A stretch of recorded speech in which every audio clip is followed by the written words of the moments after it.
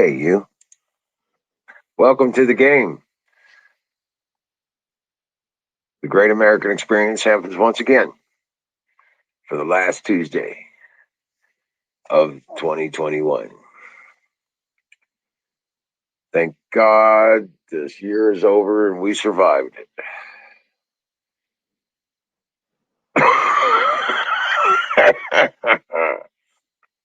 Oh, yeah. So, welcome back to the game. And I'm the Wizard of Oz. This is not my show. This show is your show. Those who participate, anyway. So hey, what's up, Ivor? What's happening? Welcome in. Oh man. As we wait for the links to propagate and the notifications to go out, we will just kind of hang out here and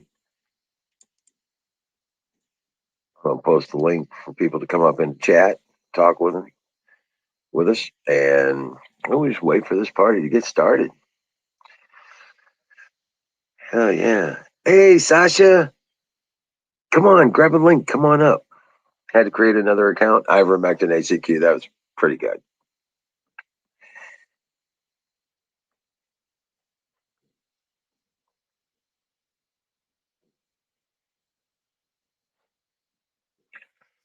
Oh man. Oh. Hey Zoom, how you doing?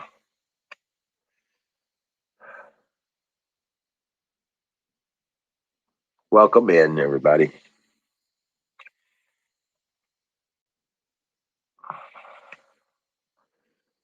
Yeah, man. No, I had a kind of uneventful day. It was raining most of the morning, but was able to get out and get some stuff taken care of. And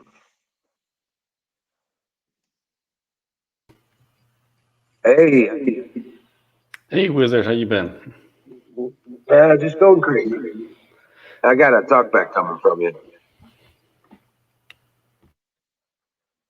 Yeah, probably got to mute the other tab.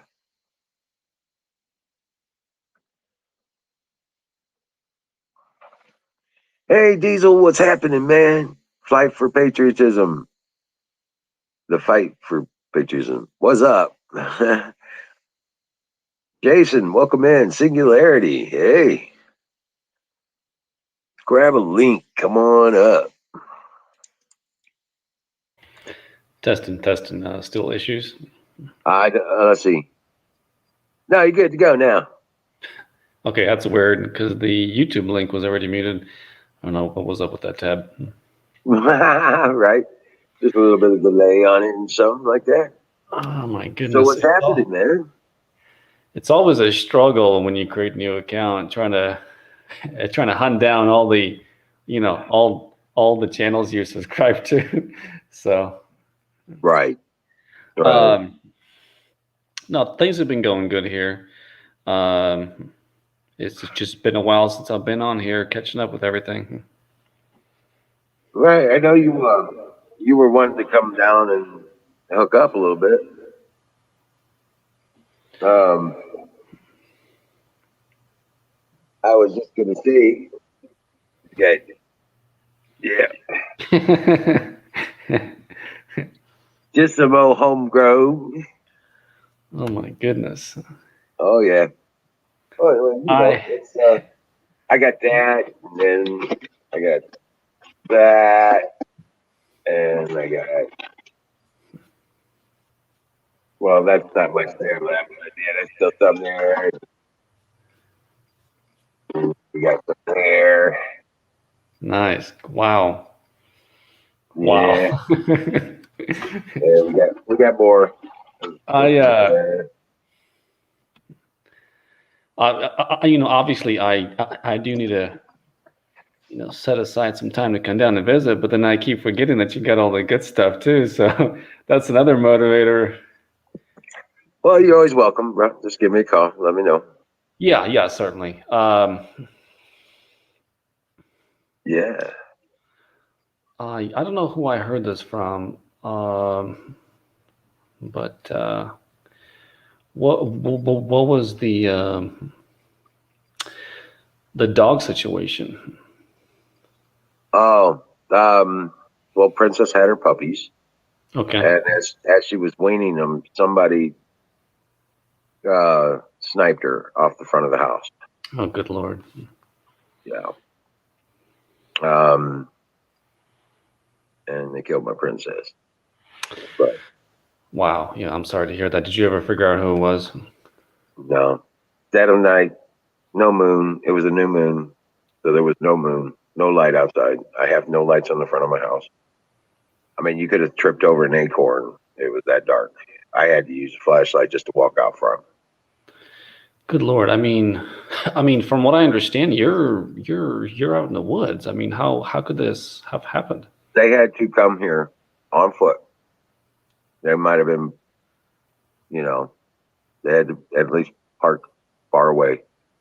And then, because we own half a mile in each direction of road frontage here, there's nobody across the road. It wasn't the people across the street from me. And they had to come here with a night scope, premeditated, kill my dog. So Because it's they killed it. I'm certainly sorry. sounds like it's obviously somebody that knows you or somebody that you know. That's kind of what I'm thinking because we only have one household in this county that we have a problem with. You know what I'm saying? In fact, I don't have a problem with anybody else in this whole damn state. You know what I'm Okay. saying? Yeah, I'm gonna leave it at that. So, as to not to. Yeah. Well, they got what's coming. They're gonna get what's coming to them. Understood. But Yeah. okay. Fates are much worse than anything I could do.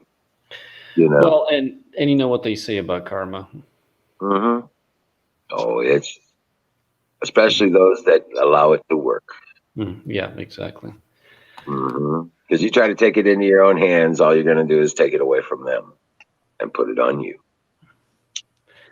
Yeah, Yep. exactly. Um, people have a hard time um, bending, to that particular truth because it's just such a simple human instinct, to retaliate. Correct. But you've got to be smart and wise enough just to stand back and realize that there's a bigger picture. Mm-hmm. Yeah, because the fates will be much more cruel to them than I could ever be. Yeah, Well, You yeah, know, of course. for real. And For real. some people will be like, well, an alpha would go take care of it themselves. It's like, no, an alpha knows when to let the law handle it. Mhm. It's you've also got to be able to be calm enough to decide. I mean, you can't be one of those people that just loses your cool. So, hey, hats off to letting the law allow it, or Well, law take care of it. it wasn't easy. Yeah. Oh, trust me, I've been there. Your first instinct is, oh, I'm taking care of this, and then you settle down. It's like, okay, got to do it the right way. Yeah.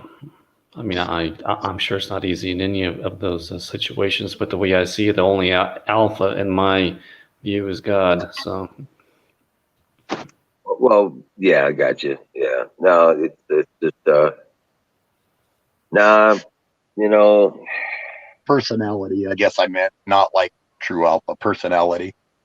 How they oh, state right. things. Not alpha control, right. Yeah. oh, okay, The yeah. I alpha guess master I was trying to portray it in the concept of karmic. and fates and stuff like that. Yeah. Yeah. Yeah. Vengeance is mine, says the Lord.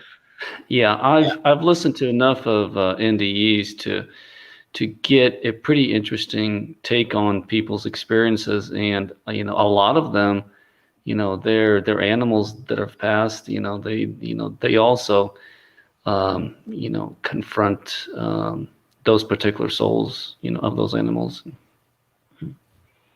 Yeah. I believe that Yeah, God created everything. So, I mean, everything he creates, will right. pass on or whatever. So, I mean, yeah. Yeah, the saddest part about it is we rescued her from a bad life situation.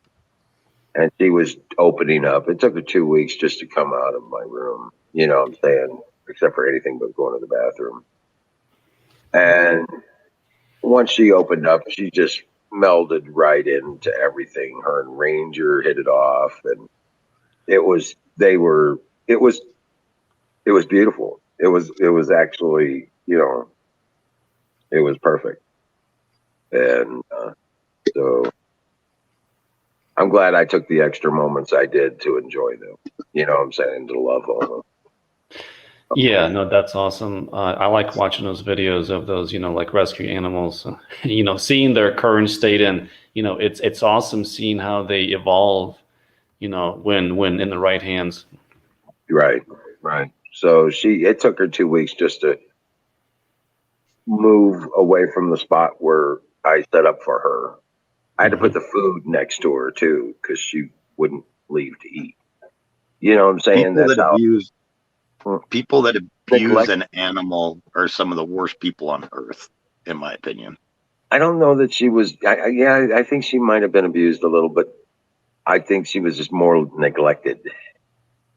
Ah, Okay. She was. There was no time spent with her on anything. She had been shown no love. She didn't even you know, understand when I first and started caring for that's her. one of the things. So many people, they get a pet on a whim. They don't understand that pet is like it more or less is like your child. I mean, it needs attention. It's a commitment. It's not just, oh, I'm going to Right, get this.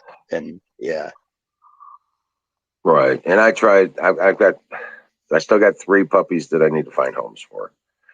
right. I'm keeping 2 of them, but I've had opposition and even trying to list them to find homes for them.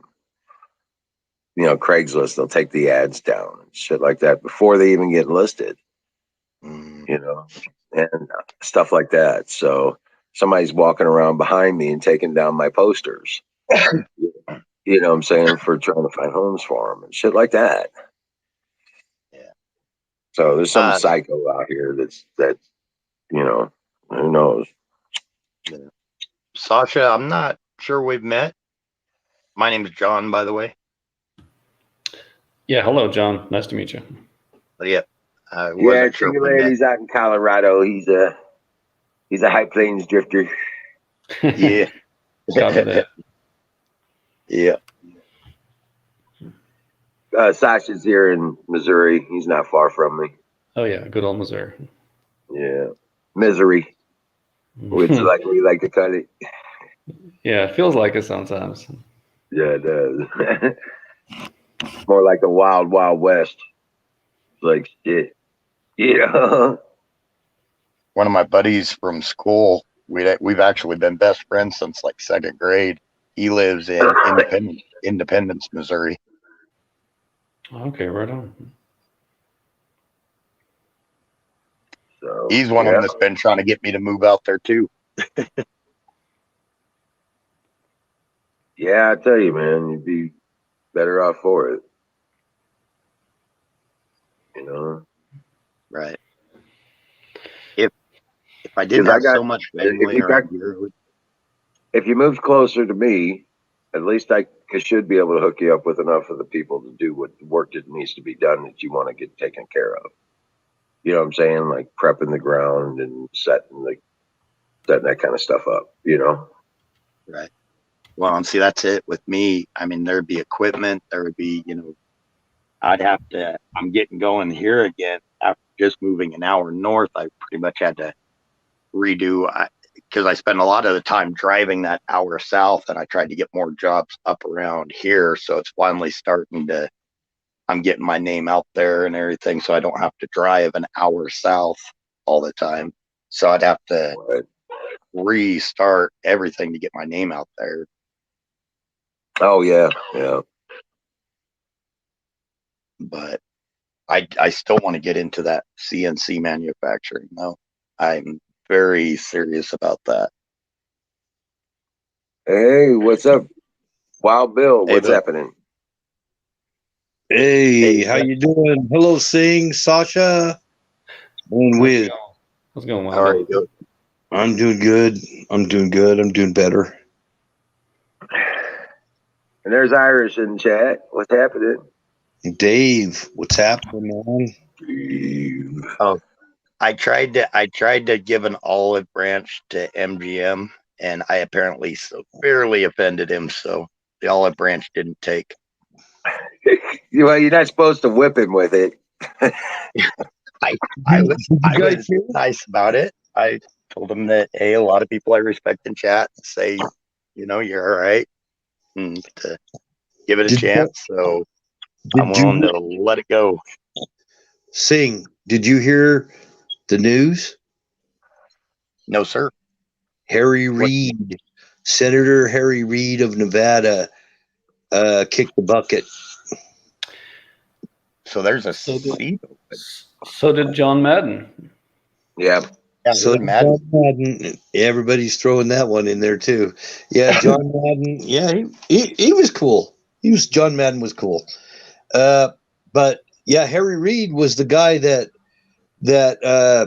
tried to utilize the Bureau of Land Management, federal Sell it to agents, China. and militarized them to go steal the grazing land from the Bundy Ranch down in Mesquite, Nevada. Yeah. And lease it, like Emerald said, lease it to a Chinese company that was Yes. 51% owned by CCP, the CCP, for a solar plant. Well, I think there was more to it than that. There was this type of water that was on the property that they wanted. I don't remember. It's called dense water or something like that. That he was trying to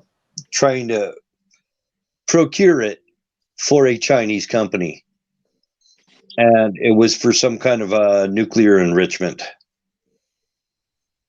They all get millions from this too for doing this for these companies. They don't give a crap about us. They give a crap about their own bank accounts.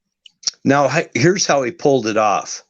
He pulled it off by saying that his cattle grazing on the land was destructive to the environment for the desert tortoise. Well, it's like the CO2 thing. The thing the cows provided for the desert tortoise was food, because that's what the tortoises eat. True. They do that for everything, though. There's places that they take over as federal land because there's a species of flower or something like that.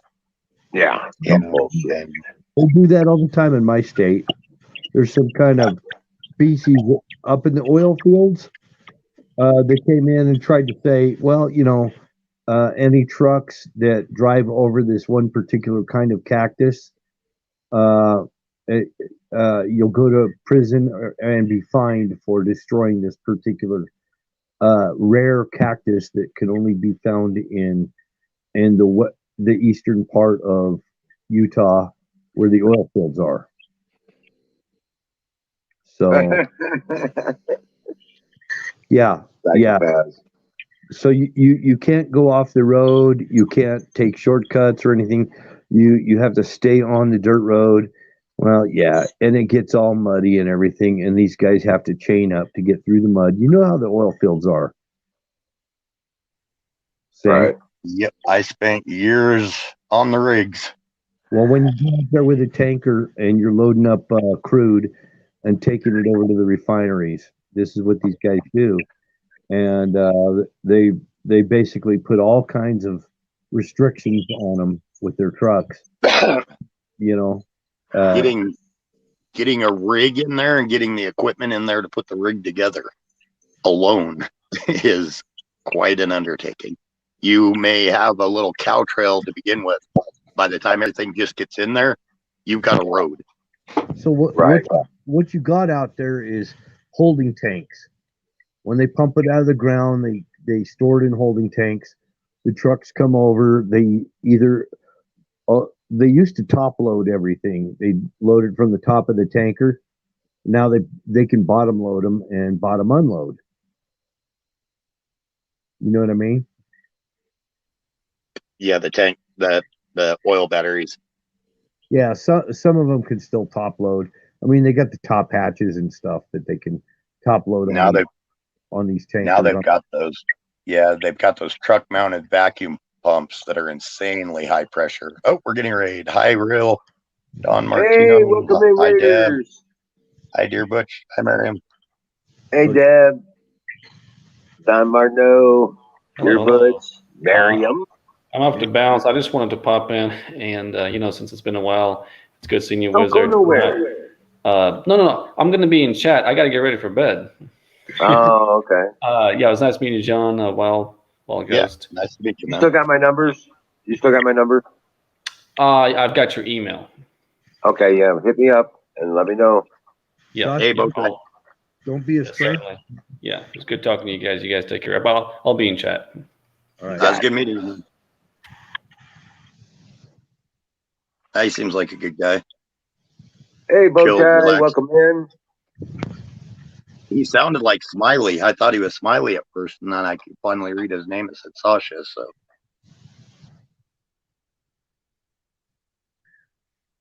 Trans girl used to. There's a trans girl here. Where is she? Yes, Bowtie.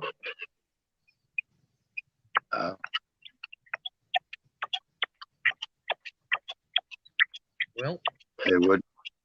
hey, Woody. No, Sasha is a guy. He's Russian. He's in Columbia, Missouri. And Miriam. Yeah, he seems like a good guy. yeah, he's been in and out of our channel for a couple years now. Yeah. I was kind of worried about Miriam because we hadn't heard from her in a while. Right. She got ate by a spider. Sat down beside her and ate her curds and whey. Hey, Ragged. Is that spider still hanging out with her? She had this little spider friend. Hey, Ragged Coin.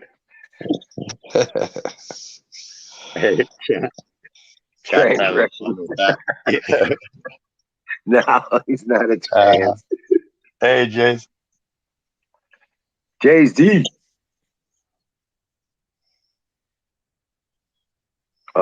Been falling asleep in the chat. Well, grab a link and come on up. Dang.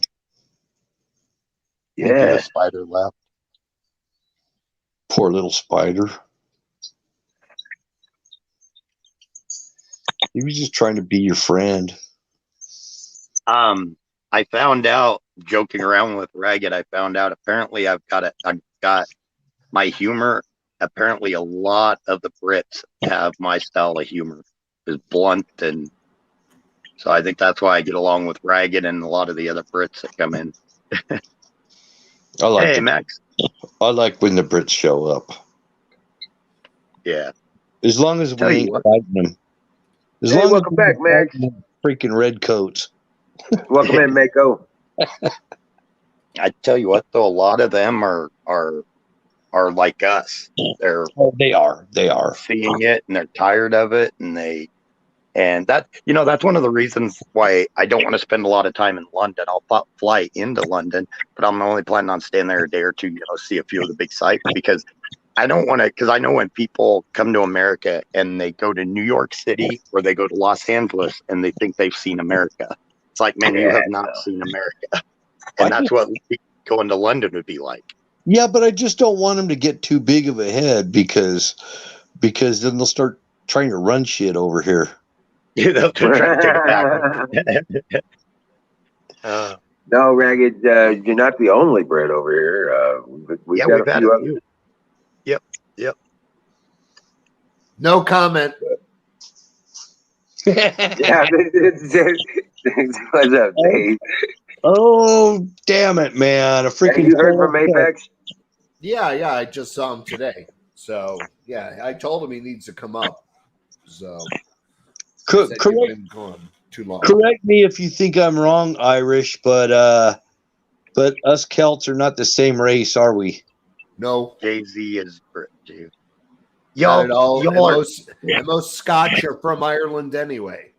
Our- So Fuck yeah, that's our other home. yeah, that's y'all that's the story between the two giants, the Scotland and Ireland giants battling. Exactly. You know what I'm saying? Yeah, I exactly. know about it. I know about it. I hate to tell y'all this, but it all goes back far enough to where the ancestry are the Germanic tribesmen. I don't want to talk about your bullshit ancestry. Shut up. Hey, listen, Whether listen. you like it or not. Ghost. We actually have an entire town named McAgerfelton, which is McGuigan in Irish. So there's an entire town that is like literally not the place for me to ever want to date ever. Hey, Carpenter Patriot, welcome in, my brother. So you know about the giant in Ireland that there's a place where there's these columns of rock that come up, and that's where the giant by the last name of McCool. That's correct, Mr. Yeah, Giant McCool walked across to Scotland. Exactly. Yep. No, I'm from Ireland. Not. I'm an immigrant. So and the Mickeys and the Macs, it's a naming system, kind of like Anderson and Larson, and you'll see it spelled SEN or SON. It means Mick or Mac both mean son of. Yep. So you'll hear McConnelly, you'll hear the name McConnelly, and you'll see it spelled MC, and you'll see McConnelly spelled MAC. yeah, well, that's like McAgerfelton is basically son of. So McGuigan, which is McAgerfelton, means son of McAgerfelton. So But you know what what it means. you know what a Fitz originally was, don't you? A No. Fitz, No. like Fitzsimmons, Fitzgerald. Oh no, I don't even know where they're from. It meant bastard son of. But Yeah. don't tell a Fitz that, because Yeah. they'll literally fight you over it. Well, like I said, my mom's side is the Dunn family, Dunnes.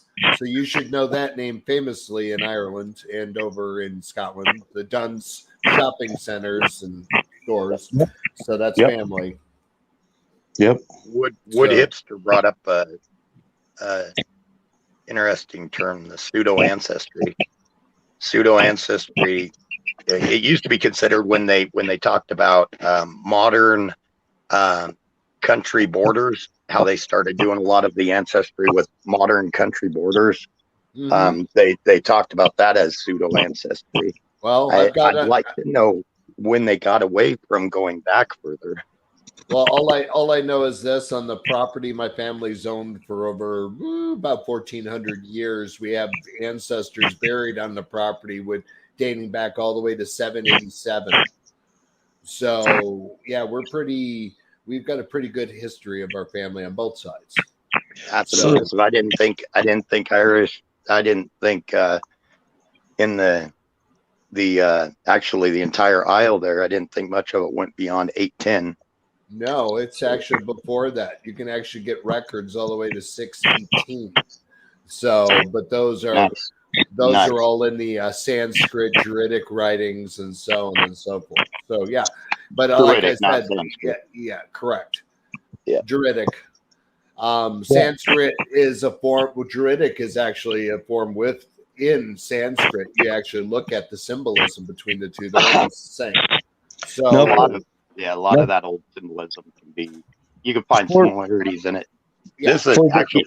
I like The this topic. original language is Sanskrit, y'all. So y'all know the original language was Sanskrit. Then it developed. You have Egyptian, you have Druidic, you have Norseman, you have all these. I'm from Europe, so I'm taught differently than here. So all that language came from a source, and that source was in Babylon. So, which is funny. So Yes. do the history. That's true. That's true. It did come from Babylon, yes. So, like I said, Irish is different than Gaelic. Gaelic is a totally different version of Irish. In Ireland, there's 32 dialects of Irish. It's So you know which Yeah, way, you yeah. know how to switch it to the area that you're in. You get a lot they farther. only the Irish call it Gaeilge. Gaeilge. That's correct. Yeah. But we like to just say it's Irish. But the Irish is the original Gaelic. It's just when Scots got over to England, mixed with the Wales and the English, and the speed of the English voice and the Scottish, Irish language became a slur. You can never understand a true Scotsman because they speak We need too Woody. damn fast. So We need that Chatter Woody up here. He'd be a good one to have in on this conversation. So you remember Yeah. you watched Braveheart? well, yeah, everybody watched Braveheart. Remember when this was a true scene where Longshanks decided to conscript the Irish to come and fight the Scots. Correct. It really petered out when they came out there. They're like, cousin, and they're hugging each other and stuff. And they're Well, like, yeah, they're all family. It's like, what the hell? Exactly. Yeah, it's like, what the hell are you doing? Yeah, It really happened. It really happened in history. they would never ever. No, Braveheart is actually real. I mean, that Yes. person is actually real. The story, it could be The storyline was a bit off, but yeah. Yeah. The battle scenes. The battle I like scenes. the Have you ever Irishman where he says, "Does this mean that I get to fight the English?" And he says, "Yes, it does." And he says, "The Almighty tells me you're fucked." Yeah, exactly. It's still a good movie. It's still a good movie, Yeah. even though there's a lot of factual inaccuracies, even some of the shielding and stuff, and how they prepared for war. I mean, they didn't charge down the hills. Most of the time, they marched slowly. Some of them, to get that adrenaline rush to fight, the last 10 to 15 feet might run in or whatever. But No, and it just boils down to this: the English knew they did not want to cross into Scotland at any time because the Alexander's Wall is a Right, reason because the Roman Empire sent in their friggin' foreign legion to take over England, which they did in a day. But when they went into Scotland, they stuck every head of every Roman soldier on a stick, saying, "Don't come in." Yes. Well, and a lot of that is geographic. The Romans were used to fighting in lines. And just like when they crossed over the Rhine and tried to go into Germany, I mean, they lost an entire legion in when they crossed the Rhine. So they could not fight these guerrilla warfares like the Scottish were able to do in the mountains, and the Germans were able to do in the Rhineland. They were not prepared for it. They did not know how to, because they would bundle up and make their shield walls and stuff like that. Well, yeah, the fun part about it is that's why we have hairy legs. It's because we wore kilts. You know what I mean? You gotta keep warm somehow. That's a fact. Built-in leg warmers, huh? No, it's a full blanket is what it really is. It's a blanket. So a lot of people don't know that a real kilt is made out of a single stretch of quilted fabric, normally in the family pride colors. I've got three of Welcome them. in, Seabird. How you doing, Seabird? Hi, Seabird.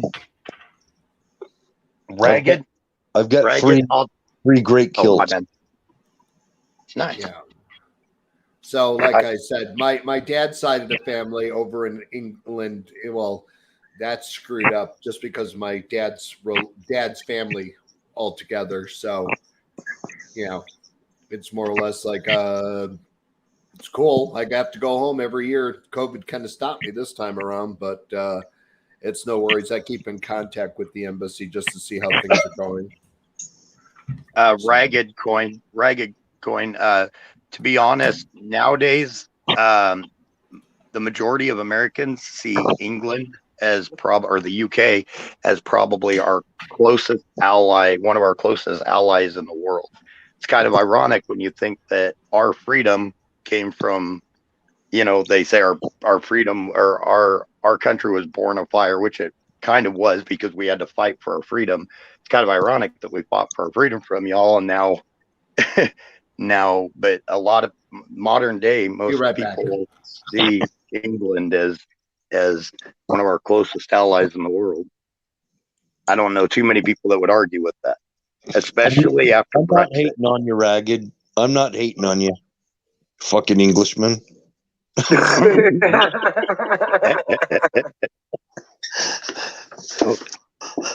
Oh, he'll laugh at Y'all that. He bunch of gets our wide-eyed. humor. Yeah. Well, he's gonna come at me. I know he is. Oh yeah, he'll give you guff back. It's kind of fun with Ragged. I Y'all I bunch of have round fun eyes, as far as I'm concerned. bantering. Round eye, you round eye. you got is it Cherokee in your Yeah. blood? Cherokee. Yep. An Black American Cherokee. nuts. My Yeah. my grandma used to sit at 78 years old, would sit on a couch cross-legged eating cornbread and milk with onions in it. She'd chop up onions in there. I'm proud to be a mixed bag. I'm a mutt. I'm a mutt. I'm a real Pretty much American.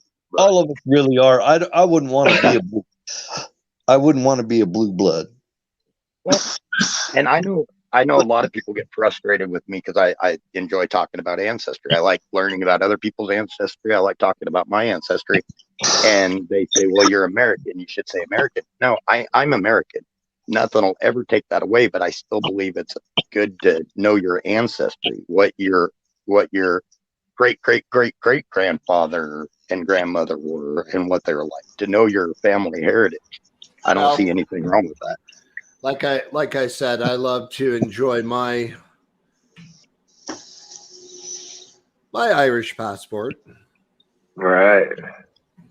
And then, of course, my proudly carried American passport.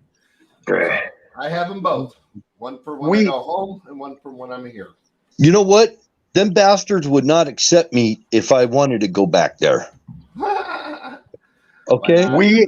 I got no connections to the old world. I got no connections to the old world. No connections whatsoever. No family, nothing over there. None. And I wouldn't want to. I like where I'm at.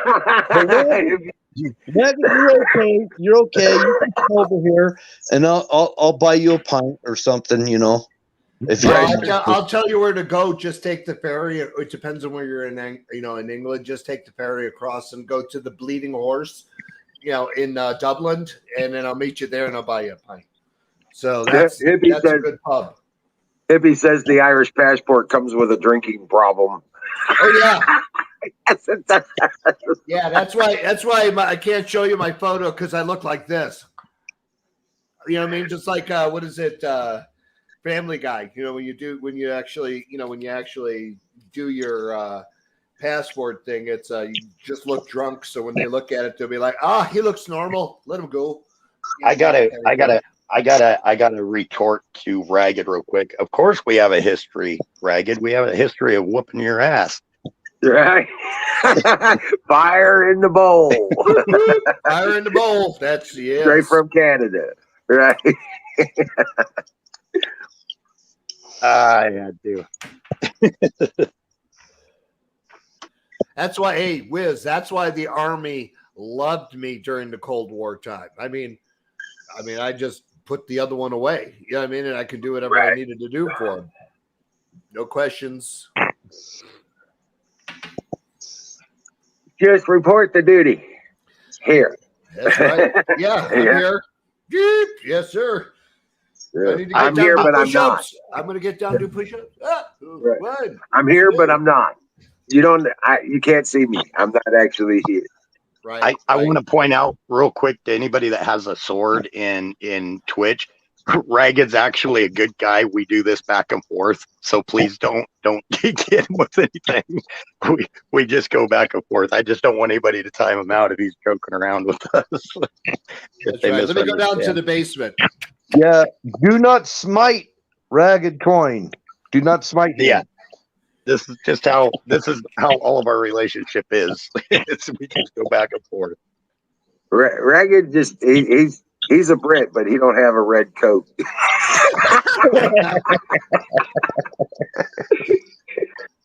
That's funny. Yeah. So Barry McGuigan, the boxer, that's my second cousin. So. Yeah, we didn't fight you in any other wars, but pretty sure World War I and World War II we kind of pretty well tipped Yeah, we y'all were from reading. speaking another language. Yeah, it wasn't English to the rescue. It was a good old American whoop ass. And unfortunately, with Vietnam and Afghanistan, we had some weak people at the end of it that pulled out when they shouldn't have, and they're both going to go down as bad leadership during the end. Yeah, Vietnam, Ragged, the same thing happened as which actually, ironically, Vietnam was a French war that we got drawn into. Yeah. But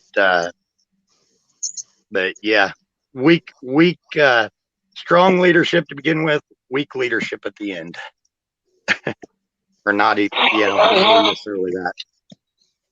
But yep.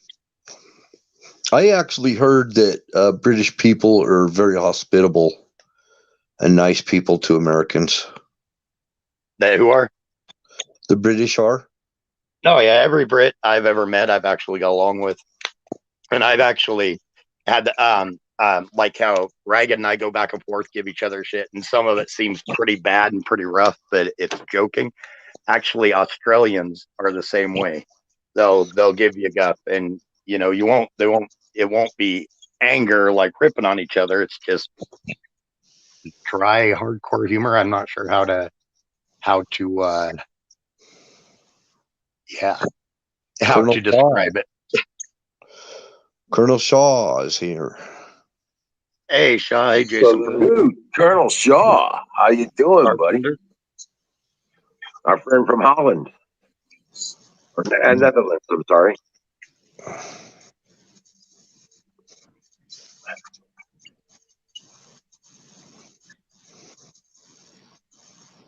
Oh, man. Oh, hey. Who's this? Is Hello. that Smiley? Hello. Hello. I think that's Hipster. It's Woody. That's Hipster. I thought maybe What's it was he important. doing? I thought it was important that everyone's talking about the great empire of the British Isles. I thought it'd be important that we reflect the modern British citizen who does not speak English, not Christian, stabs people, and has a rape gang. Here he is with his favorite tool that he is bringing to the UK to help produce whatever the hell they produce in the UK. Well, aloha freaking snack bar to you too. I know. Right. I just come in swinging. No, I'm just kidding. I love it whenever Ragged gives people crap. Oh yeah, and he can take it, and he's taken a lot of it from all of us. But yeah, I like Ragged. But yep, I agree. Our Queen owns Canada. Well, Canada. Exactly. Canada is owned by Her Majesty herself, huh? Welcome in, Bowles Dip. I just learned that over basically what we would consider a Christmas holiday, there was a guy roaming around the castle, Windsor Castle or Buckingham, and they had to shoot him. He was just some random guy that was going to stab the Queen. Holy crap! Wait, Woody, is that you? That's me. Oh shit! Okay, we've been trying to get you up here for the last several days, dude. You were talking history, so I jumped in. Nice. Thank you. Yep. Didn't I just say that? I said Woody. That's Hipster. Yeah, I thought you said hipster. I didn't put wood hipster and Woody together. I'm hippies were right and wood hipster. So it's I'm hippie. Yeah. I eat crayons, for crying out loud. Leave me alone. And there's Huckleberry. There's my Huckleberry. Yeah, Please come up here. Actually, one interesting things that, speaking of history, one of the interesting things that I've seen, and it kind of relates to us shipping a lot of jobs over to China and stuff. England did that with India, shipped a lot of their industry over to India, and it just killed a lot of their towns. They're coming back from tourism now, is all, but there's a lot of their towns that just got destroyed. And I mean, this was during the Industrial Revolution, even, that they're shutting them down and sending all the jobs to India. Well, Where'd you go? Where'd Dave go? Oh, he left. Damn it. That's why I brought that up. I was going to tell Carpenter about when I used to work for Bechtel Corporation, and I was in the labor union working for Bechtel, and all of our white hats, which is non-manual personnel, the engineers and stuff, were brought in from India, and talking about all this imported people they were bringing in. Bechtel was one of the culprits. This is a while back, and I was like, why is it all people from India? I have no idea, but they imported all the engineers from India. Aren't people graduating with engineering degrees? Oh, Woody's still here. Okay, I thought it was him that left. But hey, Ragged, we feel your pain. These days, everything is our fault around the world. Seems to be. The main reason why they like to pull from India is India, with its population, has more English speakers than we have in America. So you take that with their socialized medicine and their their free colleges and all that. You can get an engineer that's coming out of college that's willing to work for a lot less under their system and move to America and work for less than what we're going to do. And they don't have to deal with also all the political bullshit coming out of these liberal arts schools. So you get a guy from India that's making twice what he would make there. He's living life large. He's living the dream. And he's not causing any problems. It's a And he's English better than most Americans. And he's better trained than they are here. Also, And I'm all for bringing in the engineers, bringing in the doctors, bringing in the highly, that's the best thing about America is everybody wants to be here so bad. We get a lot of the top talent, and if we can still pull a lot of that top talent, that's what keeps us on the top too. we will do that until one of the reasons why we have so many, if you notice, Indian doctors, and of course I'm speaking about the country Indian doctors, Indian engineers, architects, because a lot of those places like medicine that's socialized, and because those doctors cannot make the money that they feel they deserve or they should make, they come to America. You'd be a damn fool to work over there for $50,000 a year when you can come here and make $500,000 a year. There's a lot of surgeons and stuff in the medical community that are coming over from India too. Absolutely. Absolutely. The only difference is they get put on a waiting list. I mean, they go through tons of schooling. I think their schooling is better there. Yeah. That's debatable. But you know what? I think we still have some of the best schooling. I'm sure it's good. I'm sure there's places in India that are just like you can go to. There's med schools in America that are much better than others. I don't know what they are, but I'm assuming there are. Right. I'm sure there are probably some places in India that are probably a little shifty, and there's some that are probably very, very solid. I think the part that may make them better, and I think might be what Bill is preluding to, is the fact that they skip the BS. They get down to the science, skip the BS, like a lot of schools are doing here now. Amen. Well, also, all the Indians, and I always have to pause when I say that because I don't want people to misconstrue what I'm saying. All the Indians I know have incredible work ethics too. They work their butts off, and they are big in family, and they really get to it. And when you have a smart person that's not afraid to get their hands dirty, and appreciate what they have, that's what America's made on. They're really dedicated also at pretending they're the IRS and they're going to come arrest me if I don't give them $2,000 over the phone. Well, I'm sorry. I know that's rude, but holy crap, dude. This week already, I've gotten 2 calls. One was IRS. One was that my social security number was stolen. there was a problem with my, I can't remember. They were going to they were going to cancel my social security number is what they said. It's like, what the heck? And yeah. So, but there's a lot of people over there, and I'm not saying by any means that everybody over there is a criminal. I think their population's higher than ours. Oh God, yeah. They're second only to China. Yeah, there's like 2 billion people in their country, but 2.5. It's number one population wise is China. Number 2, India. Number 3, America. Number 3 is America. I thought we were like number 5. I don't think we crossed the 350 million people. Yeah, Yep. Right. And that's what we have basically roughly on paper. That's not including what we really have. Right. We Now- got closer to 400 million. I've heard 400 plus too. I mean, depends on which. Now we are still fairly sparsely populated because of the fact we're so massive. One And thing we got talking the to, temperate regions of the continent. well, you simply put in Alaska's mass that is uninhabitable, and that Right. adds to it. One of the Yeah, things that I get talking to different people from like different countries, especially Europe and the UK, is the fact that I don't think they quite get how big America is. Oh, Yeah, Right.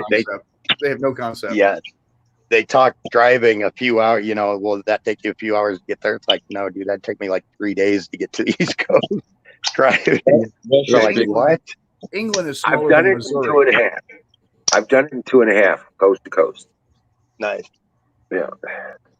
England, the country England is smaller than Missouri, square footage. Yep. Right. What end the bill?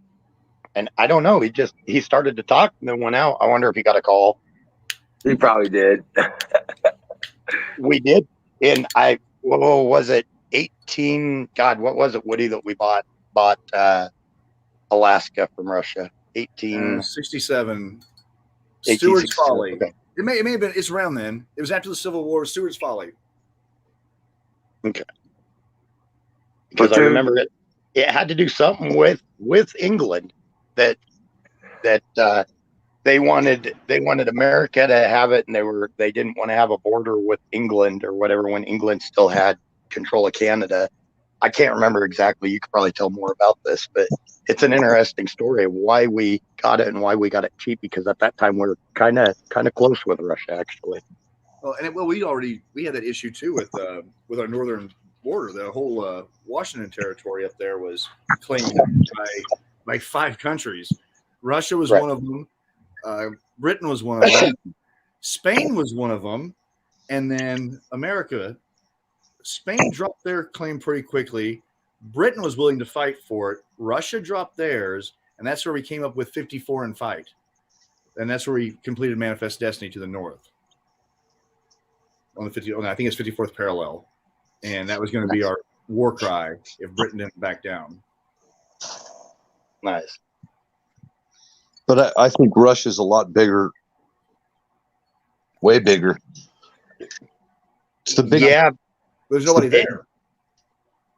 Well, there's nobody in Siberia part of it, but And Russia's the largest country. Canada's number 2. America's number 3. China's number 4. Or maybe Australia's number 4 than China. But Australia, I could see but that. that's size-wise. That's not population. or inhabitable space. Right. Russia is like only like what, 1/4 of it's inhabitable? I mean, my God, a huge meteorite landed out there in the middle of nowhere. No one even heard it. You think about it, a lot of these, I'm really interested in all these people that do, like, they call it like meteorite men and stuff like that, the people that do meteorite hunting. It's an interest to me. You think about it being that far north in the thinner atmosphere up there, how many places up there in that area probably have eons of spatial debris, let's call it. Yeah. But I went off subject. But anyways, yeah, it's a lot of uninhabitable land. America. You bet. Okay, we have number 1 population wise dun, dun, dun, is China with 1,407,000,000. Thought they had 2 billion people. Well, this is just what their population says as of July 1st, which you know that our population is not very accurate either. So it could be easily that. India is number 2 with 1,380,000,000, 1,380,000,000, and then America is number 3 with a significant drop off at 331 million, which they say 400 million for us, but even then, that's a billion less than China or India.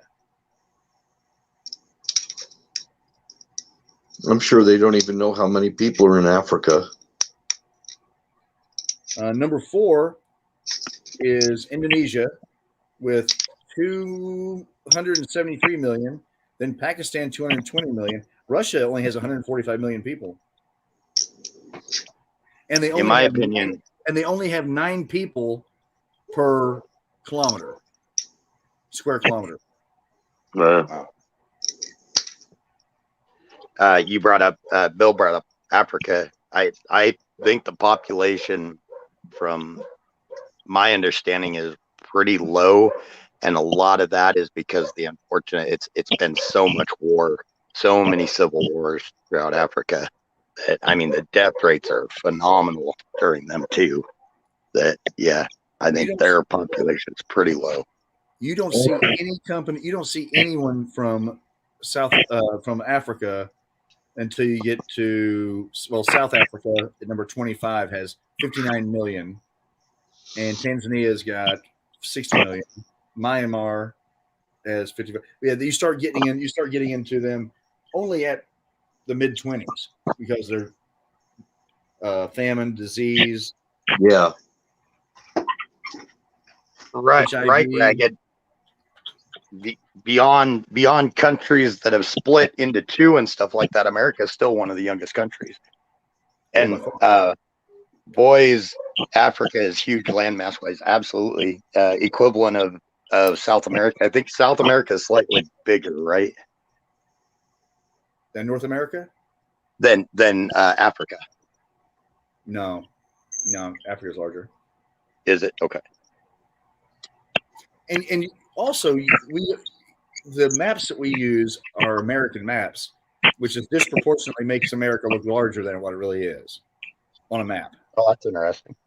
So when you deal with any type of wall projection maps, flat projection maps, you're going to lose something, even when you do a Mercator, which is pretty standard.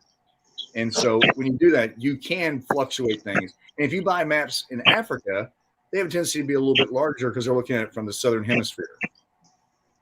Well, and of course, countries are going to do that themselves. It's a natural propaganda. It's going to be those little things they get in.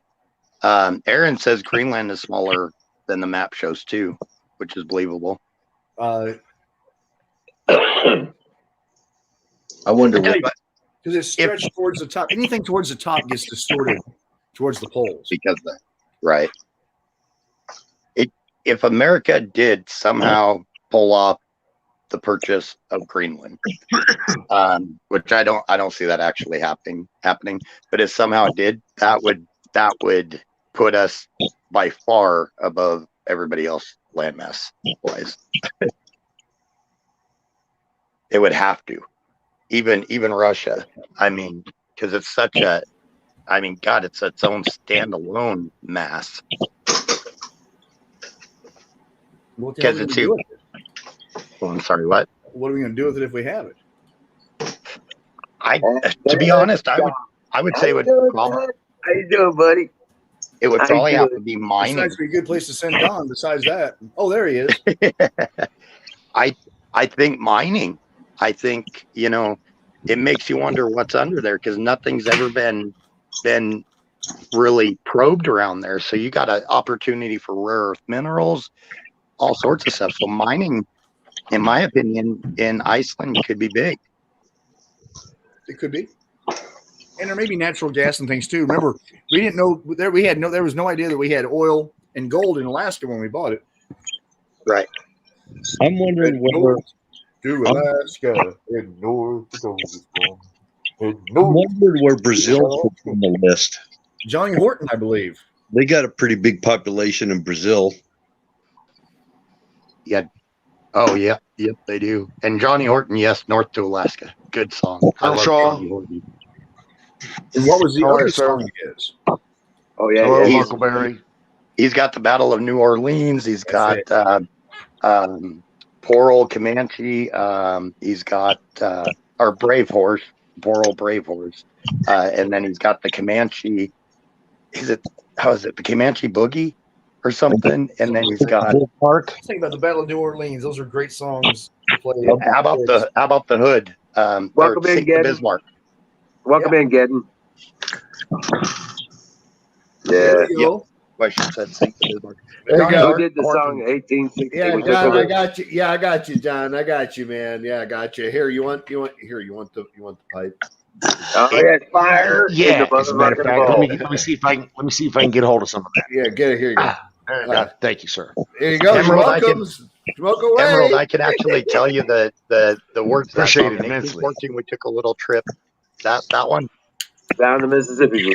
Yeah, Down Louisiana, down the mighty Mississippi. Yep. right, right. Along with They Colonel took a Jackson. little that's bacon and they took a little beans. Yep. Johnny Horton, he's one of my And the all-time British kept it coming. Yeah. Yep. Someone put And they fired out the gator, and the gator lost his mind. Yeah. We will fire our guns to the barrels of the town. Then we grabbed the alligator and we fought another round. Yep, Right I on. remember that song. I remember that song. Holy crap. Dude, I've even got the records of Johnny Horton's war ballads that has all Learn that on it. something someday, brother. It Yeah. might be. Well, actually, it's patriotic. It's patriotic. It'll probably be banned, and it'll be you'll end up in the gulag. Well, You and Lee Greenwood.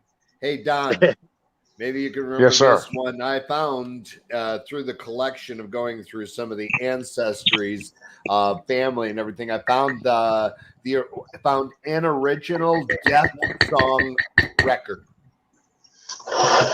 Death song record. Yes, remember the song that was about death that would make people supposedly kill themselves? Die. Yeah, I found it. yeah. Found it. Oh, Found the no vinyl. shit. Found the vinyl. Oh, yeah. And you definitely want to hold on to that. That's for sure.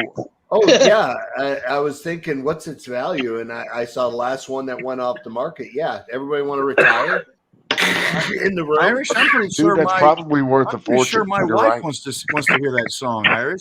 No. Yeah, I know temptation. Just like my wife trusted me to do her breaks. You know what I mean? I've never done it before. Woo-hoo! There we go. I'm only kidding. I've done breaks before. So I did my own. Hey, remember to follow and subscribe on the Twitch, Yeah. guys. Yep. Grab that Follow up and there. subscribe. Exactly. Subscribe. Exactly. Yeah. Can I say hi? Can I take a minute to throw some shout outs to little shade over to Woodhead over here? How are you, Woodhead? Much love, Wiz and Sing, all you nice people over here. And of course, the Misfit. It's always a pleasure, sir. Yep. Huckleberry, Aaron DeTires, Colonel Shaw, Platoon, Max. Hell yeah. Appreciate the sub, by the way, brother. Yeah, rock on. Thank you. And I think that's it. All right, I'll shut up now. Thank you. Right. Rock on. Yeah, Aaron's here. I didn't see he snuck in behind me while I was looking the other way. Hey, Shadow. Forgot Shadow. No, Shout I out to hit Hamilton. Shadow's been and calling getting the fire fuck in the out of bowl Dodge. from Canada. Yeah. Talking with the wife, I think you need to escape to cottage country north of the GTA. Bala, I think she has a cottage up there or something like that. Her family used to have a cottage up there. Anyway, I'm sorry, I'm talking out of school. no, that's to, all right. Well, Shadow Don, Man here. Yeah, Don, it was just Yes, sir. funny when I was sitting there doing my wife's drums and she comes back. You know what I mean? And I said, I am doing your breaks, right? She went, "Oh, I think I'll hold that till you're done. Okay, cool. Remember, we're going to have to go for a test drive. You know what he's not telling us is that she's Irish. She's got red hair and green eyes and the No, attitude no. to go with it. No, she's actually, her entire bloodline is Ukrainian. Her whole bloodline is Ukrainian. Her Going- grandfather came over from the Ukraine. So yeah, Russian girl. That's a meat on her. So I'd like to address some. I'd like to address some racism that I felt that I received earlier. What was that? Hold on. You got some racism earlier? Pray tell. Where do you order that? Yeah, Well, I mean, I was on the receiving end of it, sir. I So don't you like to got some talk about it 'cause racism. It was very hurtful. go ahead. I'm still in shock.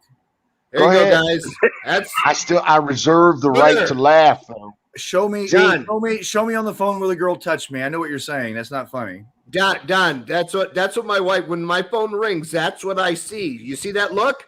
What the See, fuck? I are got you, doing? brother. I got you. So that's why I am not in the least bit worried about her brakes because you did her brakes with her foot on your neck. That's So right. I'm not in the least bit fucking worried about Yeah, her I'm not worried brakes. about it. No. Look at that. Look at that. That's rough. That's Russian mafia right there. I mean, straight up. I keep telling her, you must be Russian. You know what I Dude, mean? she would So look hurt at you. that. Oh, she hurt would. you. Don't get me wrong. And she's Yeah. a doctor. So, you She'd know, hurt you. Yeah, she'd fuck you up for good. while you're sleeping. While you're sleeping, you I'm just reach serious. over and twist that little finger in your neck, and you're done. Yeah, I she'd am hurt so you. I am so serious. While we were dating, creepy as it was, and I took note of everything she said, and then I gave it to my best friend who put it in a bank vault, who gave it to my cousin over in Ireland, that if I ever disappear, open up the vault just in case. But yeah, she told me how much I'll give 20 cents. insulin. I'm sorry. how much insulin, how much this, how much that, how much this, right between the toes, this, ding, ding, ding. I'm like, what the fuck? You know what I mean? It's like, oh, am I marrying a serial killer? No. Well, I'm not. dude, I mean, knowing that you still married her. So, yeah, well, I wasn't you afraid know. of her, so, and I was the only one that stood up to her, so, which is fine. Everybody else ran away and cowered. Me, I told her go fuck off. You know, when she told me I was snoring, you know what I told her? You have earplugs? She goes, no. She goes, well, are you going to give me some earplugs? And I gave her the keys to my car and said, Walmart's 11 miles down the road. I'm going back to sleep. It's pretty much what I did. She's a doctor. You know what? She went to Walmart and she got me some pot. So I was good. Okay. I tried to find my Johnny Horton War Ballads thing for y'all, or any of my Johnny Hortons. I gave up looking. So, see, that's how much I like y'all. I was going to list all Okay, this. well, we appreciate the effort, Mr. Plurality. We really do. But I'm really concerned about the racism going on over here at Mr. Woodhead's channel. Thank you. Yeah, what's up, Mr. Woodhead's kernel? I need to hear about that. Who Who's accosted you? racism? Who racism? Yeah.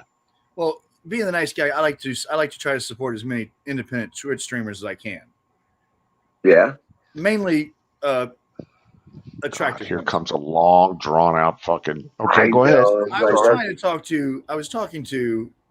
in the chat with a young lady who is very, very Latino. Wiz put up my Very, very Latina. Very, Share very heavy screen. Latina. And I just said, Okay. I like your accent. You have a cute accent. Is that Irish? And her brother, who I thought was her boyfriend, he lost his mind. It made it very clear that it was Mexican, not Irish. So I waited a little bit, and I said, well, you sound like stupid Irish because you're dating your sister. And then he went off and said some things about Irish people, and I was offended. Yeah, there's a little something there. But roll back about 10 seconds. I missed that part where you were offended. Well, Go ahead. my family's from Cork, so I mean, I figure they're making, I can make fun of Irish, but they can't. Oh, That's the way it okay. works. I got you. And he cut me off before I could call them stupid Micks. Right? Fair play. That's fair. That's right. I mean, if you're a Mick, you can call a Mick a Mick. That's Why right. not? You got to have the right symbols too. You know what I mean? Exactly. It generally requires a card carrying, for you to be a card carrying member of that fucking Mick family, for you to be able to say that shit without getting shot. What the fuck are we doing here? Who's driving? Me. I was just Misfit. showing you Okay. something. This is how we know our solar system, but that's not. Oh, how okay. That's not how it works. This is actually how it works, and that's what they're going to show you. they also, that's how fast we're going. So this is how our solar See, system. now I dig actually- this shit. Okay. This Go is ahead. this is how our solar system actually flies through our universe. See, now this is Milky Way. badass. This is the deal. This is what I was trying to explain to you guys. We're a conical kind of, that's how our Correct. solar The sun is traveling around the ring, around the Milky Way, and it'll take 100,000 years to make a friggin' rotation, and all the way around. Yeah. all the way around. And while that's traveling around that way, we're spinning the opposite way around it, like Saturn. We were talking about this the other night that Yep. that our entire galaxy rotates like our solar similar to our solar system, and Correct. we're actually Right. on an outer hook. Right. Yeah, but our track is actually like a carousel horse around a merry-go-round. It goes up and down through the gravitational event horizon of the galaxy every 25,600 years. Correct. Come on And- up, Max. Right. Man, And so- can I tell you that's just some badass shit. That's, is. you know what? If you're the kind of guy that's digging this kind of shit from YouTube or however you're getting it, and then you're the kind of guy I need to be hanging with. Honestly. Well, No like shit. like I said, This is like some smart people digging shit is what it is. I'm sorry, but it is. And I love it. I think it's wonderful. Well, I was a little disturbed on YouTube. I happened to see somebody. Why is this important? I happened to see a particular video, like how they make a montage of technology. However, the cover photo, that's sitting there that you're looking at before you put your pointer over it and it changes into a movie. Strangely Right. enough, it's a photo of me from 2001 holding a piece of technology that got declassified for the CDC in 2008. And I happened to be holding it, and my company's job was to write software to make the battery last longer for it. And what was it? It was a drone, except it looked like a mosquito, and it's real. And it worked. And So I'm picturing some heliosphere kind of shit, where this is, that's just kind of a little ahead of our solar system rocketing through space. correct. Now when we have Also, are we some- sure we are in the right plane there as we vortex through? yeah, I this guess is- we are. You're absolutely right. We have Yeah, to be. This is going around the Milky Way. 70,000 Yep. miles an hour. Yeah, which is yeah, fine. makes perfect sense. We're to going me. that way. Yes, So sir. so here's the big deal, and I'll use my pointer since y'all can see it. When the supposed alien satellite that flew through flew through, it actually Right, came from right. where my pointer is, and then it came in like this, and when it should have just went like that, it went like this. It went off went to the back side. up. Yeah, went- yeah. It Very cool. accelerated and made a course correction.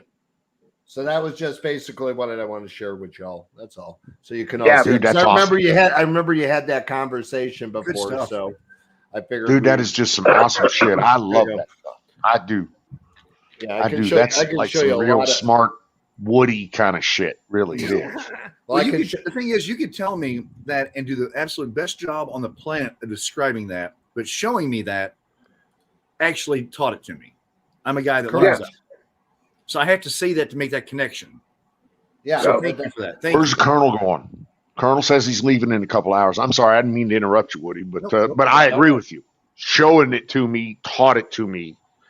I imagine how many words it would take to Explain that. accurately articulate that idea. Right. You have to balance between one, dumbing it down for guys like me to understand, but also having enough integrity to make it sound like it, to explain it. That'd be really difficult to do if you didn't have a visual aid. I mean, with a visual aid, you could stop and revert. I mean, there's a lot of things you could do with that. I'm sorry, I don't know how we get on this tangent. I was just thinking it was nice to see what actually talking about, as you talked about the other night, and I just could not see what the hell you were talking about. I was confused. That is some fucking ace level shit, baby. I love it. I think it's wonderful stuff. I mean, I Did you get that from Chris Wright? But Irish. Huh? Did you get that off of Chris White? No, I got that from my brother-in-law. The director. You know who I'm talking about, though. No, I know what you're talking about. No, I got it from my brother-in-law. You know, the director of SETI. So Right. I remember watching his video on that like 4 or 5 years ago. He was talking about that stuff. Mm-hmm. Oh yeah, Yeah. absolutely. So like I He's said, like, our science is so fucked up because they're not even taking into account reality. And he started explaining that conical model, and he's like, all the math works. All the math works when you apply the conical model, rather vortex energy stuff, and all that crap. All the numbers work. All the models work. And he says they keyed into that. Then he said the Mayans knew about this. That's how they wrote their calendar. Hey, well, listen. Just so you know, here's another secret photo. Don't share it. Go ahead and put my screen up. I mean, this is hidden inside SETI, right? It's Einstein rolling a joint. So we all know that he was a hipster back in his day. That's how he figured out E equals MC squared. It just needed a little enlightenment from the plants. So I just thought I'd share that with you. And here's my crazy Ukrainian wife. It's commonly held belief that Einstein was a stoner. Oh yeah, absolutely. There's the photo. Dun dun dun. You're in trouble, buddy. Oh, I get that all the time. See? So I'm always in trouble. See, now if you think you're always in trouble, then whatever you do doesn't matter. Now, does it?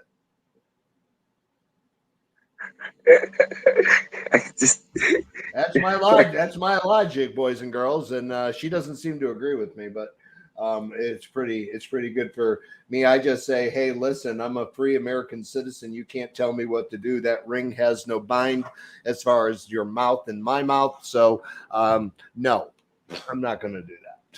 I'm not going to do it. I'm not going to go take the Pfizer shot. I'm not going to go take the Moderna shot because you're a doctor. Fuck that. I'd rather die. That's what I basically told her. So she wanted me to get a booster. I didn't want a booster. I was like, fuck that. I'm not doing it. I'm gonna live till I die. That's right. I go, we got centurions in my family all day long. I mean, like my Aunt Rose, she's like 106 and she plays tennis and smokes cigarettes all day long. So, yeah, go ahead. Sorry to interrupt, but real quick, while we've got Woody here, we've been trying to get Woody up here for a discussion. Oh, okay. And Don will like this one. 30,000 plus years ago is how Don likes to put it. What is our about some of the archaeological finds that they're finding now under the ocean, that the timeline would put it so far back for civilization that it kind of throws a lot of our known history into turmoil. What's your opinion on some of that, Woody? I think that academic arrogance and ego is setting back the entire way we look at history. I think that we need to have a serious discussion what it means to be an academic. And if you're truly an academic, that means you are always in pursuit of knowledge. And in science, if you want to be taken seriously as a historian and you want to use a scientific method, you have to acknowledge new facts as they come along and then reassess and apply those new facts to your pre-established data. You can't just say, nope, which is what they're doing. You can't explain 30,000 years ago erosion on the Sphinx from notable geologists, doctorates, experts in their field, and go, you know what? Nah. And that's really their answer. Right. How about the 500,000-year-old screwdriver that was buried to, how many different miles it is down below the, sediment of the Gulf of Mexico. I mean, they thought it was something that fell down the shaft, but when they carbon dated it, it was off the chart of how old it was. It was off the chart. Well, like that hammer. There's a hammer. They chipped open a rock, and they found this hammer, and then they turn around and it's embedded in the rock. And yes, it might have been a volcanic, but it was supposed to be like 100,000-year-old volcanic formation. Then turn around and they've tested this fucking hammer, and somehow it's got, I think they said chlorine, right, in the steel. Yeah. It's some kind of bizarre chemical that's not normally in steel as we understand steel. And it's like the composition is completely foreign to us.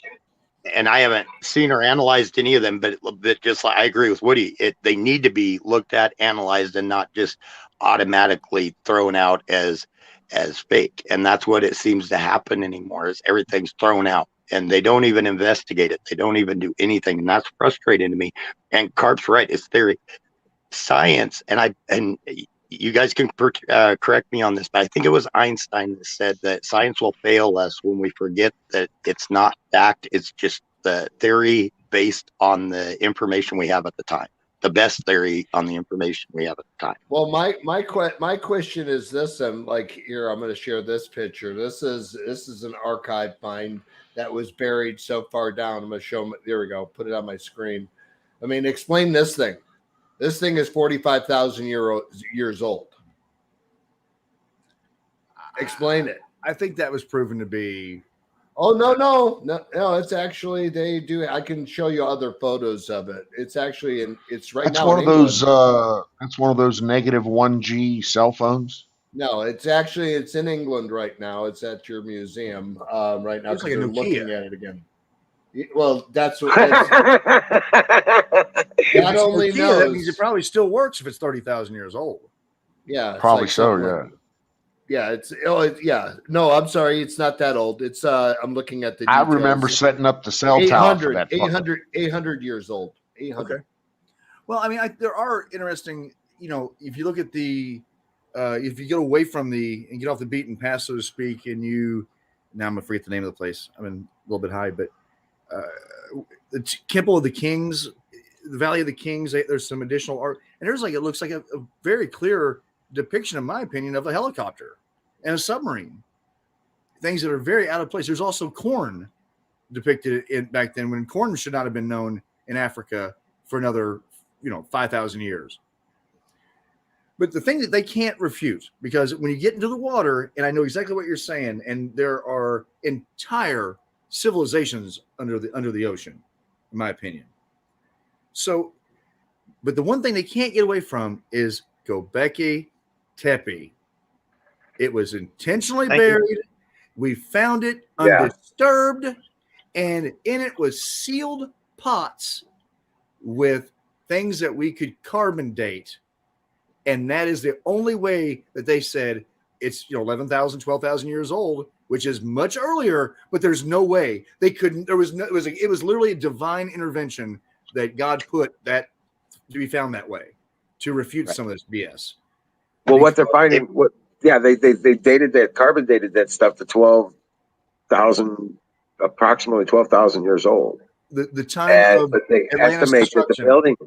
But when they excavated a couple of those pillars, the soil underneath, they're saying that it was built 4,000 years before that. Right. Y'all want to Yeah. see something By the weird way, in by this people, story. according to mainstream historians, by people who lacked the ability to form a group. They were herders and gatherers at that point. They had the Supposedly, they did not have the ability to organize more than a small hunting party. Don and I talked Which about is this bullshit. the other night. Which is bullshit. Right? Which also goes timeline wise is the same time. Now we're talking about are getting out there, but that's also, it falls in line with Plato's disappearance of Plato, as related by Solon. If you look at the Atlantis. timelines, they add up. I did not know that. Check it out. They I'll help get us. deep on this. Where are the timelines aligning? Just put me in a rough area, Okay, please. Well, it'd be 11,000 years ago. Okay. It was it was 8,000 years from when Solon to Plato. We are how many years away removed? About 12,000 years. Yeah, that was about 3,000 years ago was Greek. That would put us around the 11,000 year time frame. They overlap. Correct. I'm talking generally now, but if you look And at the ones, the elements of the major structures that we know of right now are estimated to have been built around 10,500 years ago, because that's when the star charts line up with where they are. yes, And they are mirroring those things, and all the indicators point, like the pyramids, they point to Orion. The Leo, it points to Lion, to the Sphinx. Now, I'm gonna if you talk to reverse Chad. the skies for 10,500 years, they all line up. with digital modeling, it's easy to do now. and they can do it. And you can probably do it in a high school lab with that. But they have just recently started bringing to the idea that there is an ostrich egg that's engraved in an Ethiopia museum that clearly depicts the pyramids in a row with the Nile next to them. Yeah. Yeah. So, and it was at one time, but it was 50,000 years ago or whatever. Right. Well, it was wasn't it 10,000 years ago? There was still part of the ocean. It was cut off from the rest of the ocean, but there was still water on the inner parts of the Sahara, right? They could very 10,000. I think it was 10,000 years ago, and that's where the water erosion on the Sphinx, and why they started blocking geologists, which just adds to the mystery of it. They banned geologists going in there and studying the Sphinx, and I truly think that a lot of that's older than what they think it is, or what they say it is. Now, Don, if you go back and look at history too, you look at those old ruins in the mountains there, Don, and the mountain in the Andes, you can see where there's distinctive levels of architectural difference. And it was around 11,000 years ago when those are remaining, and then they added on top of it still incredible structures, but there is a decidedly different. You don't see that melting of stone you see in some of those Incan, Aztec, Mayan, Inca ruins. Right. But if you really, there's a guy that's really good. His name's Randall Carlson. His podcast is Cosmographia. Don, you would love it. You may fall into a hole and never come out. But he's very technical. He's very analytical. But he speaks to you as if you're just an ordinary guy. And he real quick, really guys, makes it come to life. I'm gonna talk to chat real quick, so they know we really do watch you guys. But no, that's all good. I just wanted to answer. Shadow Misfit said a couple times, Irish Misfit cell phone equals time travel. I don't really believe in time travel, and I really, with the cell phone, I don't believe the odds of creating, especially with the similar number system and everything, of two civilizations, tens of thousands, 100,000s creating similar product. But there are some paradoxes in physics that allow for these little bubbles in time that are creepy to research and everything. But basically, that certain things at certain times can fall out of time, and that's an interesting thing. If they did date it back to that old and everything. I'm not saying that's it, but I'm just saying that I don't believe in time travel as a whole. Like, what is it, Manhattan Project? Well, here's the thing to think about. Tachyons, they come from the future. Explain it. They travel so fast backwards in time. Explain them. They're actually from the future coming backwards. So if they come backwards from the future, then they continue their past, they keep going backwards. And a lot of that is hi Nightingale. And a lot of that is you're getting into like what Max was talking about, the distortion, the gravitational distortion of time and stuff like that. That's what my PhD is in. My actual PhD from Stanford is in quantum physics. So, I work in that area, but I work in quantum computing is what my degree is actually set for. The thing that drives me nuts, I can't remember what are those paradoxes. What's the name of that paradox? It's the one that they show. It's got the ball and all the needles coming off like every direction on there. I wasn't paying attention. I was actually reading some literature. I think you're referring to the Fermion paradox. Yeah, the Fermion paradox. Yes. Yeah. And it allows for like pockets, whichever one it was, I can't quite remember, but it allows for like little pockets. Here's a phrase that Einstein once said, which is not published, but it's in his journals. If you take a ball and throw it at a point in space, or like a wall, we'll use the wall as a point in space, and you throw it at the exact same speed, the exact same amount of force, everything is exactly the same as it bounces off the wall back to you, and you continually go back and forth and do it. At some point in infinity, the ball is going to go through the wall. That's the pocket universe. I'll say this for it. If you delve down that rabbit hole, make sure you have a firm grip on reality because it will question everything. Right. Yeah. It's an intense Theoretically. Well, based on quantum physics, everything is information.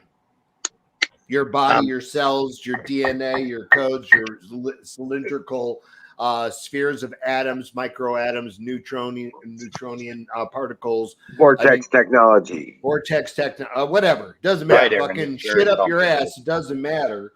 The whole point is that it's information. And if it's information, the question is does it get lost? And the answer is no, it can't get lost. So then if it can't get lost, then where does it go?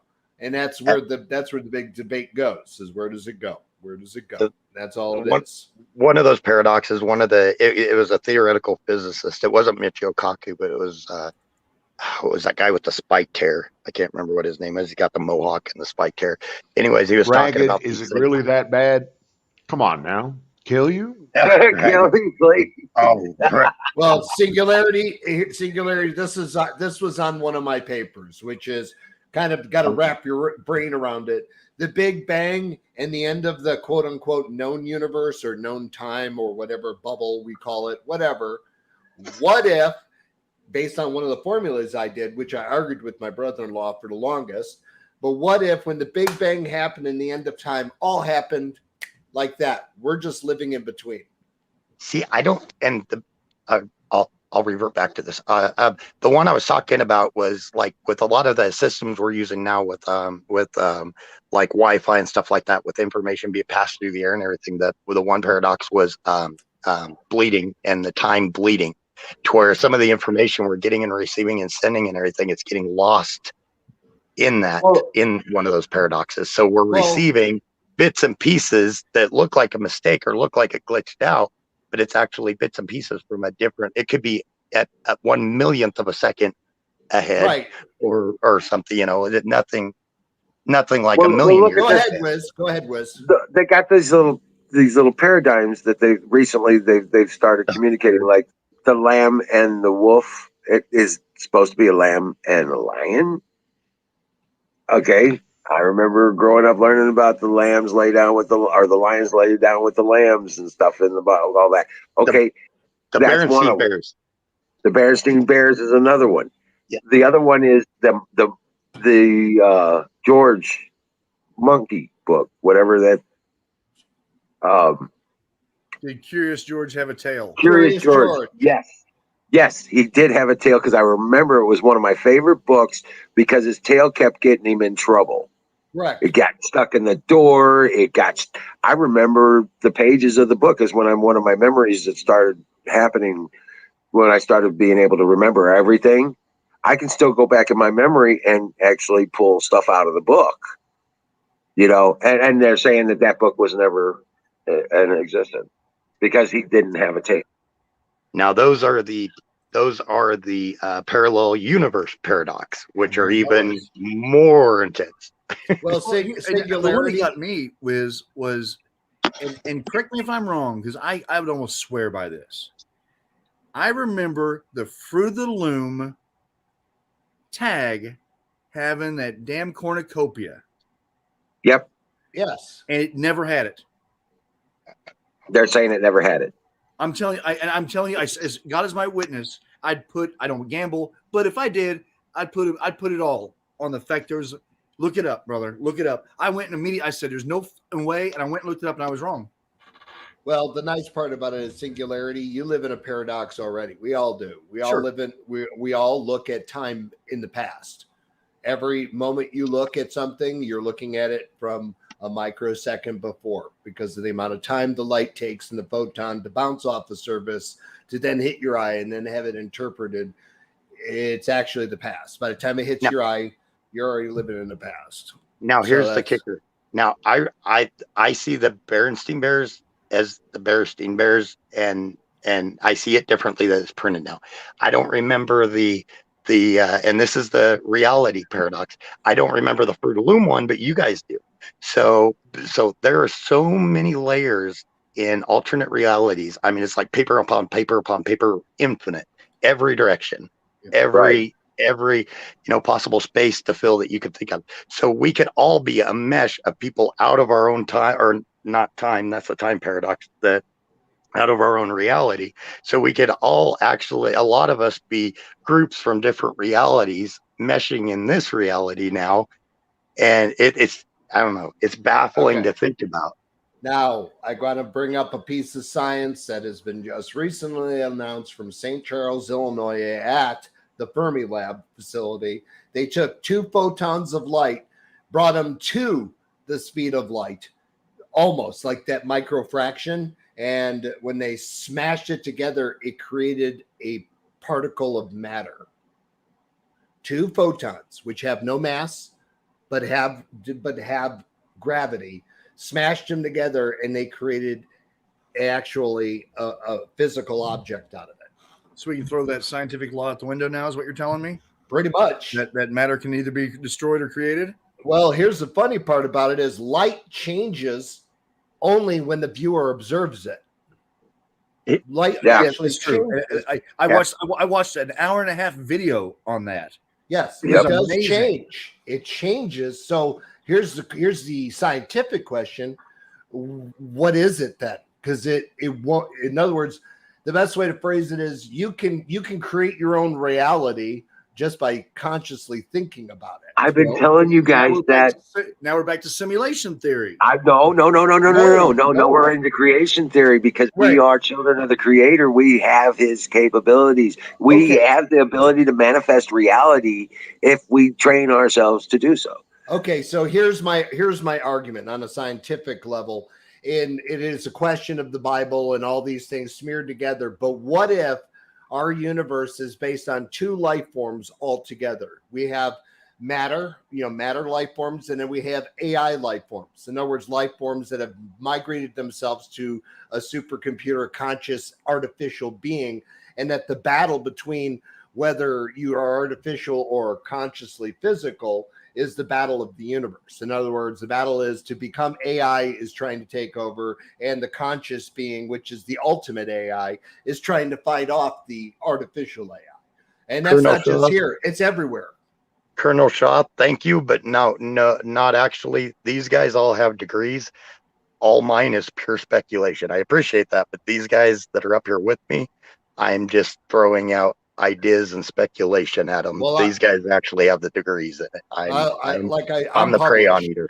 Yeah, we're hey, talking Colonel, about theories, Colonel, and yours counts as well as anybody else's. Thank you. It's all life Oh experience. yeah, because I- you know what? Somebody could come up with something nobody thought about. That's the whole beautiful part about the entire. We're all cosmically connected. We're all made out of the same crap. We're all the same. It doesn't matter. We're all made out of stars and dust and particles, but we're actually all made out of light. Every one of us is made out of light, based on the new discovery that light can create matter. Light can create matter, and it does change perspective based on the viewer. So When that's sound is applied, light is given form. Which I think is interesting, because you said light creates matter, and Sound gives form. God is light.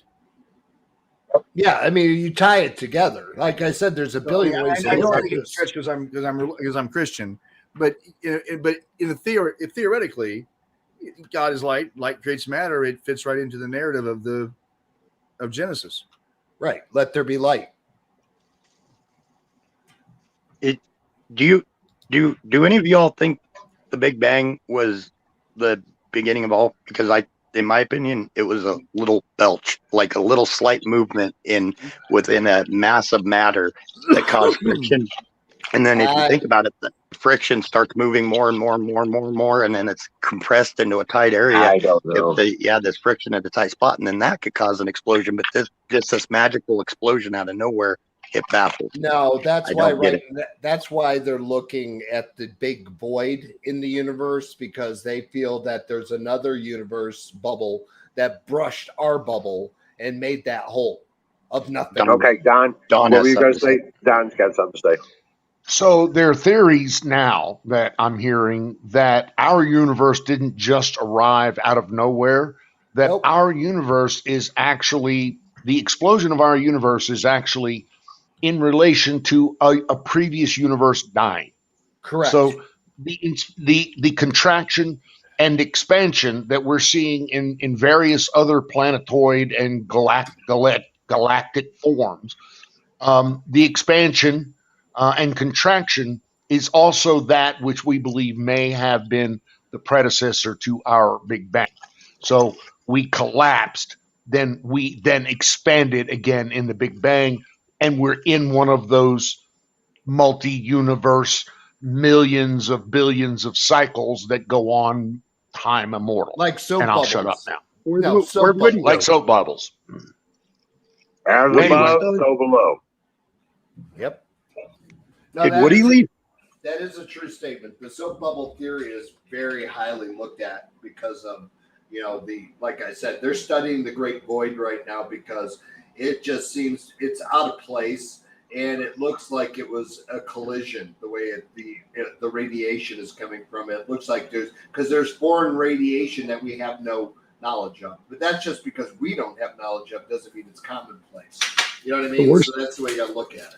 The worst part about it, like with our discussion now, and I think this is awesome.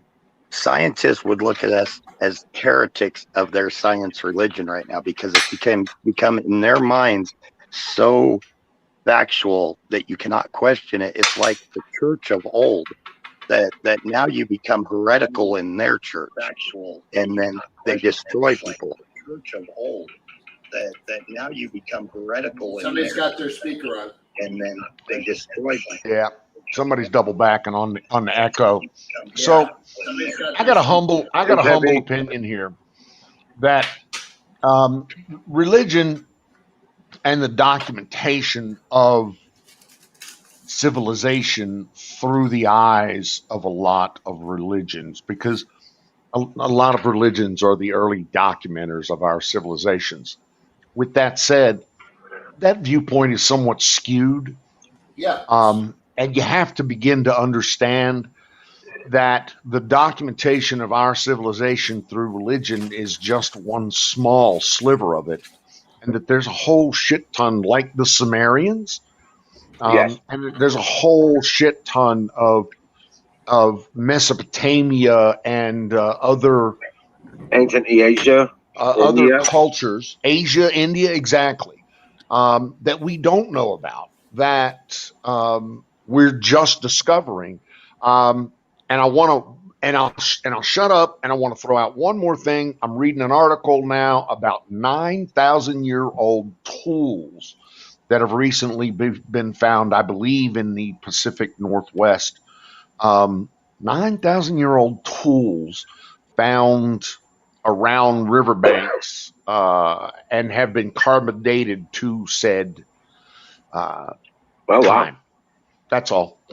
Thank you for your time. That's cool as shit. Denisovian. Denisovian. That's all I got to say. Get back up here. Denisovians.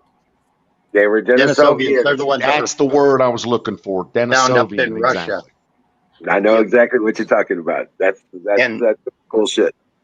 They're linking. They know of what, 7, because they found the tip of a pinky bone off another one that doesn't belong to any of them from around the same time, and I believe they think there's like 7 of those original species now, and there could be possibly many more. It's just that we've found definitive DNA proof of that. That's cool. That stuff is amazing in my opinion. Well, it's believed that the people on the Maori that are on New Zealand, that they were some of the original Maori. painted faces, which were the Denisovians. Yep. I agree, Aaron. I wish Max would come up here, and I wish Woody would come back up here. Did we lose Woodhead? Yeah. No. He's in I'm chat. right here. I just wanted to change into my other person to remind Zach I'm Ah. coming for him. Oh, I'm coming for my friend The Zach. fucking Delhi tech For support my guys friend here. Zach. Daily tech Yes. support. Yes. I love you. I traded 2 goats for you, Zach. 2 goats. Zach's trying to take over the world. Don't disrupt him. Yeah. Right. The Denisovians were based out of, they've actually found one of the cities Now, in there's mine. Central, was it Central Siberia? They found these giant monster stone blocks that formed a wall that goes on for miles, out in the middle of nowhere, kind of thing. But they haven't found the city yet. But they think they located the city, at least primarily, or something like that. Last I heard. So I'm reading some really interesting shit around tectonic plate shifts in the Pacific Northwest United States, along with the receding glaciers approximately 13,000 years ago. A combination of these, both tectonic forces and the receding glaciers and the water forces, is what seems to have done a lot of forming of the land approximately 13,000 years ago. Hence which they're tying that same Northwest theory, tectonic and glacial melt, to the rising seas, 400 foot of rising sea level, approximately 11,000 BC. Right, and that fits with the great year calendar of 25,600 years, because we would be furthest away from the warmest point in this galaxy that we exist at 12,500 years. Okay, so, or 12,800 years. So it would be almost 13,000 years ago that would have happened, where the great freezes would happen. And then as it thaws out, as we get closer to the gravitational event horizon of the galaxy, where things start warming up, where we're at our hottest points now. And that would have been about 11,000 years ago when Atlantis went civilization down and and things started Göbekli coming went together. down. And so, I mean, it's really, you don't have to be some crazy conspiracy science guy. If you just have an open mind and look at some basic numbers when things happen and line them up and just say, hey, look at all these things. It's a little bit more than a coincidence here. 4 different civilizations dropped off the planet at the same time due to a disaster. 2 of them we know happen and acknowledge. 2 may or may not have happened, or more. Why are these 2 discredited? I'm going to shut up because I know Zach wants to probably talk about his boyfriend. Right. But yeah, this is all great conversation. Go ahead, Zach. Yeah, his other boyfriend. Oh, shut up. I'm trying to make love to my camel, but no, you want to do tech support shit. What am I going to do with you, Benchod?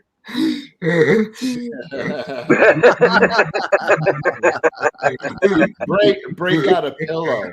You're the best, Zach. You're the best, brother. But yeah, putting all these things together, and they start falling together and that's what I call found truth. When you have multiple points that come together from different cultures, different ideologies, different, societal makeups, you have these points of truth that come through and line up, then you found some of that truth, I believe. Occam's razor says I like the tectonic. I like the tectonic. I like the geologic record, the glacial records. These are all physical records of when shit happened. Correct. And that's why I like to track those, because they're not theoretical. They actually know exactly when the fuck this shit happened. 10 million, 15 million, 50 million years ago, when dirt moved. And so, anyway, but yeah, I think that's very cool. The fact that one of the things, the evidentiaries for the Mayan calendar that I found was the geological. The guys were digging the rocks, were doing magnetic core sampling, and they were orientating their finds with the current geological magnetism, North Pole shit, right? And they were finding, as they went down into, they were doing it in, I think it was even in the Grand Canyon, because they had such a wide scope of what they could access at that point because of the Colorado River already cut it out for us. And they went down, and every 25,000 years they found that the North Pole, the magnetism on this planet, had shifted every 25,600 years or so. And it matched up perfectly with everything that's going on with the Mayan calendar. And the 3,600 year Baktun, which is there were 5 of them in the calendar, 6 of them. I can't. But anyway, that all that lines up, and the Baktuns, they line up with the passage of the other star. We live in a binary star system, by the way, guys. We don't live in a Well, binary that's the reason star why they system. played the ball game. The ball game was symbolic of us passing through that celestial circle, as they call it, in their ball court. Was that a Mayan thing? The Mayans had a ball court. Yeah, I'll tell you, it was a pretty hardcore. 2 teams played. You couldn't use your hands. You had to kick a ball through a sideways hoop, like just imagine a basketball hoop sideways. It was made from hard rubber, and the winning team got to take home the other team members' heads.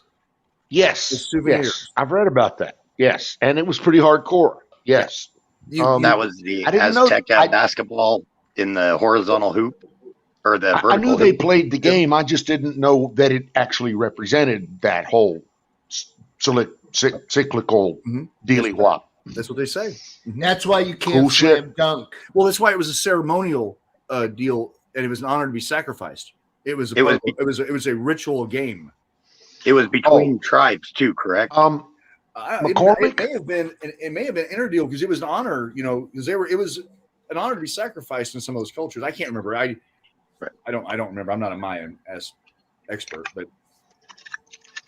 I thought you played one on TV. I'm sorry. Mayan expert. I thought you played a Mayan on TV. Made you very I knowledgeable.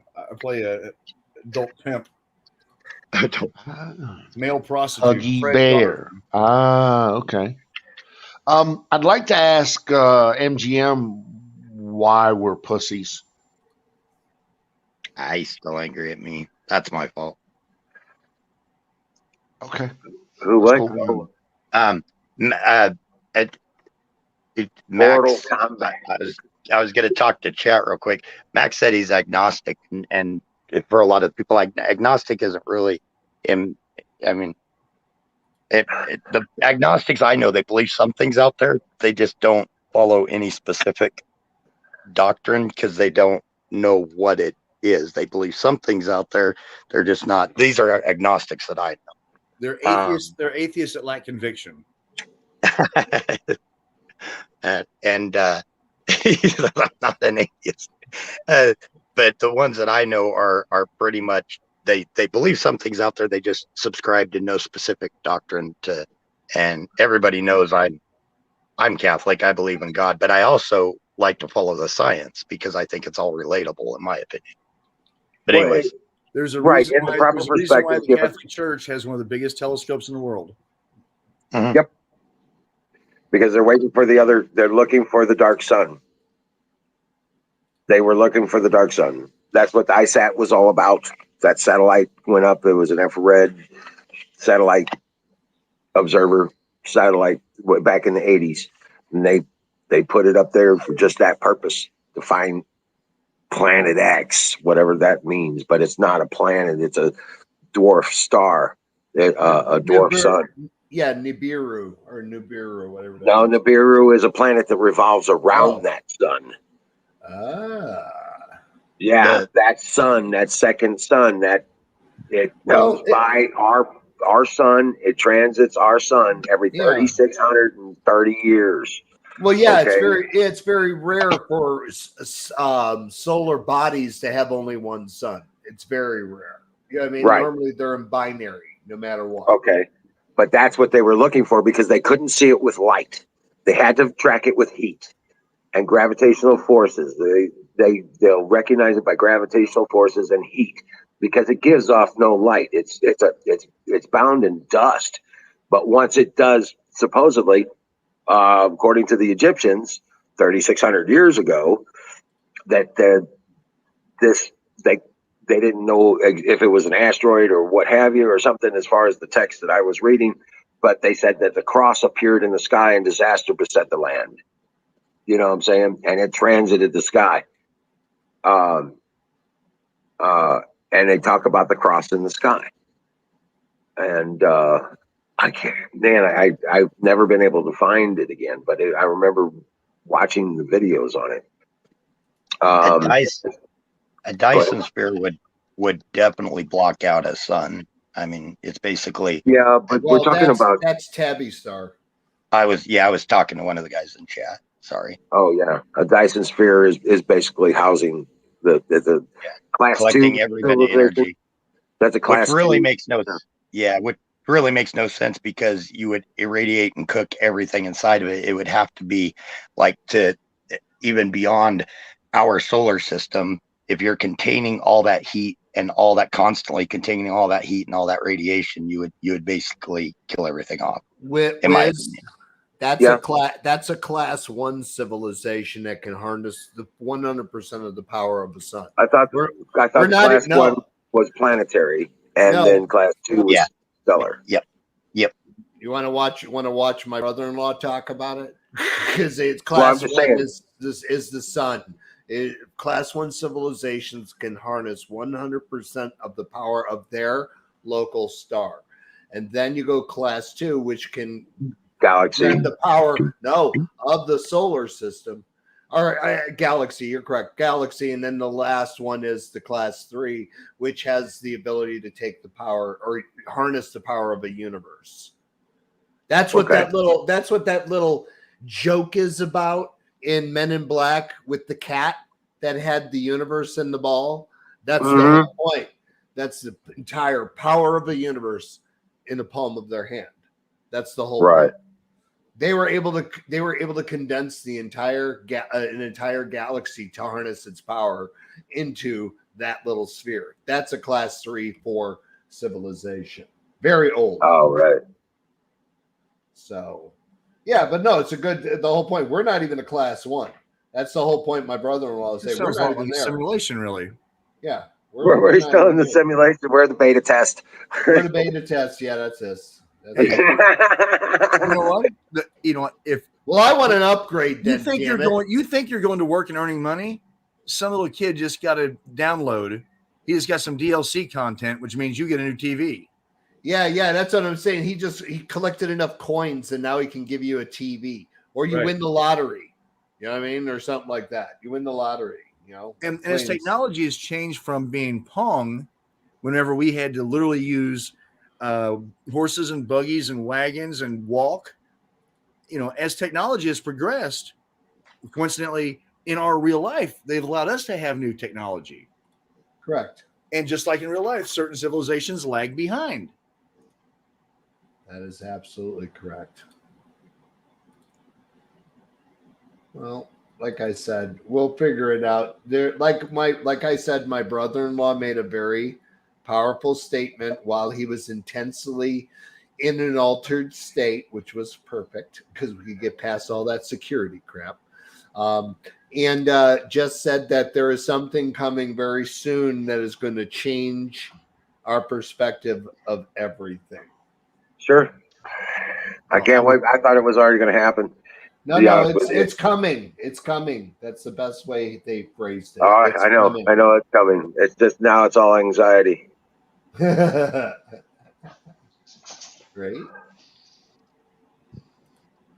Just waiting for the shoe to fall. You know what I'm saying? Mm-hmm. Oh, I agree with you. Yeah. I don't know what it's going to be. I don't know what form it's going to take, but it's something. Kanye is the Antichrist. I think we're already faced that. I think we're already facing that. That's already there. I think Kanye is just a guy that lost his mind. Yeah. Lost touch with reality. I think he's a guy that's so rich he just doesn't give a shit, and I respect that. He's got screw you money.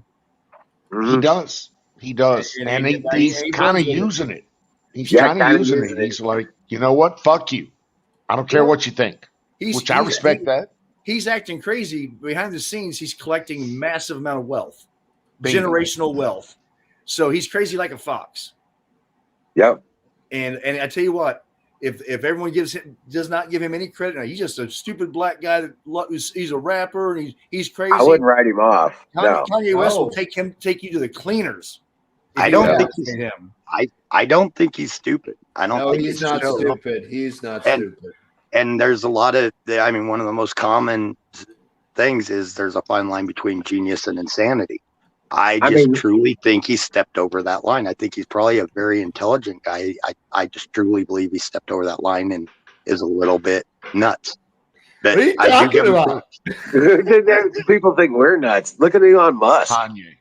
Kanye. And I resemble that whole, fine line between, what did you say? Genius and insanity? Yeah. Correct. Don't make my fun God, of us. All right. Genius and perversity is what he said. Perversity. Okay, that's me too. Insanity is what I said. But hey, I'm pretty fucking insane. You know what? Blow up women are real. No, I'm not kidding. Right. Okay, but I'm just saying. And that's another thing. Why can't latex dolls vote?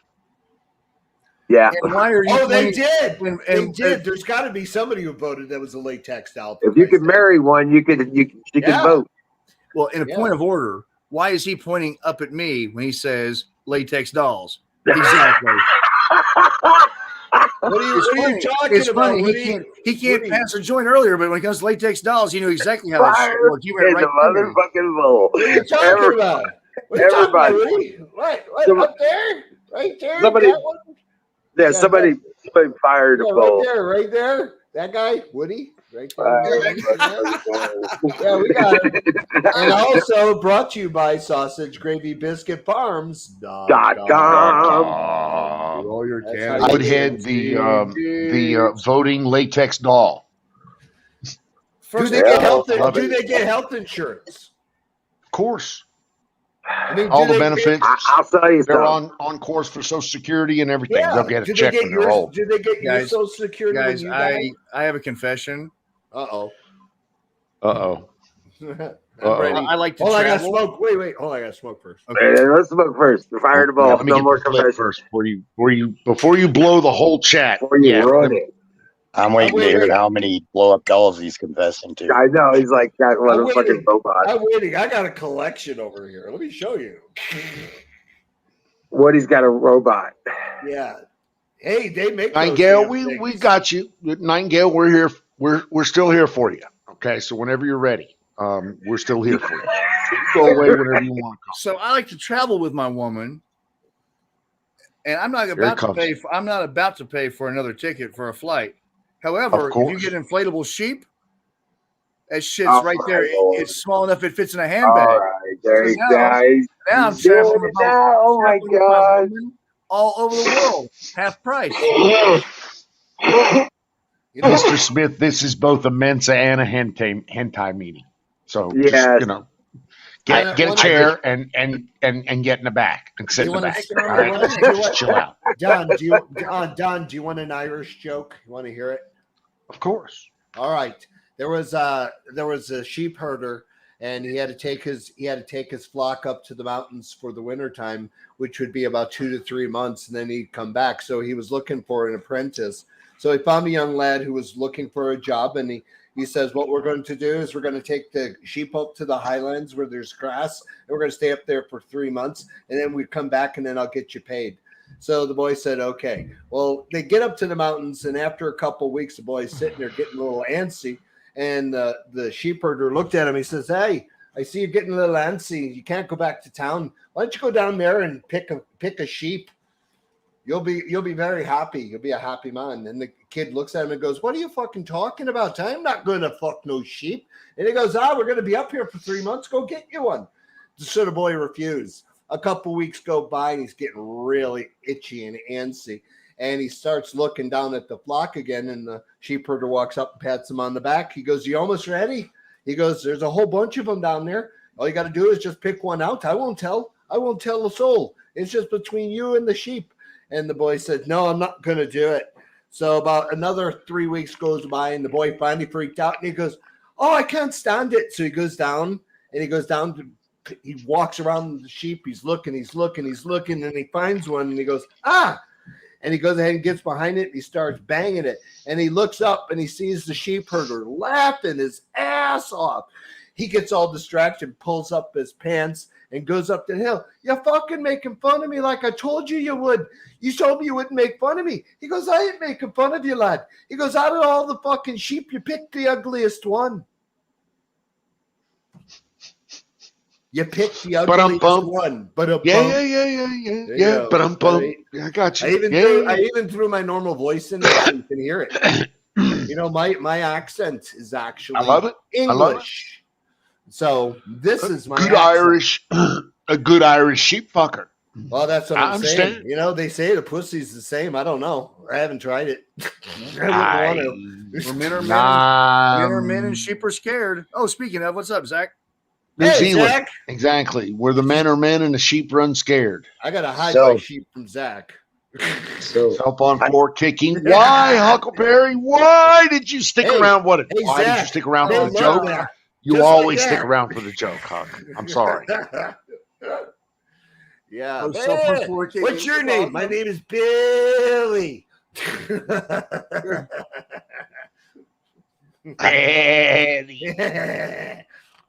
Times like Go ahead, Zach. times Tell like- me off.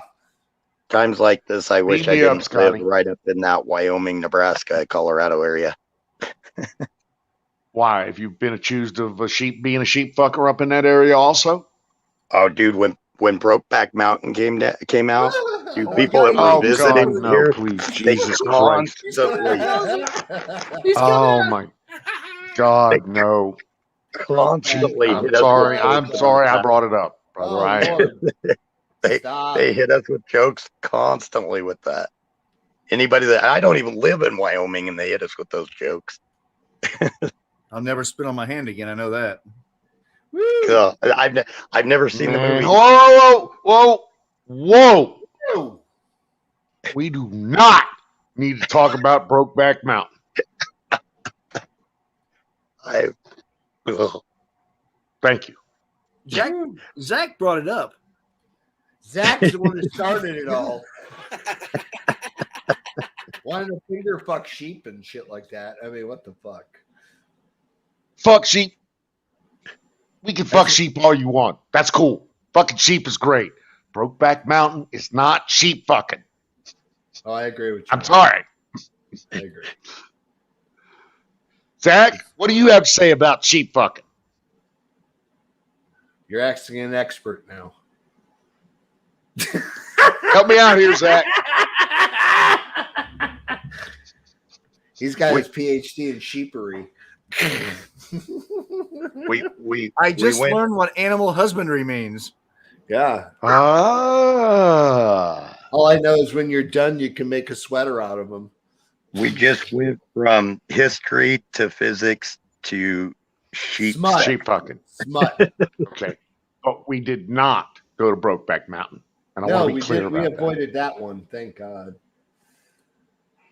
Oh yeah. Oh, shit. Fire in a bowl 4 minutes late. Light them up, boys and girls. Whoop, whoop. Fire in a bowl. Zach, talk to me, brother. Tell me what's good. I want to see Zach high. Guys, give me 30 minutes and I'll be rolling on the floor. Just took Okay. a gummy.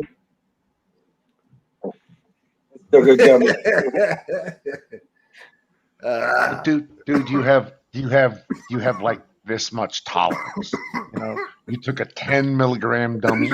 It's out. Dummy, okay, It's out. dude. Jam up. You know, you're a cheap date. That's all I got to say, Yeah, brother. no shit. You're a cheap date. I tell you what, though, the last couple times he's had those edibles, he has been the happiest person in chat. Oh yeah, dude. Knock him back, brother. Knock him back. You know, take 2, 3. You know, Oh, you yeah. need some water to get more down. That's, you know, Did somebody Take say care, that Colonel Zach Chop. is a cheap date? they did. They did. I like to hear that he's a cheap date. I'll take one of my goats back. Thank you. Take care, Thank you. Thank you for calling Microsoft. Have a good day. My name is Tony, and I am from the great state of Texas. Thank you, Tony. I am from the great state of Ohio. Oh, hi. Oh. Oh, hi. Oh. Don't talk to me like that.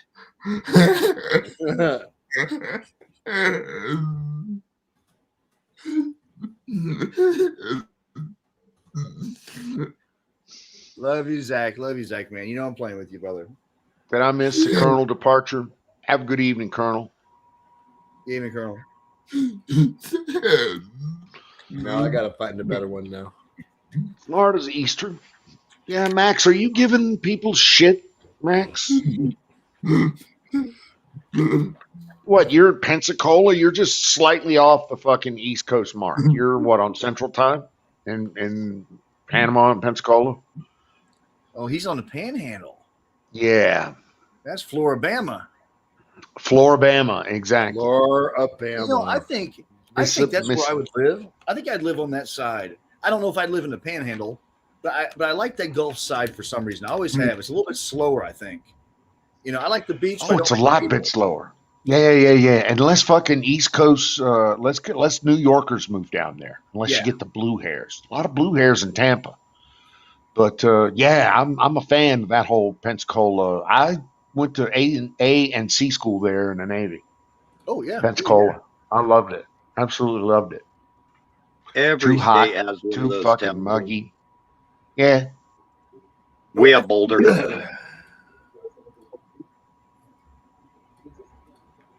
Here we go. Here's my new guy. I will be helping you. I work for the IRS. I need your confirmation of your last four socials so we can check and make sure your taxes are processed properly. You prick, you called me Monday, didn't you? Oh, sorry. I don't know who you're talking about. My name is Bob.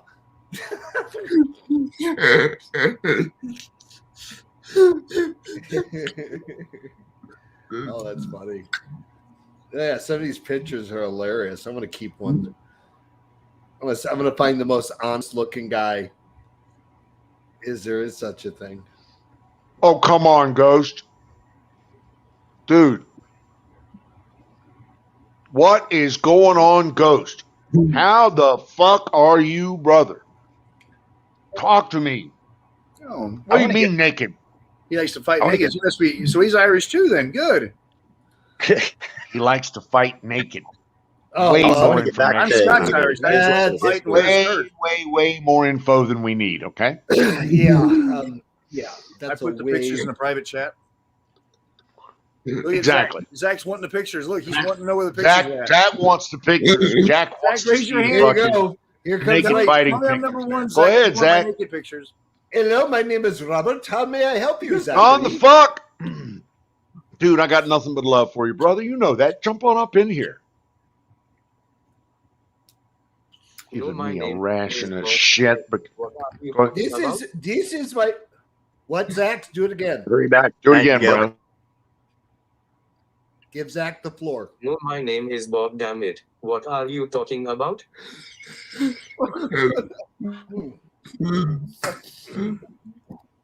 No. We do not eat our family members called cows. Careful, Max.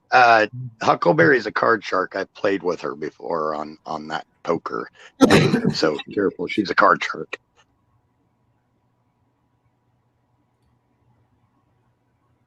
So what's the next topic? Let's get back to either history or physics. Those are fun topics.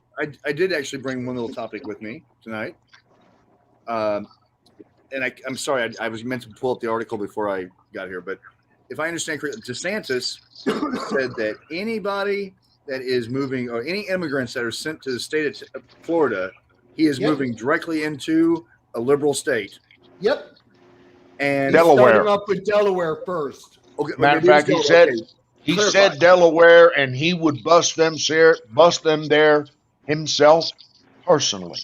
Go ahead. I'm sorry. Thank you for clarifying. I think that's a wonderful. If you're going to pass laws, then you should be accountable for those laws. And if you want to speak for all of us, that's fine. But you also need to take accountability for the people that come in. Don't just stick poor people with other poor people. Let's give them an opportunity. And that means they put them in the right spots. And that means in the rich people section. I mean, I just think it's ridiculous. And I think it's great. And I think that's exactly the way it should be. I agree. Put them in the gated communities, because they always put them with the people, you know, like you say, with the poor people and everything. Give them that opportunity. Put them in the gated communities with these people. You know, put up a little temporary housing unit in the gated community. Why not pull where all the federal politicians live? Why not pull the federal funding and let these Hollywood elites and these people, George Soros's, spend their money taking care of the poor and hungry? I think that would be much better suited need than trying to corrupt political processes.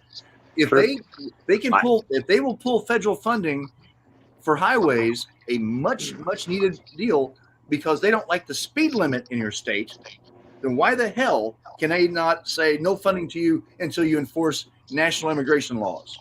Federal immigration laws. We need I'll be quiet. we need campaign funding reform more than we need, or as much as we need a few other things. I mean, it's one of the biggies, in my opinion, campaign finance reform. Well, I'm going to say one thing on Netflix. There's a movie which I was opposed to watching in the beginning, but actually after I watched it, it was actually quite hilarious for the left to make a giant joke of 2021 in a serious kind of way, basically anti-left in their thing with top movie stars that were really hardcore left that basically said is enough's enough. And so they made the movie called Don't Look Up.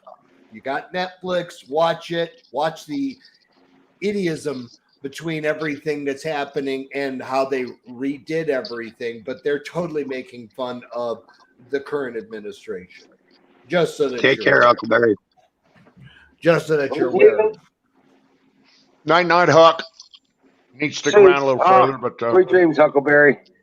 Sweet dreams. I just got back from letting the puppies out, and she's taking off. All right. Well, it's time for pie. You can't take off yet. Yeah, it's time for pie. I was just relighting the candle. What the fuck y'all fixing to do? Y'all fixing to get offline? Yep. No, you can't do that. That was actually a really interesting conversation y'all were just having a minute ago. which one? The one y'all was just talking about. Where I started talking about pie, and now pie. Well, there was a whole bunch of. Let me loop back through some of this. Hey, Wiz, get your ass off the TV. Pensacola and Tallahassee, Colonel. Wiz, get your ass off the TV. Colorado. There was that whole Brokeback Colorado. Oh, you don't like looking at my ass? I was showing it for the ladies. No. No. You mean the one about 9,000, 11,000, 13,000, 30,000 years ago? That's it. Conversation. That's it. Yeah, that was it. a good conversation. We always liked that. It was nice. It was nice. I just sat back and just listened to it. I thought it was good. Right on. The amount of study, I took 12 years to develop a program that was part of my papers and writings, as they like to call it, that's still being debated amongst the community of other scientists. So I'm still loving it. I'm still loving that they are arguing one of my formulas. So we'll see how that goes. But I was able to figure out compression using light. Disclaimer, I am not a scientist. I am not even close to a scientist. I just read stuff and give my opinion. I'm a mad scientist. I blow crap up just for fun. So I'm a happy scientist. Well, I grow blue green weed and sell the fuck out of it. So I'm a stoner. I'm I'm a happy mad don't- scientist. Do you know the reason I've done so good? I did that and worked. I don't smoke it. I blow shit up and it makes me happy. That's I it. don't. I can't smoke it. I get too high when I do it.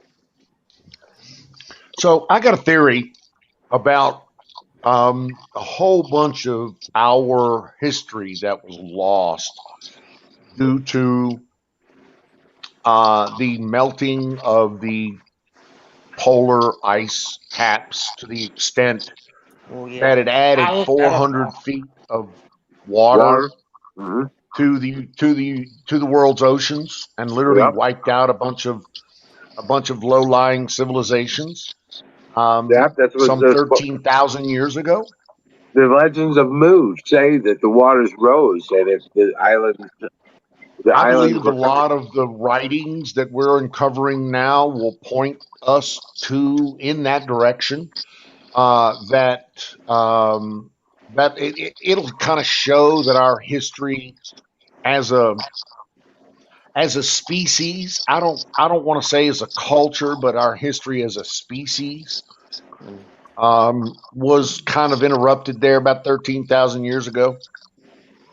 I don't think we know all the ramifications of that yet. I do, though, believe that it is directly related to our modern, what do they call it, the flood theories or the flood texts in a lot of different cultures.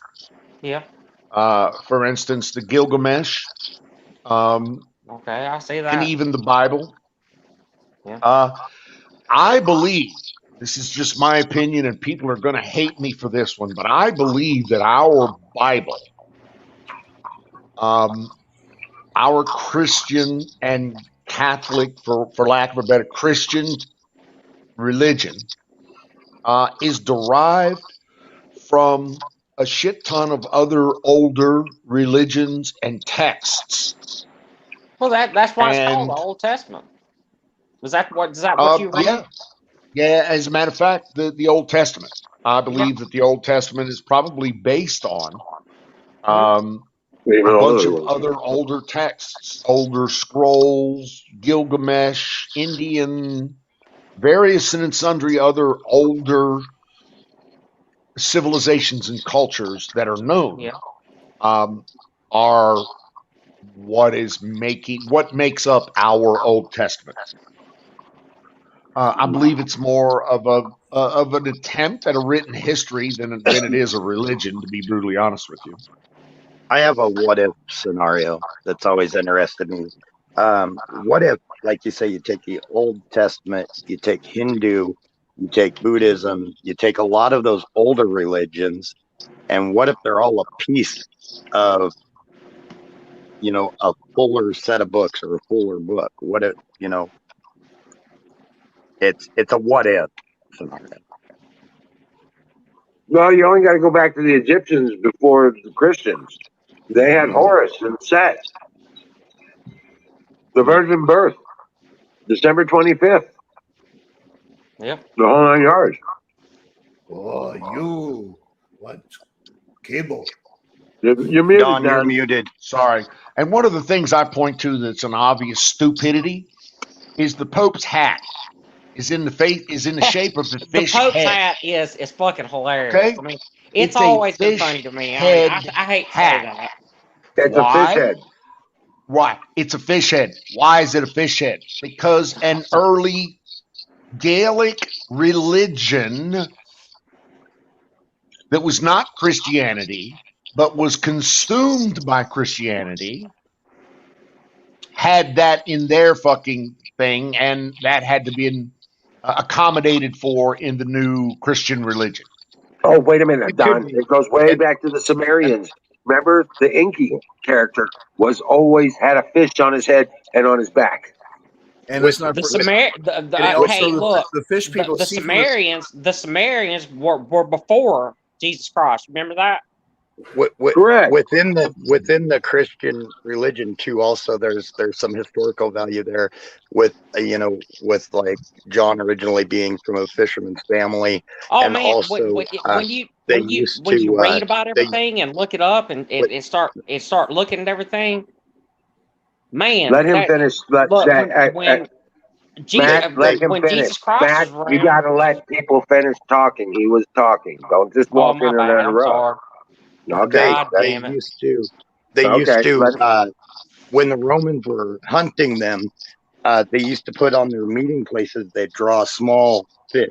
It's just the tail with the loop, a single contingent line shaped in a fish, so that people knew where to go to during their meetings too, which is an interesting fact. But yes, there's a lot of ancient religions Christianity that are is an grounded. amalgamation of a bunch of other religions, roughly 2,000 years old.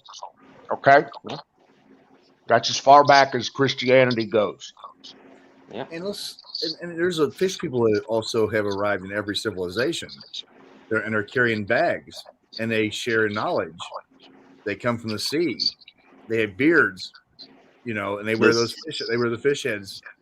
But The sea people that just my bad. I know where you're going with this. You're going to the that every major civilization that we've uncovered for the last 15,000 years has that little handbag. Yep. Yeah. That's exactly what I'm talking about. What the fuck? What the Okay. fuck is the handbag? So we're all now European handbag faggots? What? It ain't The sea people. They're the ones that brought magic beans over here. I'm sorry. I shouldn't have said that. I apologize. I shouldn't have said that. Hey, I just real quickly, I as a hobby, I kind of learned a little bit of Latin, and the Latin on the Pope's hat is very unique. The one that he wore at Christmas actually said, I'm not really good at Latin, but I think it said "no fat chicks." But anyway, no, that's funny. He's been known to say that. He's got a rep for that. Yeah. Hey, Max. You don't. Yeah, you just got to choose what direction you want to believe, and then hold fast to that. But keep an open mind to other possibilities. But there's no question in my mind that Jesus Christ is my Savior. And God is my Creator, His Father. In my opinion, you need to read Scripture yourself and decipher for yourself. Don't allow others to tell you how to decipher it. You got to read it for yourself. And Woody was talking about learning Latin. I think anybody should learn as much Latin as they can and try to read some of the Scripture in its original source, because a lot of words were misinterpreted back in the day. And our knowing of Latin now, there's a better understanding of it. So it's, one word can change a meaning. Right about that. Going back to the fish or the sea people. The sea people are an interesting thing to me. Nobody knows really where they came out of, and they attacked Egypt, and they also attacked and destroyed the original inhabitants of the city-state of Rome, and kind of somewhat incorporated themselves into the Roman city-state, and they were the ones that initiated a lot of the expansionist beliefs of that. Woody, maybe you can help me on this. I could be wrong, but from what I've read, the sea people, after they invaded, it looks like they're the ones that did a lot of the expansion of the Roman Empire. So were the Romans actually the Romans, or was it these sea people that actually adopted a lot of the Latin and the Roman beliefs and absorbed a lot of the cultures around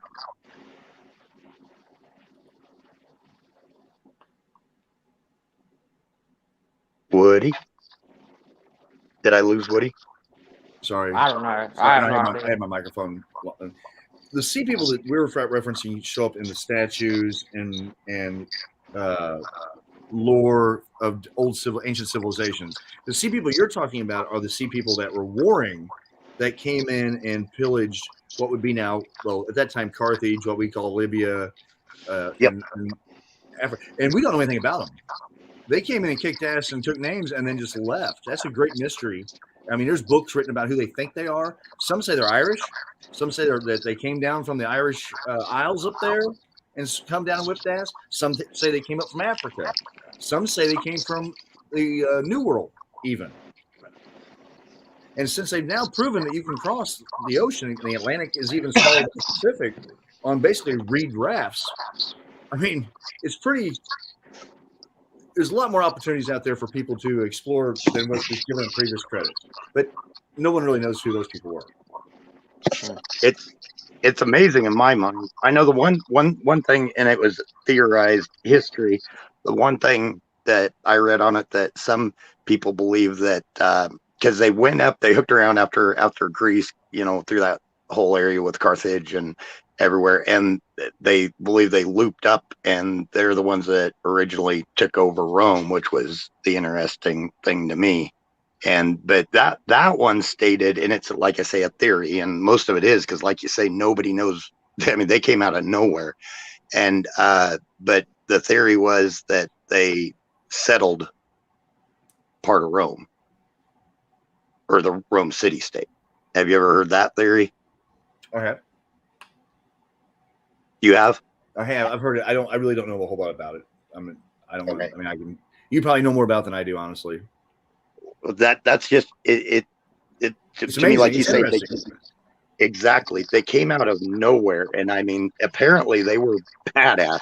They destroyed everybody they came past. That's right. Who y'all talking? Are y'all talking about the? Is it okay if I say something? Yeah. Are y'all talking about the Sumerians and stuff like that?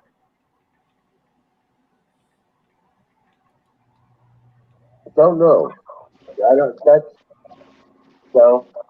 They were talking about the mystery tribe. They were a mysterious people that came in from the sea on ships and were badass and kicked everybody's ass and destroyed everything they came across and looted and pillaged. You know, it's kind of almost like Viking-like, if you think about it. Like they're Viking-like, yeah. No, it is.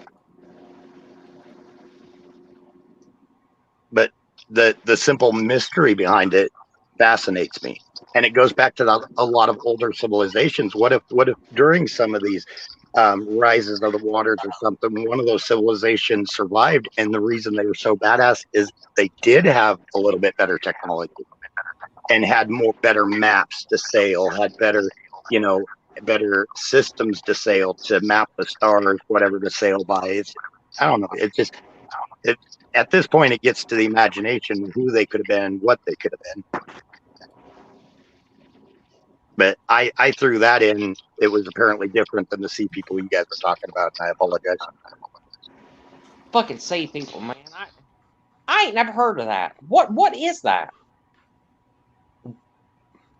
I've never I have heard very that. little knowledge about it myself. Yeah, that's what we're talking about.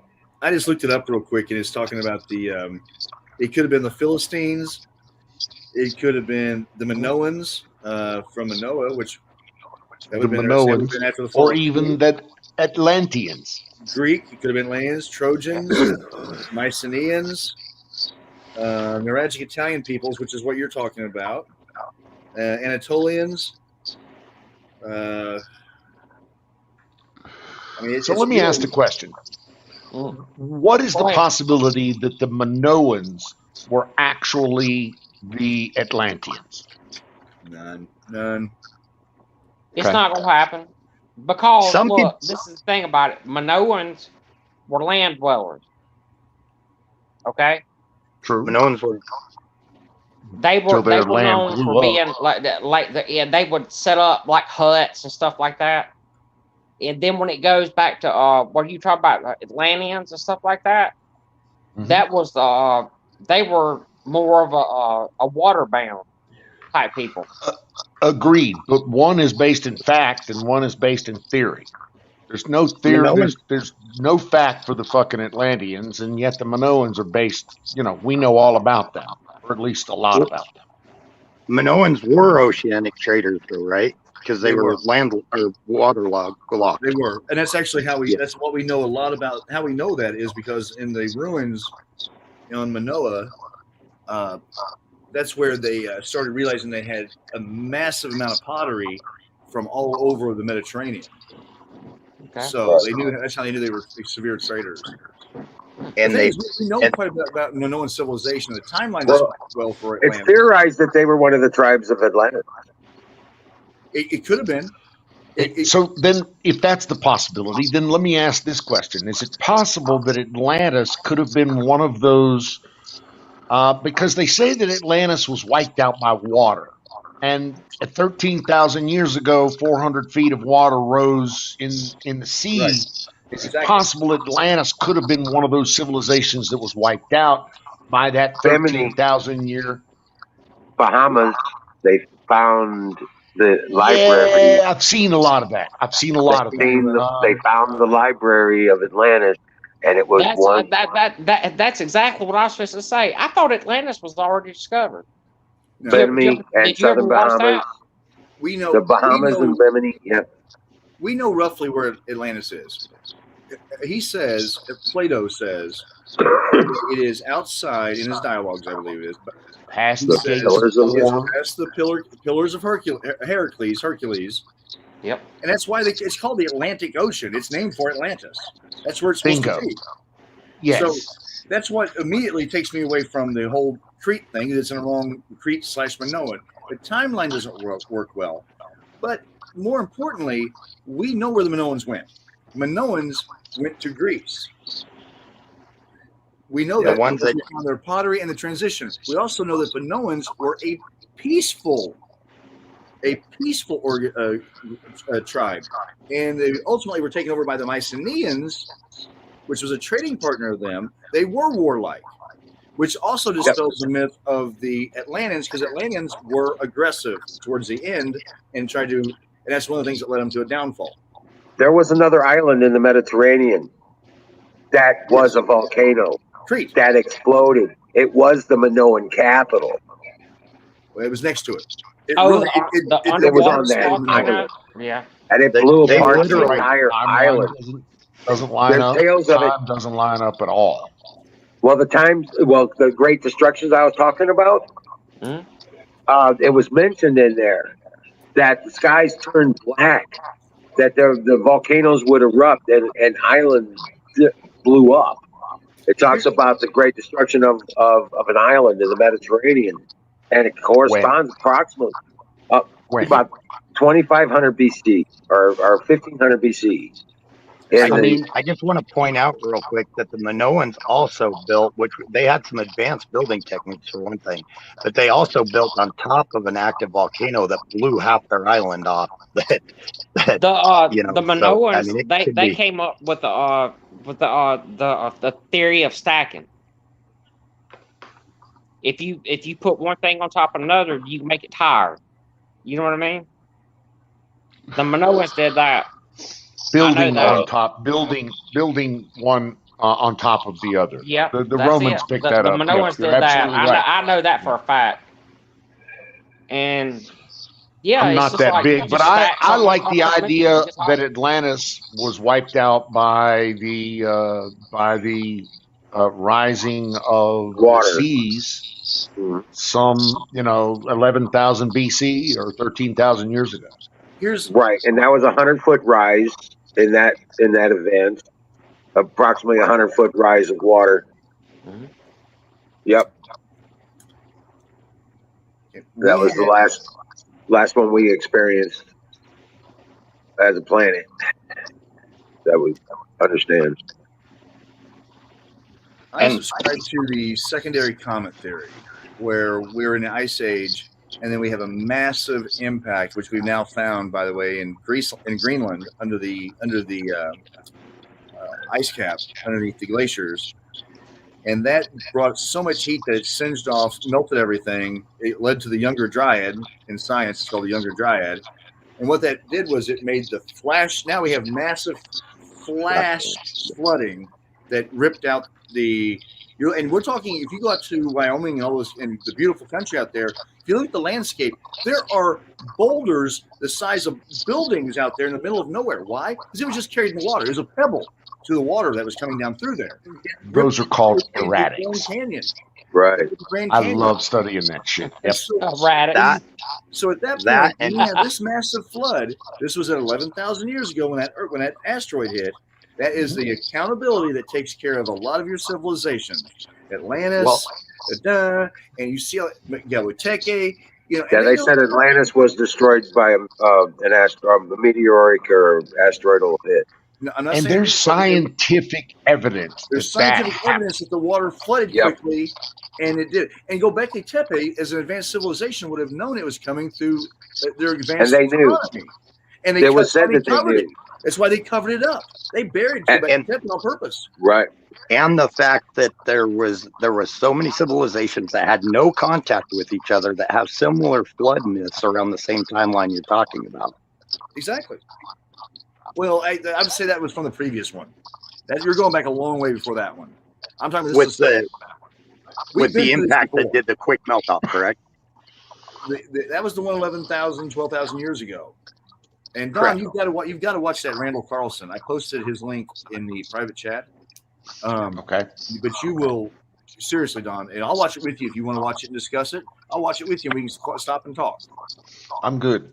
I'm good. How do y'all do that? I don't understand how y'all do that.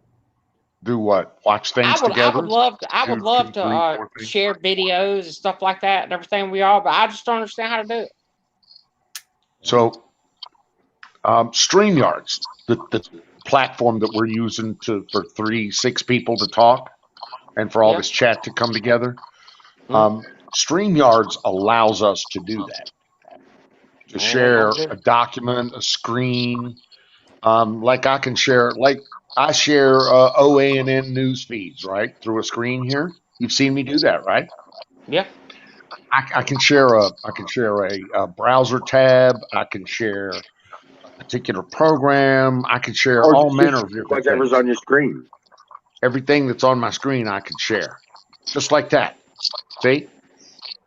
What's that? And you can do that. You can do that too. That's Woody sharing another browser or another Chrome or another browser tab in his on his desktop. All right. Well, you think I can try it? Sure, see. go ahead. Take care, Max.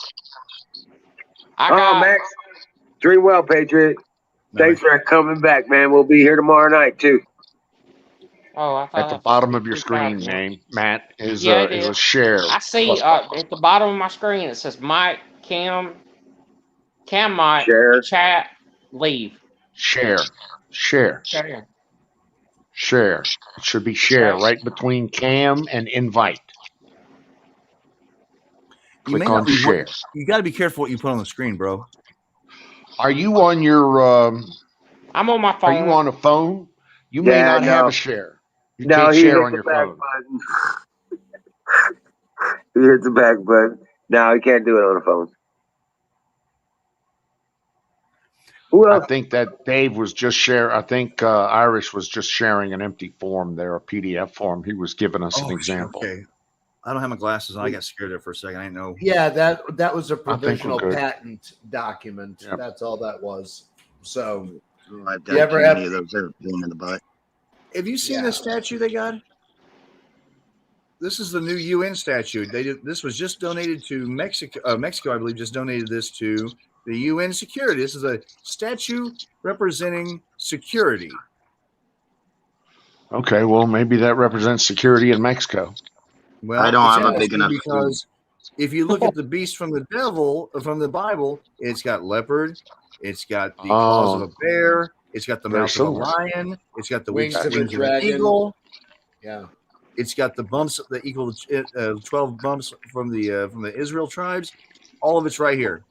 Now, I'm not saying that's exactly what, but there's a lot of coincidences, and it's at the building now, front and center of the place that wants us to have a one world order government. Oh, and I don't know why this hasn't dawned on me before, but okay, there's 7 tribes of Israel, right? I thought there were 12, but okay. Well, Yeah. 12 tribes. Okay. Yep. 12 tribes of Israel. And then you talk about a lot of the, wait a minute. Before I state this, I got to look something up before I misstate something. I'll Yeah, be right back. look, right now there's more than 12 states of Israel. I don't know what it is either. 12 tribes. There were originally 12 there's tribes more. of Israel. There's more than that now. I'm kind of embarrassed for missing that because actually I should have said that right. The 12 tribes. Yes. I don't know. It's probably it's not a whole lot more. I can't remember how many more it is, but it's more now. That's what I grew up on. What my mama and them used to tell me that there's 12 states of Israel, and that's gonna be who's gonna save the world. That's what my mama and them told me. Emerald, you're familiar with the Emerald tablets. How many tribes of Atlantis do they discuss? Are there 12? Yep. They discussed 12 tribes. Emerald tablets of Thoth. One of them was Thoth. One of them was led by Thoth. Yes. And they landed in the land of Chem, which is now what we call Egypt. And they all went every direction, right? Because Thoth landed in Correct. They were Egypt, to go to the far corners of the earth and inhabit it. You know, I think that kind of goes back to Don's theory a bit, that some of our modern religion is based on possibly older stuff. It's just a curious link. I've never when they found the Library of Atlantis, they also discovered one of the it's called the Legend of Mu, MU, and where did they find the Library of Atlantis? I didn't know they did. One I know there's was under the Temple of the Sun in Teotihuacan. One was under the left paw of the Sphinx, and the other one was found in Bimini or South Bahamas, in the Bahama Island region.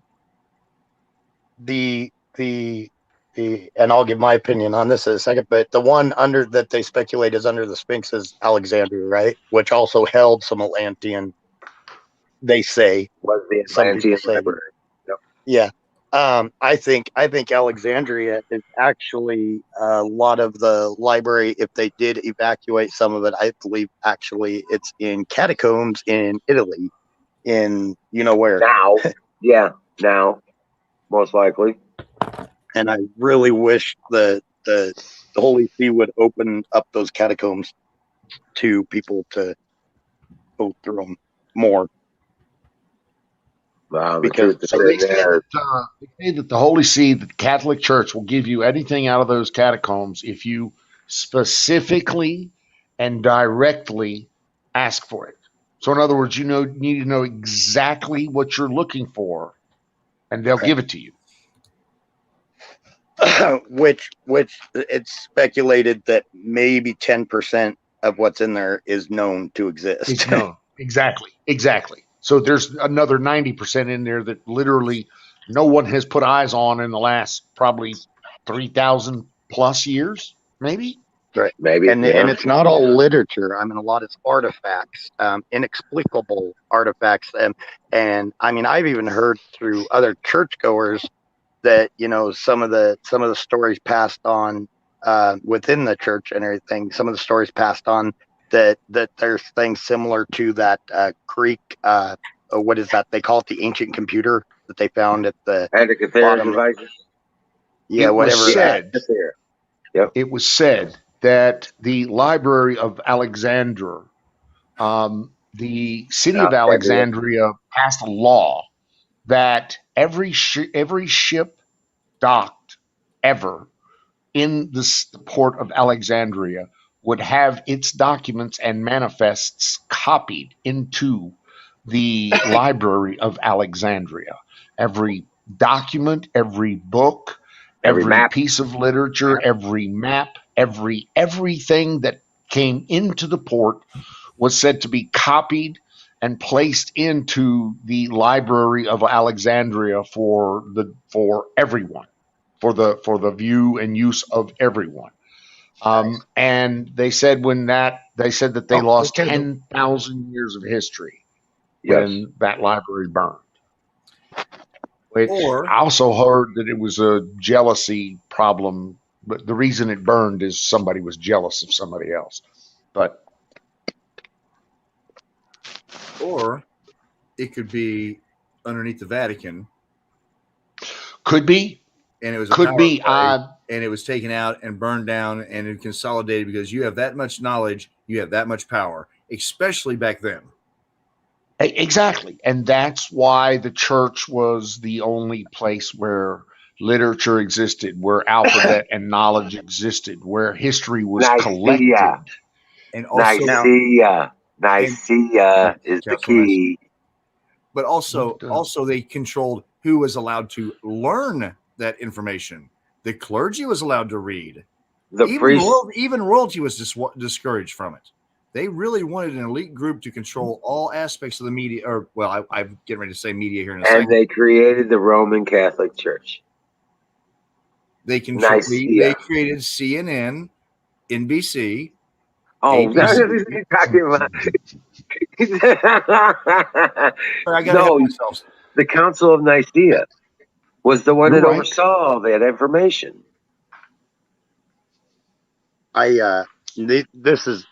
This is non-provable. It's just stories I've heard and everything. But I've heard there's three.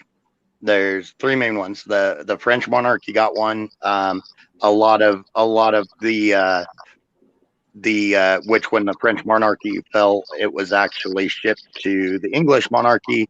The Vatican is another one, and then the Templars who escaped on the ship actually took much of it with them and everything.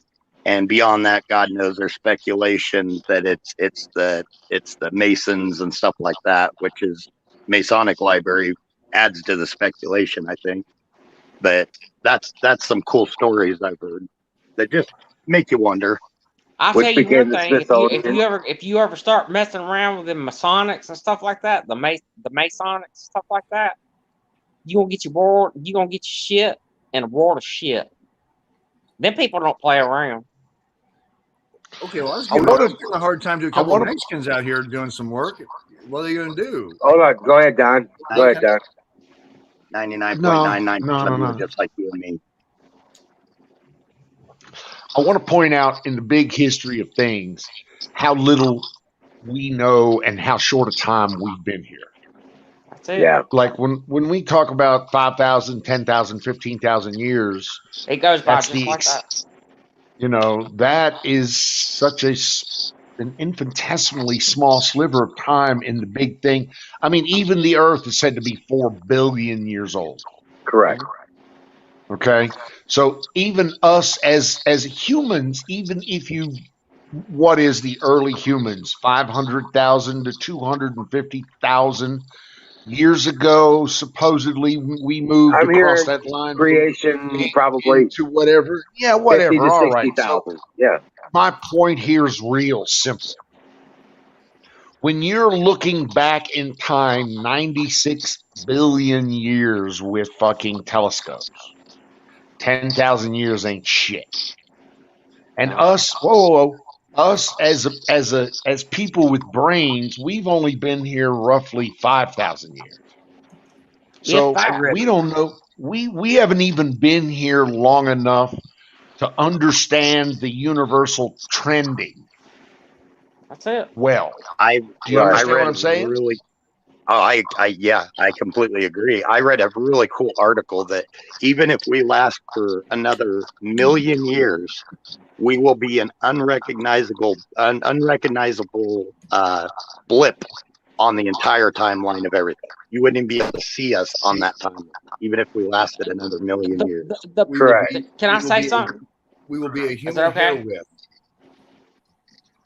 Go ahead. Go ahead, Nate. The planet Earth and everything where we live, and of course everybody knows we're on Earth. And like everything that we want to go seek out, like Mars and stuff like that, the moon, which was a huge discovery, it still varies a little bit compared to what all else is out there. Do y'all understand how big the fucking universe is? It's incomprehensible. It's enormous. I'm assuming it's somewhere between a Walmart Supercenter and a Sam's Club. And a Costco. I can't afford to go to that Sam's Club, but I hear that some bitch is big. Yeah, It's up there with Texas. It could Yeah, be, maybe but more. look, the universe is enormous. Crazy bunch.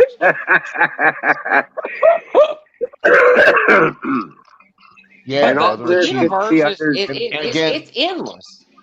our You know? time here has been so tiny. I mean, granted, we're learning. That's what we do. I guess,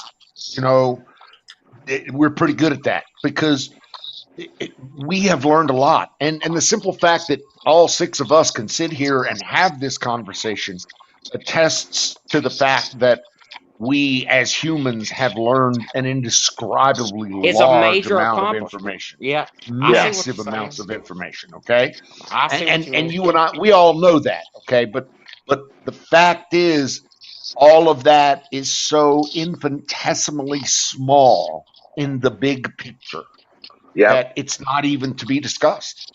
I mean, it's not. I gotta say that thank you all because this makes me feel better knowing there's others out there as interested in this as I am, because most people you talk to, they'll look at you with a blind look and talk to you like you're wasting your time. But I call it truth to know seekers. there's I call us to truth know there's seekers. right, and to know there's more people out there that are interested in the inexplicable and to want to find an explanation for it. It's kind of cool. So yeah, I'm glad that there's so many, even in chat. Hey, dude, Wizard, you don't like what I like. You remember the night when I asked you? No. G.I. Joe or stuff like that? Y'all don't like that. To be honest, singular, we've been kicked out of every place else. This is only the only place we have left. Dude, I've been kicked out of some. By We the just didn't powers get that be, kicked out we from being ended up at the back of ourselves. the bus. We got forced to the back of the bus, not the other way around. Right, We've been because run we out talk of every about the fucking real world respectable solution. place. Yeah, we've been run out of every respectable fucking joint, conversation, bar, whatever, barn. We've been run It's out of just every about respectable all fucking this joint on bunch the of fucking planet. So this pussies. is where That's we're all at. it is. So there was To have this It's a bunch of conversation. pussies. Look, hey, I can give it back as good as I can get it. You know? But no, this isn't about giving and then, like taking it like that. It's about sharing ideas and debating Yeah. concepts and I see that. and communicating. Well, it becomes and, my and bad. not, having, and not being butthurt. yeah. And it becomes layers. We're all joking around here, having a good time and having fun and smoking weed and doing our thing. And at the end of the night, it's all good, man. So we all love each other, and it's great. Don't forget smoking weed. Smoking weed. Yeah. Fire in the bowl. I like But weed. yeah. Man. I do. Because see, if Fire it, in was, the if, bowl. it wasn't for I you got- fuckers, I- I'd have I to smoke by I smoked myself. a couple of bowls Right. of blue green a while Exactly. ago. That Now, would be Don, horrible. you got the key right there. If it wasn't for you, bastards, I'd be smoking by myself. I'd have to smoke by myself. So I appreciate the company. I do. I kind God, of feel like I feel like the same way you do. My wife, she won't touch it. Won't touch it. You know what I mean? Mine Shit, either. you fire one up in front of me, I'm gonna smoke the hell out of it. Nightingale says she didn't work today because of the bad weather out there on the coast. Well, thank Wait you a for being second. here with us, 53 Nightingale. degree Yeah, temperature, and she didn't work because of bad weather. I know, right? I'm sorry. What are you, an outdoor stripper? What's going on? Oh, geez. Well, She I'm not doesn't know judging her. I mean, hell, she everything. might be a single mom trying to pay bills. I don't. Hell, if I look like her, I'd be naked all the time. There's all kind of people in here trying to come I mean, in you if get in y'all would let church. them in. Man, When I'm, I grow up, I I'm want gonna to be a learn. stripper. He gets more interesting than this. It is. There's a Imagine, Woody. imagine my dumb I'm ass as swinging I'm as around a naked as pole. I can be until this court order goes away. No. Great, Don. I couldn't imagine that until you said it. Thanks for No, that. don't even mental do image. that. What you By the doing, way, you crazy thing? it's not a coincidence that Don had his shirt off in the back the other day and you got a channel strike. Just point that out. Oh shit! Why did I get a channel? Don put on a salty shirt. What you did I got do? you Get got- too happy? Let me put that down. Shit. Look, hey, you ready? What? No what pole? are you doing? What are you doing, you strippers. crazy thing? What? Is that What better? are you mumbling? That's your Oh, good. I You're thought good. I was hoping we were What going are to you get doing? No, I just asked a minute ago. I said, "What are you doing, you crazy thing?" And I was just sitting Well, around I was, having a good I time. was, crazy thing. And I look, was I felt like a simulating minute ago, stripping what I around. need to do is just be like, "What are you doing?" Naughty. I was simulating See the way she said using that a stripper was, pole. the way she said that was like she's thinking about it. See, naughty. She didn't say screw you. No, I'm not doing it. Naughty means there's a chance. Oh, you gonna get some puss? You Hey, well, and go that get some puss, optimism. dude. I see what you're doing, Nightingale. I got you. Y'all You need and to that stop lonely talking. guy optimism. Yeah. PayPal Yeah, you blows. might as well. Nightingale's working for tips. Y'all need to Nightingale's stop. working for Y'all tips need on to the center stop stage. talking to Nightingale like that. She's a Yeah, highly come on. respected professional in her. And Who is by me, that? I so want to know who that Nightingale is. is in chat, so you don't get to see Nightingale. Yeah, Where's she's she at? protected. I want to see She's her. protected. She's in chat. Well, I see her. Do you see her in chat? I see. Yeah. I know. That's why I was Okay. joking with her. Y'all need to stop talking to Nightingale in that tone, please. For me, Can we? Okay. I'll marry her, and that'd be great. We could move in together, and we could just have like all kinds of free benefits from the state. You're such a And she had her boy. own- She she had says her I own got room. 3 brothers. That's why I'm chill with the behavior. That's true. That's true. She's got 3 brothers. She can handle anything. Right. And you know I'm kidding, Nightingale, right? You know that. I'm assuming you do at this point. Yeah. Oh shit. Brought to you by Leslie's Gravy Biscuit Farms. Easy for you to say. Yeah. For all your cannabis seed needs. Gee. That This reminds is me of the the old A. joke about the hillbilly pulls this city slicker over and gives him a bottle of moonshine, puts a gun on him. He says, "Take a drink." And the old boy took a drink and he gaggled, eyes watered, choked, doubled over. And he got up and he said, "Why did you make me do that?" What you doing, dude? Just want to see what would happen. He goes, "Now here's the gun. Make Why me does do the everybody same." always disappear? You lost connection. you hit the back button, so that was your fault, not mine. Irish Yeah. misfit. Stop! You need to stop hitting that red button. Yeah, that's the rule number 2. The rule number 1 is don't be a dick. Never Rule number hit 2, the don't hit red button. I'm not gonna lie about it. I just sent Nightingale a message. I said, "Hey, what's up? Send me a message." Oh, yeah. Okay, let Woody finish. Woody was talking. Let Woody finish. He's sliding those DMs. Hey, Woody. Yeah. What were you saying? It was. I don't remember the joke now. Sorry, I can't get the punchline. Ah, you anger great Chinese leader. This is an early photo. It is so bad in China. I must raise funds at telefund thingy. Look at me. I work the phone. I am great leader. I don't even fart. Hey guys, I gotta She's turn in to a pumpkin. YouTube next. I'll see you tomorrow. You guys keep having fun. I'm gonna just drop out here and I'll see you tomorrow. No, wait, don't go, dude. What are you fixing to do? Oh, I gotta shut down the generator. He's got to. It's not an option. Okay. Yeah, I got a schedule on the generator, Everybody, I get to operate. wizard. All right, I'll talk to you later, dude. Hey, Dream well, wizard. Patriots. I'll see you tomorrow night. All right. Wizard is practicing Chinese method of power.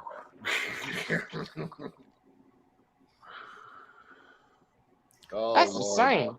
I'd bankrupt company and ruin your economy. That's right. You use my electricity. You eat my pork now, bitch. You eat my dog. Oh, I mean my other dog. I mean, oh, my beef.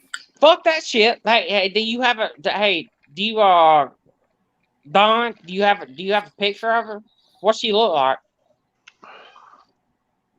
I'm sorry. Do I have a what? A picture. Oh,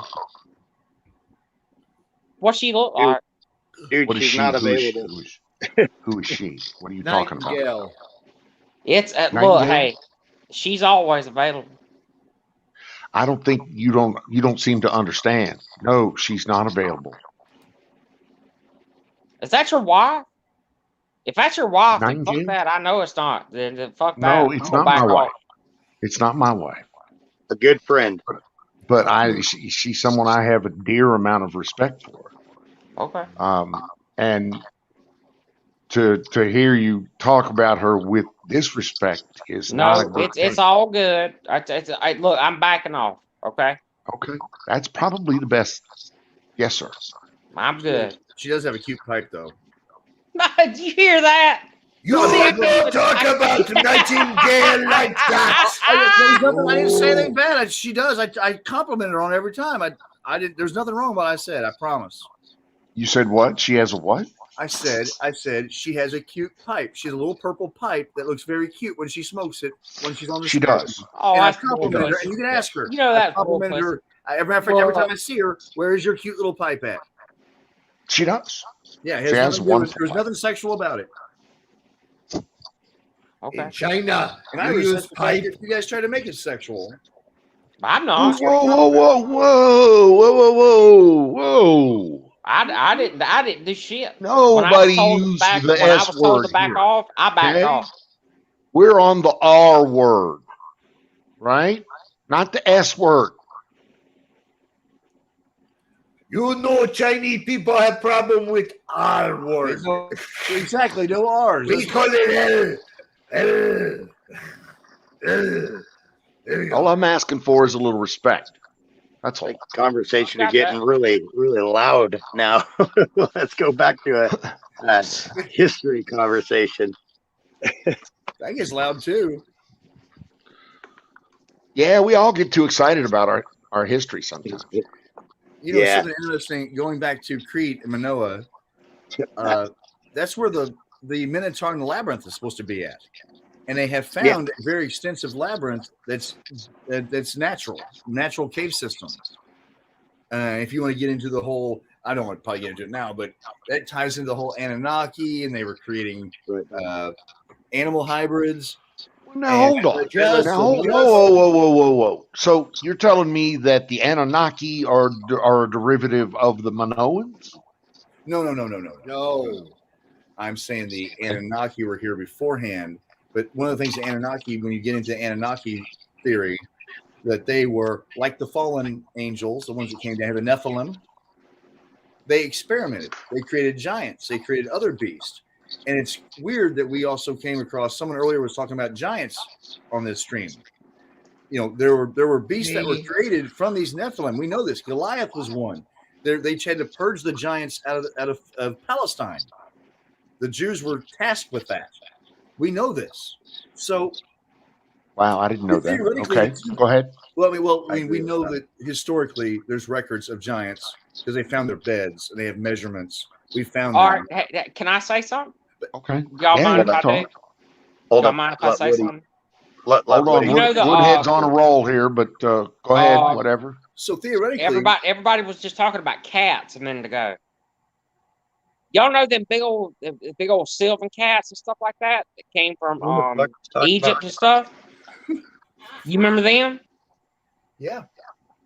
Yeah. And they're still here. Okay.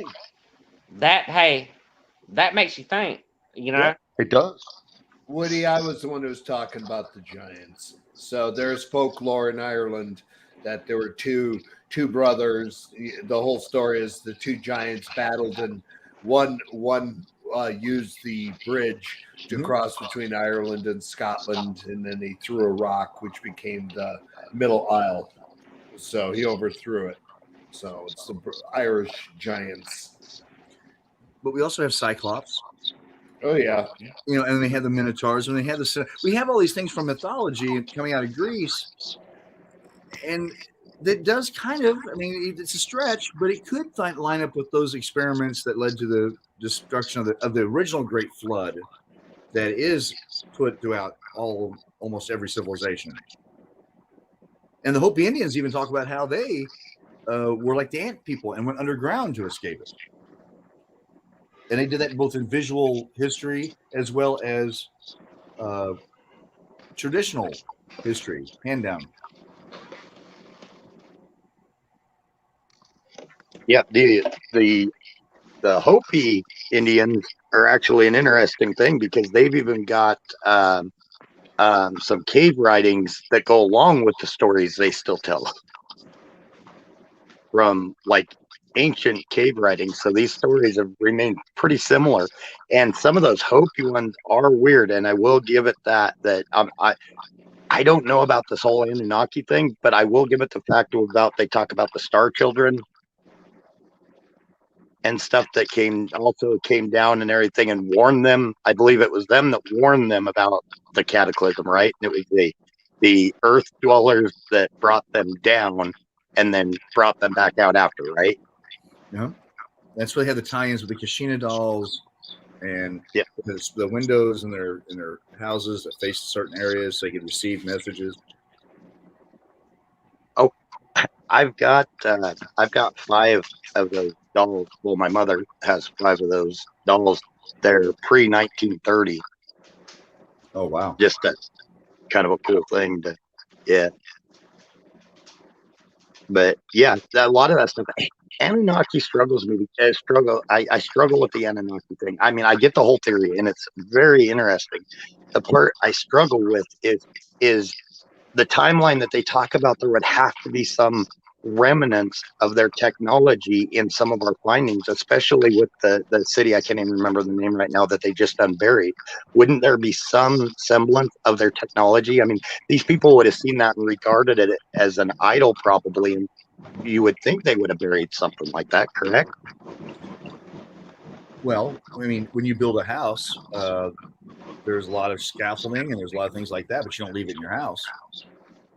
Correct, but I mean simple things like, say, if they had a staff, a knife, or something that was beyond what they knew of. Well, Göbekli Tepe is a temple complex. So you're saying tools? They should have left tools. Even that, yeah, anything, tools, weapons, something that was beyond the technology that we expect at those times. Well, I mean, we're only finding tools back to like 20,000 years back. Right. So anything past that, probably not a lot of tools. That's a guess, though. I'm just me. No, and don't get me wrong. There is a lot of megaliths that make no sense how they got, even in South America, how they got rocks to do and fit like they did. It makes, in my opinion, it truly makes no sense. That the timeline it would have taken them to, on the tools they had, to use that tooling to sharpen it, to use that tooling to sharpen it, to use that tooling to sharpen it, because they didn't have the hardness. I just don't. I don't see how they were able to do that precise fittings on some large stones, or even move many of those megaliths. So I mean, there's that stuff that points to there was something, but where are the tools? Well, I think a lot. We see a lot of the ancient stuff because it's hard rock, but the more advanced the civilization, in the true sense of the word, should also leave the least ecological imprint.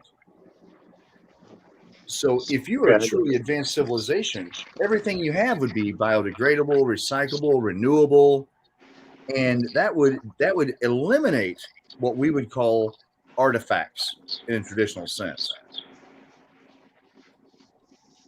I get that. And if they may not have left anything behind to be misused, I get that. I can acknowledge that too. There's some ideas that some of that stonework done in Peru, in the Andes, is done with solar magnifying glasses. No shit. That they're able to fuse it together that close and that quickly. They also find a lot of holes in a lot of granite that would be practically impossible to drill. And they're finding that the tests that they're doing on the holes themselves find that the rock was melted. And they can tell that by how the molecules come back together when they harden. Sorry. Even the fact under a microscope, there's no scratching of the stone. And that is interesting to me, because even with our diamond technology, there's scratch swirls. Yeah. There's, as it goes. So they're theorizing the use of magnifying glasses, solar, not only to do the holes, but to actually get the stonework, get the fitting that close. They'll melt or soften the stone to move it or to place it. I've also heard the theory of harmonics, the one that they talk about, harmonics. Bingo. Yep. And that's interesting. And that's like that. That's why I talk about that. Those are so bleeding edge theories. I mean, nobody's even those are less than a couple of years old. People just having those discussions, and nobody's taking them seriously in the scientific. They have been around for a long time. It is only recently that people have decided, well, hell, none of this other crap's making sense. Let's try it, and they're discussing it. I mean, we've people who have thought about harmonics, or the fact that have thought that the Great Pyramid was a generator, like I do. I don't think the purpose of it was to bury anybody. Maybe I'm wrong about its intent, but I do believe that it was not used to bury anybody, because where's the damn body? So I think, I don't know. I can't remember what I was going to say. I'm stoned. The bodies always ended up to be, a couple of 100 miles south in the Valley of the Kings or wherever. I'll be honest that I believe even healing, like say you got a cut or something like that. I believe in the future, a lot of healing and stuff like that and repair to the body will probably be done by harmonics, because everything has its own frequency to be set back to how it was. So when you change something or when you cut something, it changes the frequency and everything. And that's a proven fact. I mean, they've proven that everything has a certain frequency. So that's called as an electrical engineer, I can tell you that's called a resonant frequency. Yes. Okay, right on. Yeah, and that I think healing will be, and see that was my point a while back, a couple of weeks ago when we were having this discussion, that I do believe that but I believe it was us, not a civilization from another planet. I believe that there might have been a past. Our ancestors might have had technology that, I don't want to say more advanced than us, but that were quite advanced, of technology that we don't understand, that are more of a natural based technology. Well, they have. See, that's where you and I will diverge. Yeah. Yep. Well, they have actually done some studies now where they've moved it. I think a ping pong ball with sound. And made it float and move using sound waves. Have you guys seen the studies? Physics for that it exists. The physics for that, yes, that can be done.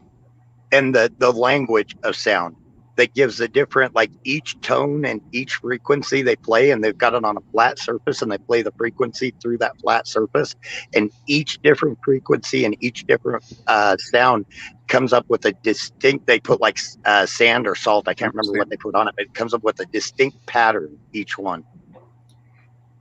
It also has a vortex, which is exactly what the spiral was talking about earlier whenever Don played the video or Misfit played the video the solar system. That was Misfit, and I'm telling you, that was some fucking next level shit. It really was. I like that a lot. Well, I was thinking the I whole, did and too. then it went to Take the care, dude. plant and the Fibonacci sequence and all that. I mean, you're starting to see a lot of parallels there, man, and I believe that. I mean, there's parallels in nature for a reason.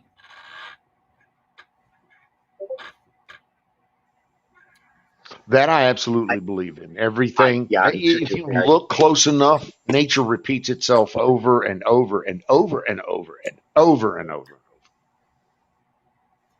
And the way we do math around that is simply our way of explaining how nature does it. Our mathematics. I think by nature, humans are I don't know the way to put this, conceited, and we Stupid, think we know conceited. it. Yeah, we don't know shit. Yeah, exactly. Well, the smart ones know what we don't know.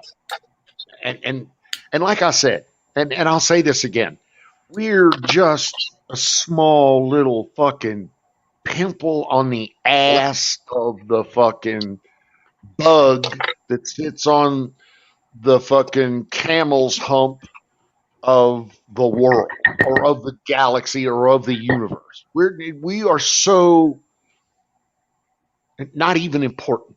And the time that we've occupied this, I don't know, ball of rock, for lack of a better term, is tiny, even compared to the ball of rock's existence, which is also tiny compared to the galaxy's existence, which is again tiny compared to the universe's existence. My point here is real simple. The things that we think we know are tiny in the big scheme of things. Oh, I agree. We're just starting to scratch the surface on some of this shit.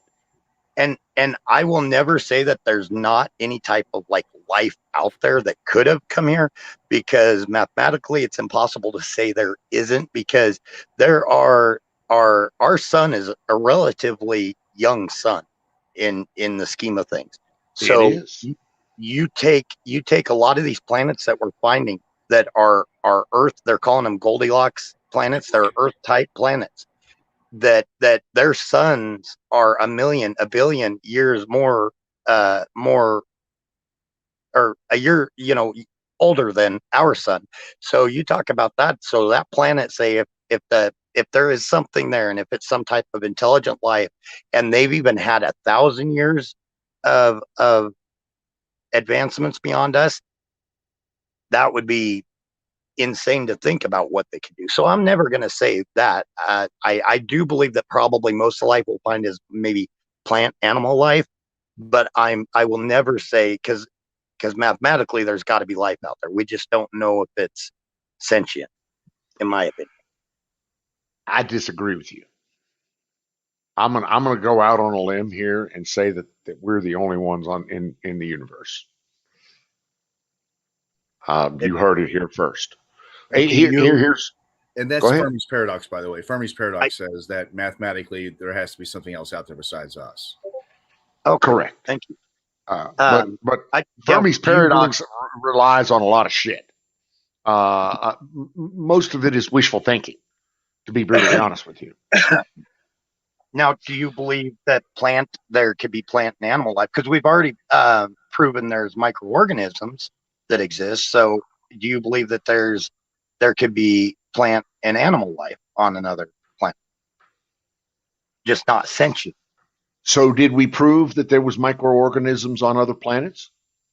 No, and this is a tricky one, because they caught some, I think it was like 2011 and everything. They caught some in our upper atmosphere that had to have come from space. It was I can't even remember what the heck it was all about, but there was microorganisms that were basically kind of floating there that they caught. And right now it's speculation, because they don't have the proper testing on Mars. So with the water, there's speculation is all, but it has to do with our upper atmosphere and finding some type of microorganism, basically what would be similar to a virus floating around, but it's not a virus. But it would have had to come from stellar sources, they believe. Again, lots of speculation. No Oh, hard, hey, we found this. And to be Nobody's honest, got that. everything we got is speculation. Right.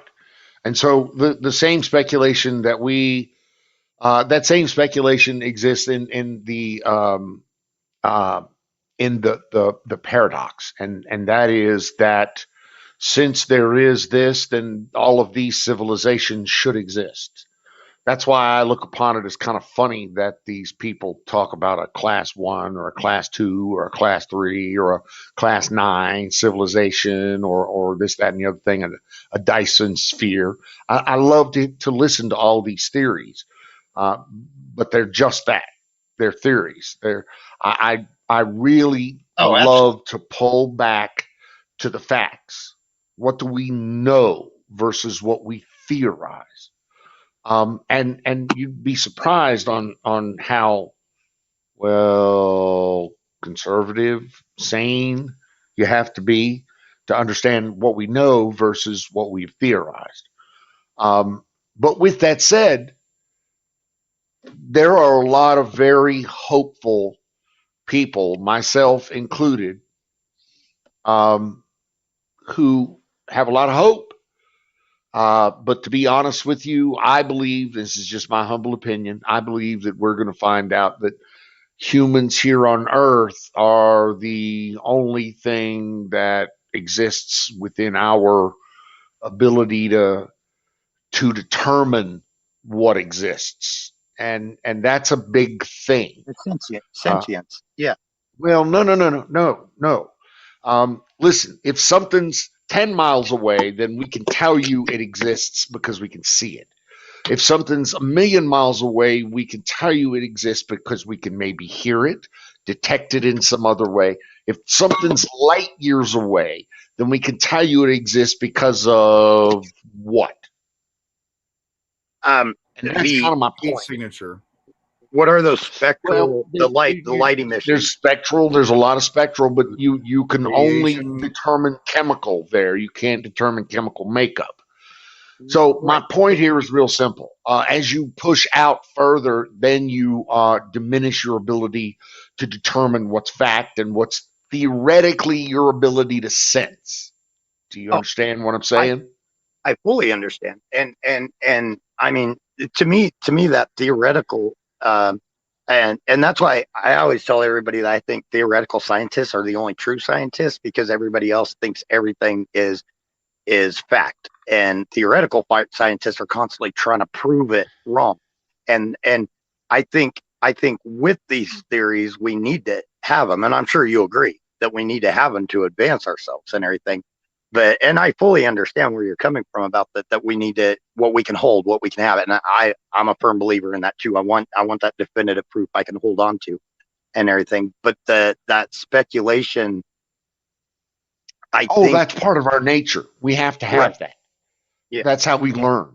Yeah. That's fine. We can speculate all about it. We should do that. But we also have to have differing opinions and thoughts about it. Right. Too. Right. Yeah. And that's the best part about it, because then we could debate those thoughts and get to a better solution. And actually, a lot of those debates lead to like the new telescope that went up, and I can't remember, you guys can probably tell me what it is, that has to James do with Webb the telescope. God, I could tell you so much about the fucking James Webb telescope. Would you like for me to go into a 30-minute dissertation about the James Webb telescope? I don't mind, because I think it's an amazing process. I think the people behind it are Jesus Christ. Oh, it's been all that you can't go anywhere. You can't swing a dead cat and not hit a fucking James Webb telescope explanation. Sorry. You mean there's too many opposing definitions? No. It's everybody trying to explain to you, for instance, how it's launched. So here's your launch sequence. They give you actual photos until it gets out of optics range, and then they turn it into simulations. And so it's going out here. It doesn't go out here where normal satellite sits. It goes out way the fuck out here, outside of the moon, and that kind of thing, because it needs to get away from heat sequences and because it's an infrared scope, because it needs to expand its shit, because it's this thing and it's that, and because so it'll beam all that information back to us. It'll be so much bigger. Go ahead. I'm sorry. No, that stuff I honestly haven't researched. I need to though. I like the fact that they were able to, as they sent satellites further out, they're able to look back at Earth to see the color reflections of Earth and to know exactly what percentages and everything, and to register or to record those feedbacks they were getting, and then to install them within this telescope, so they're able to look at planets further away and get that same feedback from the different colors and everything, and to know it was at least within a certain margin. I mean, in my opinion, the people behind that, it was pretty genius how they did it. I think the launching and stuff though, I don't know anything about. It sounds cool though. I mean, the fact of breaking Earth's gravity is pretty amazing if you think about it. Nightingale, hello. I'm glad you stuck around with us. Sorry I'm so late in getting back to you. Thank you for the fuego into Bolo at the 40 mark. Much appreciated. Here's to you. Yeah, here's to you. Smoke them if you got them.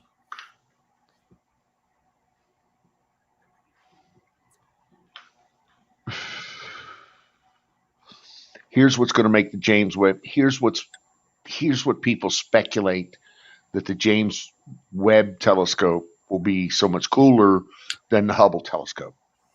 The Hubble telescope was basically an optical telescope. The James Webb telescope is basically an infrared and X-ray telescope. That's it. Right. And now Hubble, they were able to reconfigure the programming, correct, to make it do on a minimal scale, similar things to what they want the new one to do, right? With the optics, they can only brush up against the infrared side of it, and they could not do any of the X-ray. So all the X-ray that they've done has been from Earth. From platforms that they've both used in Earth, and they put up recently could put up a couple of specialty X-ray satellites, X-ray detecting telescopes. These big telescopes that you see are just parabolic dishes or farms of parabolic dishes. Why are those telescopes? Those are X-ray telescopes. Why are X-ray telescopes cool? Because X-ray telescopes allow you to get around the dust that exists in the swirl of our Milky Way, basically our galaxy. Okay, I was just going to ask that if it would be able to see past the dust cloud that surrounds us on the outer edge. Actually, it's not even the outer edge now. They believe it's just another part of our solar system. If they could tell me just how big our solar system truly is, now that they think there's even a larger planet out there, because there's speculation, and it's speculation that Pluto could be the moon of a very large planet that we pull into our sun's orbit. Actually, the large planet orbits the sun, they believe, possibly, and that Pluto could possibly be a moon of it that occasionally gets caught in its own orbit. That's interesting stuff, I think. That's all very interesting shit. But it's speculation. They also have some issues too, don't they, Don? When you put a telescope out there like that, the different sensors oftentimes don't want to play well with each other, right? So if you're doing infrared, it can theoretically jack with maybe if you're doing wave spectrum or whatever on another side, or radio. Don't they interfere a little bit? They do. And you have to understand how all of these relate. So the X-rays, these are all simply, and it's going to go back to a lot of discussions, but these are all simply slots on the bandwidth or the frequency scale. They are. X-rays are, infrared is, optical is. It's all just different frequencies. And so when you have these telescopes and when you try to manipulate these different, I'm going to, for lack of a better term, bands of frequencies, Sure. X-ray, infrared, optical, what have you, microwave, then you end up with sensors, or you end up with not with sensors, but with systems that tend to specialize and be very focused in one area of that. And it's very difficult for that same sensor to be as good at three things as it is at one. Does that make sense? Yeah, absolutely. Now that's an engineering concept. Real quick, and not tonight because it's too long of a conversation on its own, but tomorrow night, if you guys are on, I'd be interested in hearing your guys' thoughts on terraforming and abilities, possibilities type of stuff. But that's tomorrow night. I'll bring it up. Terraforming. That's all science fiction shit now. I don't know. I'm not so sure. Maybe Earth wasn't terraformed. Oh God, please, Jesus. Next thing you know, you're going to tell me we're in that whole, we're part of that whole simulation theory, and there's multiple universes and that kind of thing. I don't tell anybody what they should think, but I like to have the discussion just the same. Yeah, I like a good discussion. I don't, and hell, I'll even make up shit if I have to have a good discussion. And Make shit up. See, that's not the right way to go. It's not. That's science now. That's science, Don. In the modern day, that's science. You need to call that I will theorize. I will hypothesize. I would have said theorize about 3 hours ago. To put out a hypothetical and then discuss it. Right. And I like that too. Actually, I enjoy the heck out of putting out a hypothetical and then discussing it. I'm and I don't. I've kind of let the cat out of the bag. I'm a hard and fast. I'm an evidentiary. I'm an evidentiary based. What the fuck is that? Evidentiary based clinical analyst. When it comes to, go ahead. Oh, what's your opinion on becoming a multi-planet species? Us getting to another planet? Should we? Should we? Sure, we should. I believe we should. We have to. We have to to expand our. I don't think we need so much to expand our peoples, but we want to do that to expand our knowledge. I think, like everything else in the world, people will die doing it. I think we will eventually master it, just like we've mastered space flight here. What my concern would be in the race to, because human nature is going to be that we are going to not. I think it's a great idea to have, if nothing else, just have a backup plan, have a contingency in case you see that asteroid come out of nowhere that might smack you. Have a backup plan. But to take it a step further, I worry about it becoming property and colonization race, and that spurring into a battle or a war here on Earth over colonization 3 years away. And then it becomes a situation where we have to move there out of necessity as opposed to having a good option. And I can't really contest it. I think we need to move out to another planet, but there are those people that discuss, and I can't contest it because it's true, that we really are a warring species. And I mean, not all of us individually, but unfortunately as a species, we are a warring species, and it kind of sucks in that department. And the fact of, if we can't even get along on Earth, what if the planets can't get along if we do? Colonialism is. So what are you going to do? What are you going to do? Stomp it? Yeah, right. And Yeah. say, well, nah, because we think we might have a little war between us and the moon. We're not going to colonize the moon. That's a Right. load of shit. I don't agree Come on. with stopping it. No, that was more of a analyzing the future that I hope it doesn't happen. Or I hope we do colonize. I hope it doesn't come to.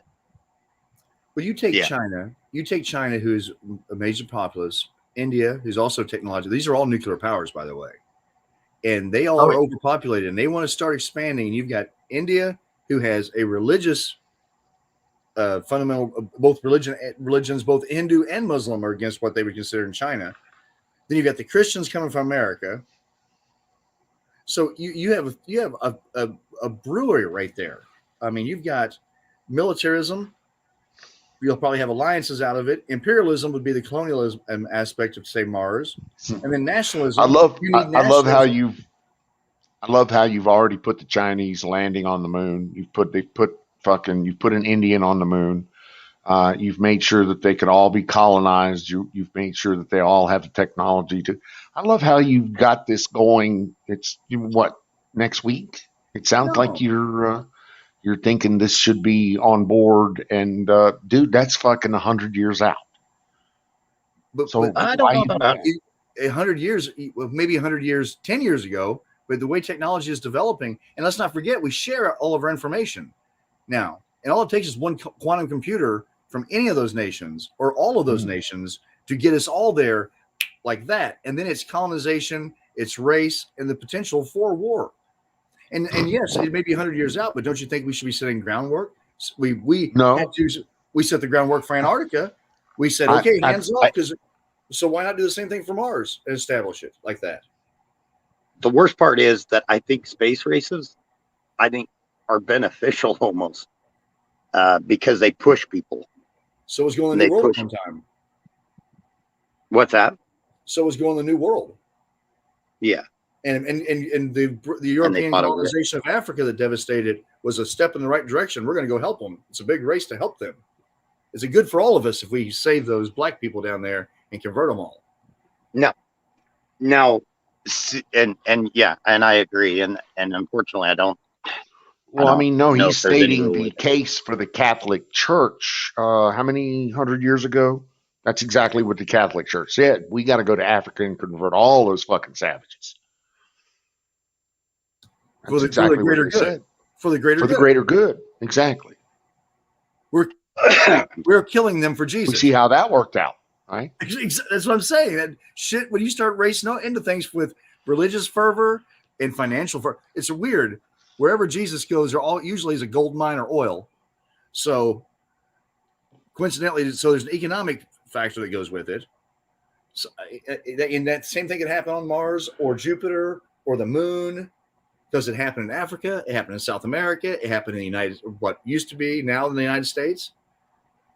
Do you have absolutely no vision into that whatsoever? Do you, because I think you're a really smart person, but I think you take a really fucked up view on shit. So that's kind of why I'm asking you about this. Do you have the problem that you just threw up there? Do you have any vision into how that may or may not play out? I'm using from what you know about the past, from let's take 50 to 100 years of past trend analysis. Do you have any vision as to how the problem that you just threw up there may play itself out?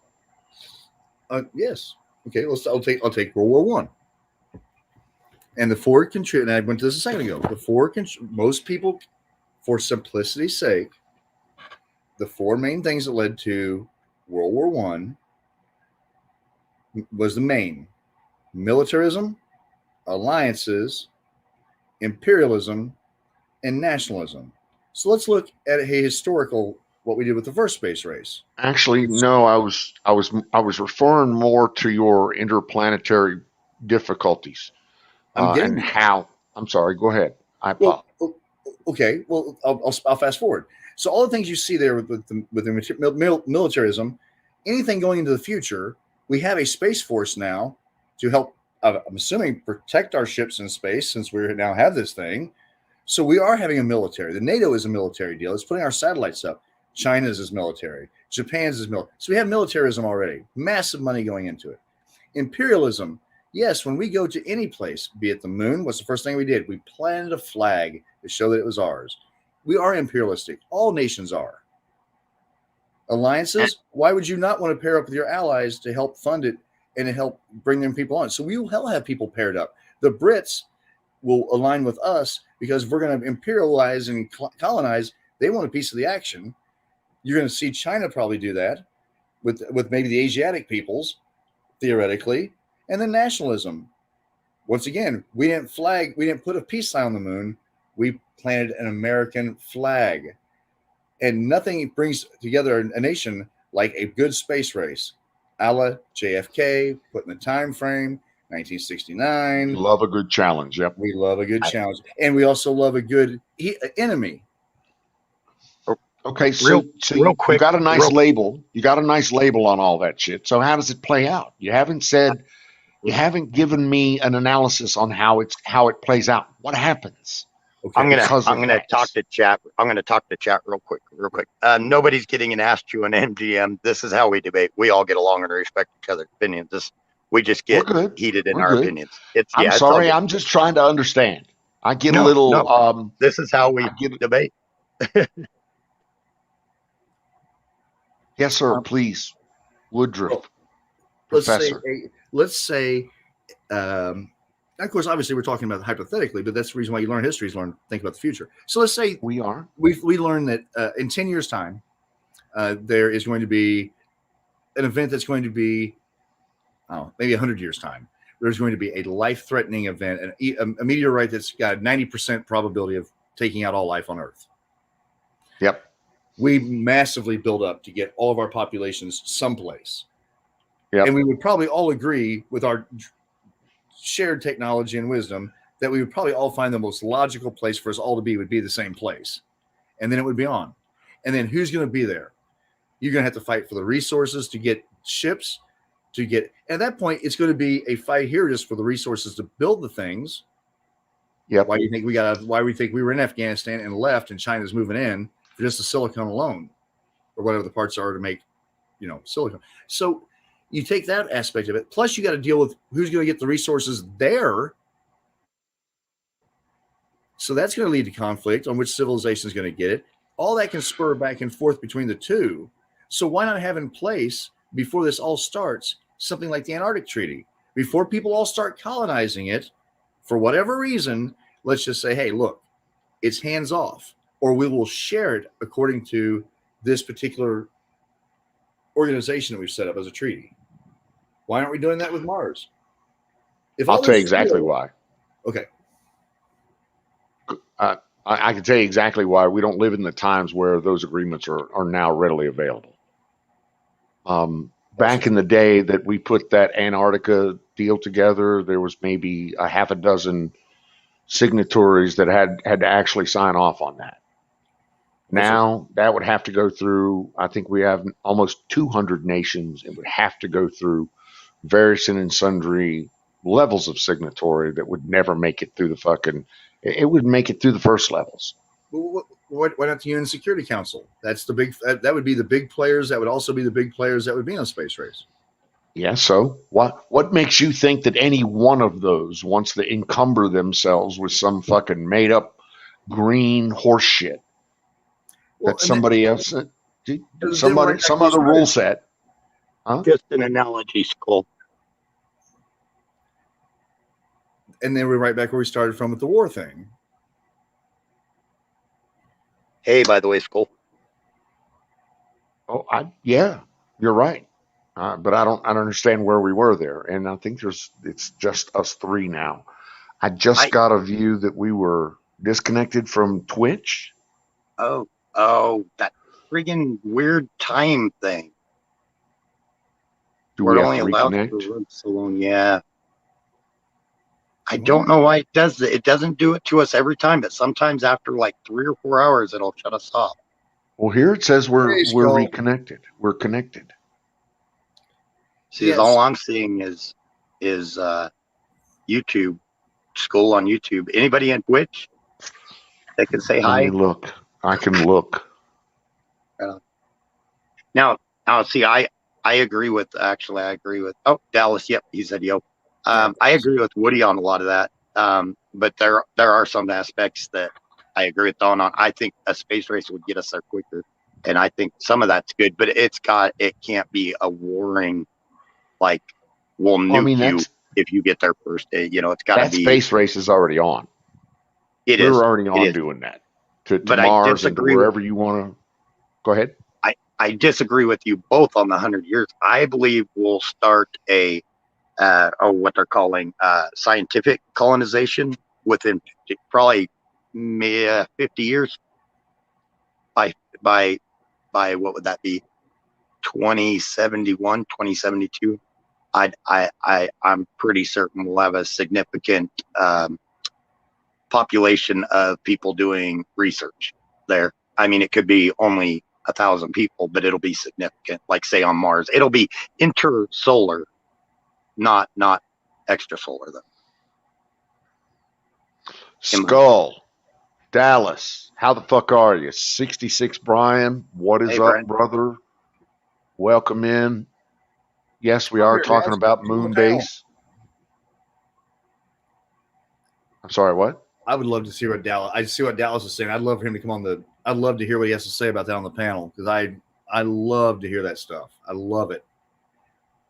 Because there's a lot of validity what he's saying. I haven't jumped on board yet, but I'm not disagreeing, because we've seen pictures where they found tracks that were already there. So I think we've been back more than they admit to. I don't know about a base, but I think we've been back more than they admit to. I don't know if it was just a one landing and done. I don't get it. You know, one and done. I don't get it. You know, the Chinese are on the dark side of the moon with the base. They've planted shit over there already. Well, those are drone, like kind of like our rover on Mars, right? They're kind of rover type things. I'm not real sure what they are, but I do know they've got a rocket, they've got a relay booster, they've got a comm set up there. So they have comms coverage on the dark side of the moon where we don't. You understand what that means? Yeah, I get you. That's a big thing. So they have a relay back there that with an orbiting satellite that allows them to have comms coverage on the dark side of the moon.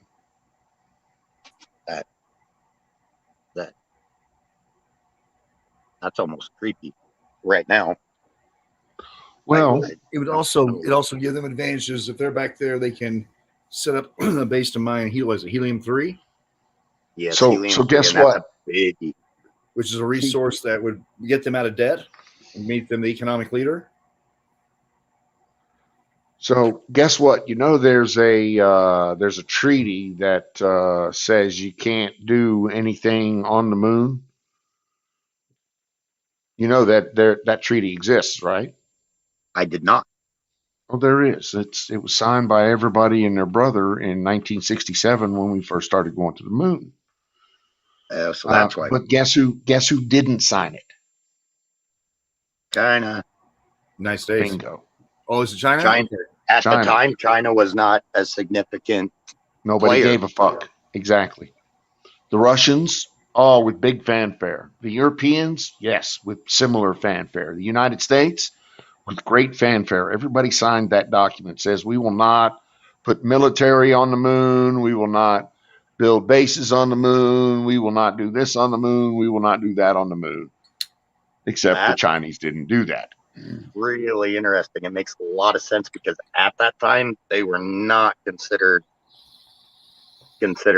viable or, you know, scientifically or economically viable to reach it. So wasn't important. Exactly. Nobody gave a fuck about China at that point.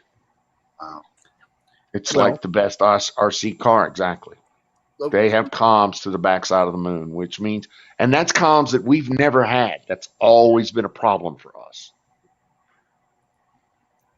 Makes a person wonder why we didn't start there, do that, and then rovers to Mars. Because I mean, let's face it, what we do is so far beyond them being able. I mean, I'm not taking away from them being able to do it on the moon. That's amazing.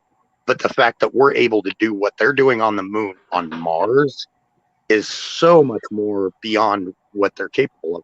Why didn't we? Because we were sending rovers to Mars before this happened, before they sent anything that I know of, that from my readings that I know of. Why didn't we? Oh, because of that. Okay, all right, it's coming together because of that treaty. Well, let's say, you know, if you want to talk about going back to, you know, fighting over the space again, if what would happen if China decided they were going to put nukes up there, or, you know, put some type of tactical weapon that would interfere with all of our electronics? Imagine that would be a modern day Cuban Missile Crisis. We would have to do something. We would have to, and I'm not saying obviously a 13-day, all that stuff, but it could theoretically be a standoff like the nuclear missiles being on Cuban soil in regard to the moon. What would happen? What would happen if we had to ally up and we had a bunch of Arabs and Jews all having to head to the same little spot on the moon to live? The part that I find freaky is you think what that last two sentences you said there is closer than you think. Go ahead. And see, the part that freaks me out is the fact that imagine a Firma launch station. I mean, they've got, you know, satellite killers and stuff that satellites will take out other satellites, but it takes time to maneuver in space. Now imagine something on the moon that's on a firm ground with what is it on the moon? It's like 1/8 gravity or something, or 1/10, something minimal. 1/6, something like that. Yeah. And now imagine something with the capability of launching something at our satellites. That's creepy to me. Well, having something so protected, there's an entire moon between the people trying to get to you and your little base. That's true. If you want to try to get something protected, how about putting it on the other side of a moon? Yeah, there's very few places it always stays there. That's tidal locked in our solar system. Exactly. There's very few places on our solar system that are quite so protected as the other side of the moon. He's absolutely right. Militarily, strategically, call it whatever the fuck you want. That's about as far out as it gets. And I don't care what anybody says. We built that economy, their economy. We are paying for the Chinese? Everything they're doing. Yes, we did. We gave it away. We did. Actually, IBM gave it away. Originally. They were the first to give it away. Who took my knife? What the fuck? They were the snowball that turned into a landslide. They turned around and sold it all to Lenovo, who is now the largest fucking manufacturer of laptops on the planet. Yes. Why? IBM got out of the laptop business at the peak of the fucking getting out of the business game. They sold it for a fucking huge fucking premium. Then they got into quote unquote AI, and that's where the whole Watson came from. And they've never been able to get out of the mainframe business, and they never really. I don't think they really want to. And I'll be honest with you, I don't really blame them. It blows my mind. I literally never knew about that treaty. That blows my mind because right now, China has a legal free-for-all. All these things that I quote as fact, let me state categorically here that you should not listen to what I say as fact. You should always refer to the Googles and the actual facts that exists in the fucking documents that we refer to. And no offense to anyone here, I actually write things like that. I just wrote down. I'll actually go back through and no offense to anybody, but I'll actually go back through and look into it. You should. Yes. And if I'm in any way wrong, please come back and tell me, hey, Chuck, you're fucking lost. But that's how we find out. I'd never heard of that before. And now that's on my mind to research. So the fact of the possibility that it's there gives China the legal free for all to do what they want It's on the moon, one of and none of the us can touch it. reasons they wanted to be to the other side of the moon. It's one of the reasons. You should really read about what their thinking is on their basis there. And That's it's not nearly really as horrifying. fucked up as you think it is. Well- And none of it's military, but it is. No. Can you explain that? I don't understand. None of it's military, but it is. Well, I mean, think about it. So it has to be military because it's being launched on people's or on CCP rockets. Right. I get you. What they say by and what they're doing. CCP people, okay, which will be driven by CCP policy. And so even by its sheer location and strategic location and set of unique capabilities, it makes it a military establishment, period. Yeah. But they'll never come out and tell you that it's a military establishment. We have it there for scientific research, for the expansion of the knowledge of the people of the Chinese, blah, blah, blah, and for all these other esoteric and humanitarian reasons that they can possibly throw out at you, none of which will ever mention anything fucking military or threatening or anything else. Do you understand what I'm saying? Yep, I got you completely. What they say and what they're doing, two different things. Exactly.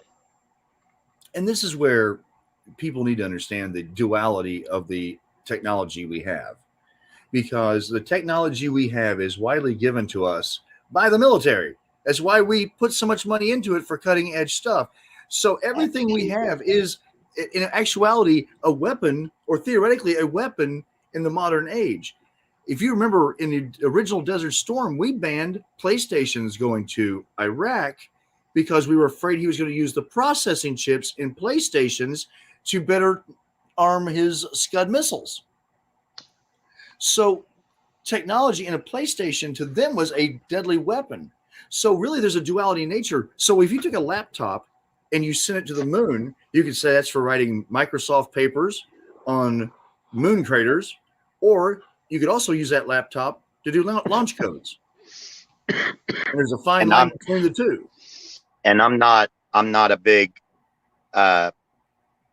programming person like Don and a lot of these other people, but even I know that just because, like you say, just because it has one original purpose doesn't mean it can't be coded, rewritten, whatever, to do something entirely different. You're on the other side of the moon. Who's going to check it anyway? Exactly. Who's going to call you? Who's going to call you out if you say, "Well, we're there growing pansies in zero gravity"? Well, yeah, who's going to call you out? No, I'm sorry, you're not doing that. There's a laptop up there that's got two programs: Candy Crush and Doomsday.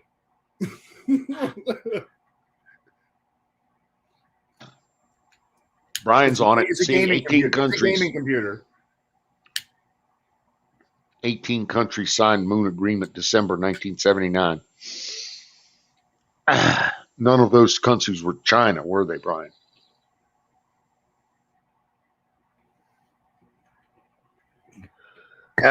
Economically, China didn't become viable until the 90s, though, correct? Under Bush Senior kind of started some of it more quickly. Said that Kissinger brought China out from behind the wall. Kissinger was Nixon's boy.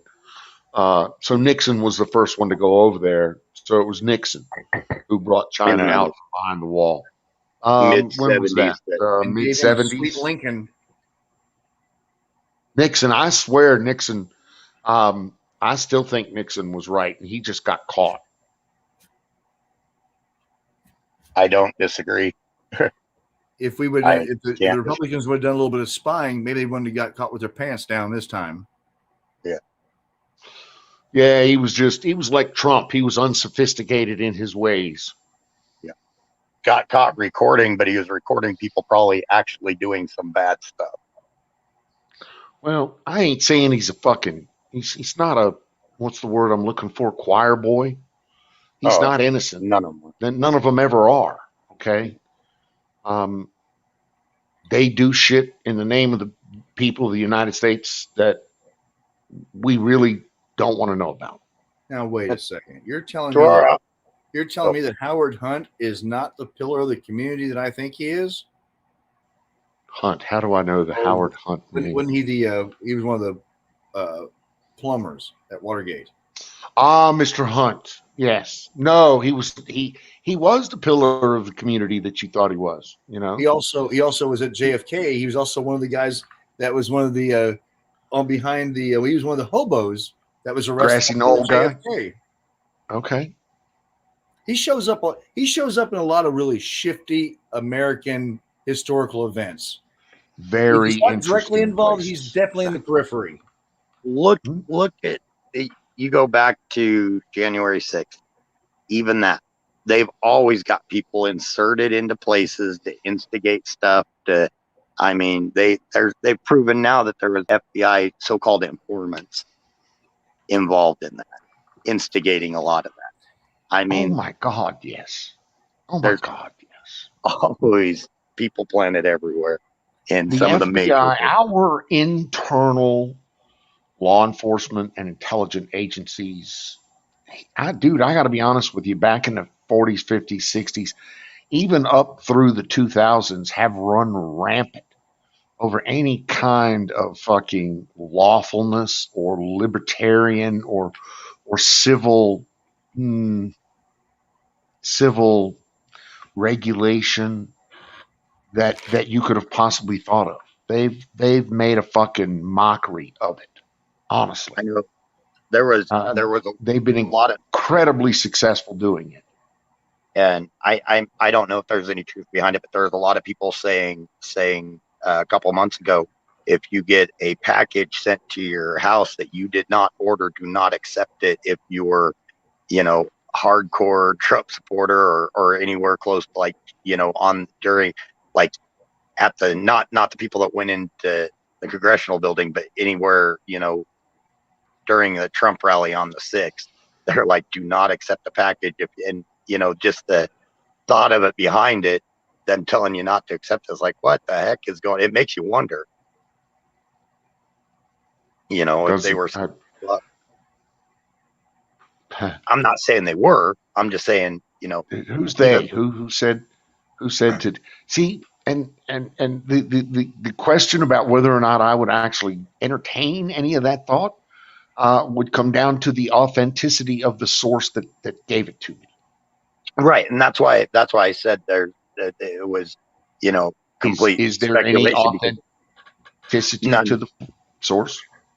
None that I saw. The only reason I brought it up is because the fact that there's been so many things in history that they have been involved in that were kind of questionable, that the thought enters your head that, God, that's possible.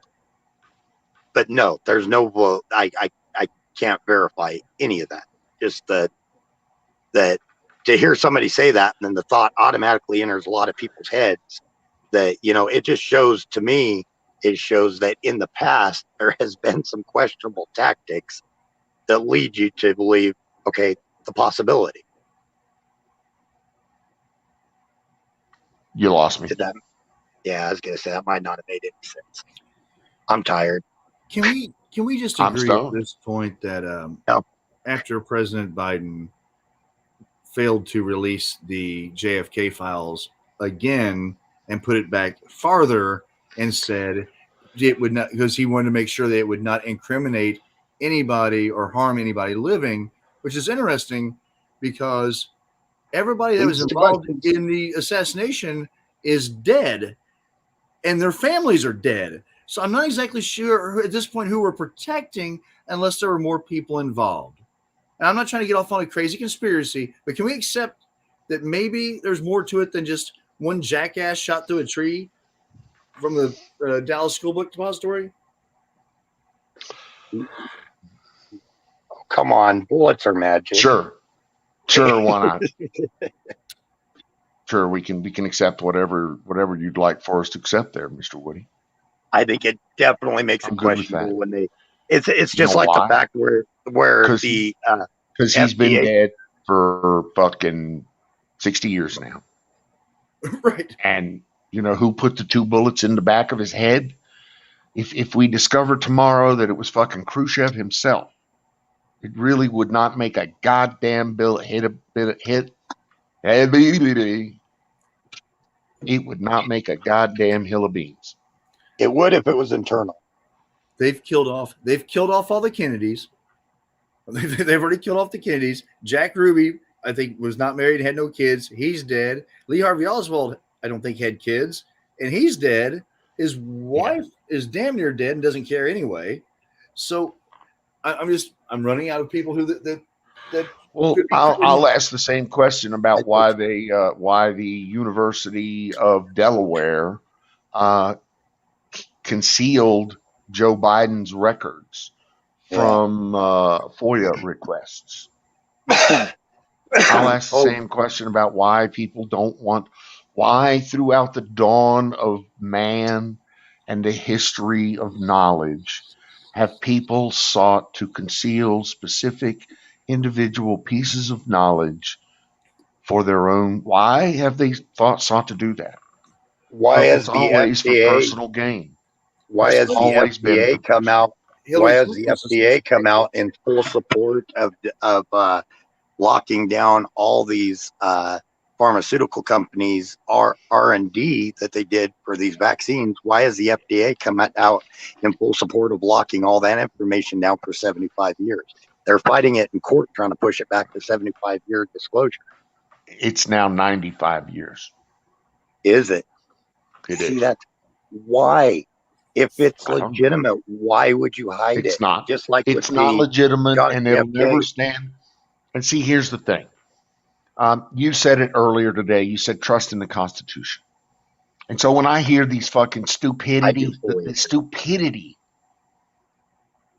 stupidity of some of this shit, just to think that you're going to hide for some amount of years, whatever that might be, the data that we're creating policy on, corporate or public health policy on, you're going to hide that for 100 years from the view of the people? Do you believe that's A, doable, B, constitutional, and it will pass the fucking Supreme Court? I mean, come on. Okay. Do you think it's possible? Negative, but the mere fact that they're trying shows that it's a commonly used tactic. Well, I will say this. I will say that it's possible, because it's crazy that what you're saying, which you're 100% right, it should never even be a thought. I mean, it's ridiculous. But I'm going to give merit to it in the simple fact that why are we also basing public opinion, policy, foreign policy, economic policy on something on a deal that has never, we have no data on either. So yes, we're on the back end, no data. Could not be more right. Doing this, you're absolutely correct. Presumption of data that's not there. Mm-hmm. You're right. Science is out the window, brother. Science Real quick, is gone. Take care, Nightingale. Nightingale, always fun. Care, Nightingale. Thank you, hon. Sorry about earlier. I apologize for everyone involved. Me too. I'm sorry, Nightingale. Can you guys give me enough time to freshen my drink and go to the little boy's room off audio? Right on. Well, if you're going to do off audio, it's different, but yeah, go ahead. Who came in with I'm gonna do it off audio. I'll be back in 2 shakes. Who is a new person? I can't. I was going to call him Fire in the Bowl. This is just me chasing here. Oh, hey, what's up, Jay? I'll join you when I get done coughing. Yeah, when he gets back in here, I guess we'll do that. Make it official. Yeah, I don't smoke, so I can't call the Fire in the Bowl. Yeah. Yeah, leave that up to pros. Yeah, I'm that guy of the group. That I mean, you can fire off the gun, and then everybody else is racing to hit their bowl. You know, you don't have to hit it. Exactly. You still call it. You in the Olympics, it's Carl Lewis that runs the race, baby. There's this guy that holds the gun. Elite, will you be my Carl Lewis? every day, always. You may be too young to even know who the hell Carl Lewis is. I just said that. I'm like, damn, I'm old. Yeah, I pretty much agreed with you, and I'm like, damn, I don't know who that is. Yeah. How old are you, Woody? I'm old enough to know who Carl Lewis won the gold medal for us in '84. I've heard the name. I know that name, and I'm 45. It's old, but not terribly. I'm a couple of years older than you. Okay, yeah. Yeah, I'm between 40 and 50. Nice. I don't like to give out. That's probably too much information I just gave out right there, but it's Yeah. not an exact number. I'm tired. I usually don't give out precise. I'm not good with numbers, so I won't remember anyway. There we go. See, I'm not good with names, so yeah. New person. Sorry, it'll take me a good 3 or 4 times chatting with you before I'll remember your name. I'm better at names from people that died 1,000 years ago than I am people I meet now. People I see on a regular basis, I won't remember their names, but I can come up with some random name of some cat that wrote a essay, about the fall of Pompeii. Nice. By the way, that's plenty the younger, I believe, did that. See, I struggle with the names. I can even with like different theories, I can state the theory, but I can't state what or I can state the context of the theory, but I can't state what the theory is called. So I lose a lot of people on it and everything. And they'll say this theory name, and then they'll be like, well, you don't know, you can't even name it. But I just cannot remember the names or the paradoxes and stuff like that. Just for some odd reason, they slip my mind. But if it's a number, I'll remember that. But I'm a very absent-minded person. My short-term memory kind of sucks. Exactly, Lord Skull. And he said 2 shakes. He's getting older. Let's be honest. Don's gonna have to give he's a 10 shaker at this point. He's not doing 2 shakes. Now Don is showing me, illustrating that he is using his finger to illustrate what he's shaking.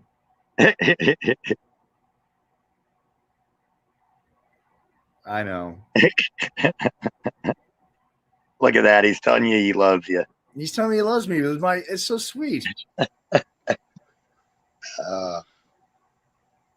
Age, IQ, number of legal white parents. You guessed it. Damn it.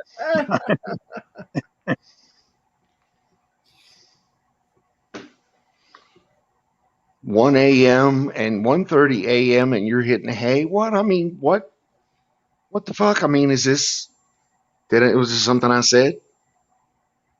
I think they were waiting on you to shake it. No, shake it some more. I think Elite has something as a proposition for you. What does Mr. Elite have to say? That's a bad and long sentence. I used context twice. I hear you. Elite said it's time for us to smoke a bowl. I should. That's a real good idea. I've been up since 5, and last night I only got about 4 hours sleep, so I'm dragging. But tomorrow I don't have to get up early. So my niece, she's 5. Cool. Awesome. Just got this today in the Christmas cards. I'm trying to find it a very prominent display on my desk. That age is fun too, because that's when they still think you as an uncle that you're cool before they get to the teenage years and find out you're not that. Yeah, that's how. Well, exactly where they hate you. Yeah, I hate you. Okay. Well, Don's great because they never hate their grandparents. They may hate their parents, but Don now gets to be the cool granddad, and that's a whole different deal. Oh man, you have no idea how much fun I'm having with this. So I'm going to build a pool for one of my nieces. I'm going to buy probably a $30,000 razor for one of my other nieces. just so they can, just so that, why? Just so they'll come down to my house and Nice. hang out. Nice. Am I buying them? Yes. Yes, I am. It's all good. And I've made I I've get it. made it quite clear to their parents that yes, I am buying their love. If you have a problem with that, speak now. Spoil the heck out of them when you can. Oh And yeah. yes, this will turn out to be your problem, not mine. Anyway. Fire is a bowl. Dun dun dun dun. Motherfuckers. Need coffee. See? Freshies. Woodhead. And yes, you got to remember, I'm older than all of you motherfuckers. So yes, it takes me 3 times to shake it. I'm all right with that.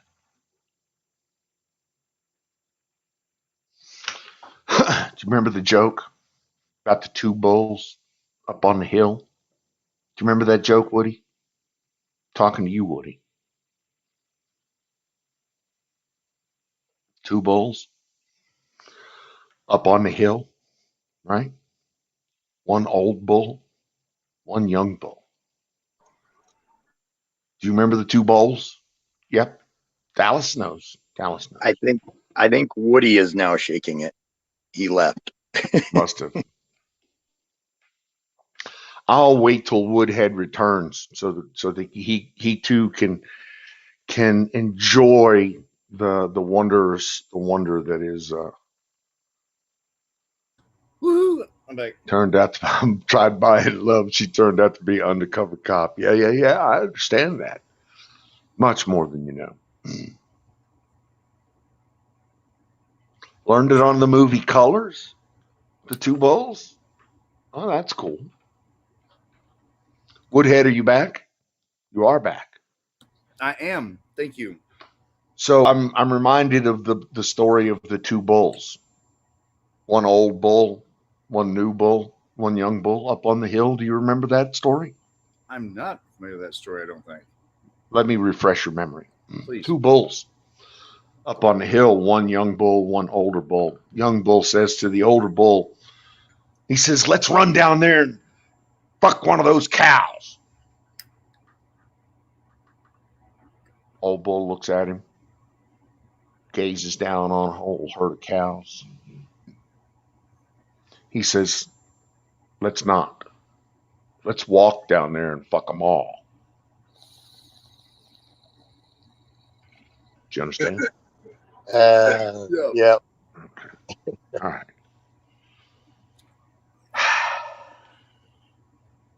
Anyway.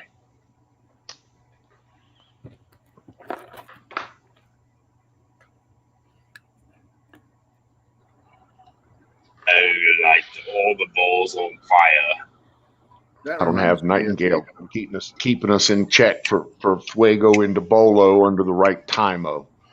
But I believe their Elite Popsicle can probably hook us up. Elite Popsicle, do you actually smoke cigarettes? I unfortunately still do. Just checking. Still a thing. Been doing it since I was 14. So Me also. I gave them up when I was about 45 years old. it's great. Good for you. I'm 45 and that's what I'm working on right now. I gave up the cigarettes. I'm down to just cigars now. But I still smoke weed. And while there's not as many carcinogens in weed as there are in or tobacco, commercial tobacco, weed is also part of my anti-cancer protocol. Yep.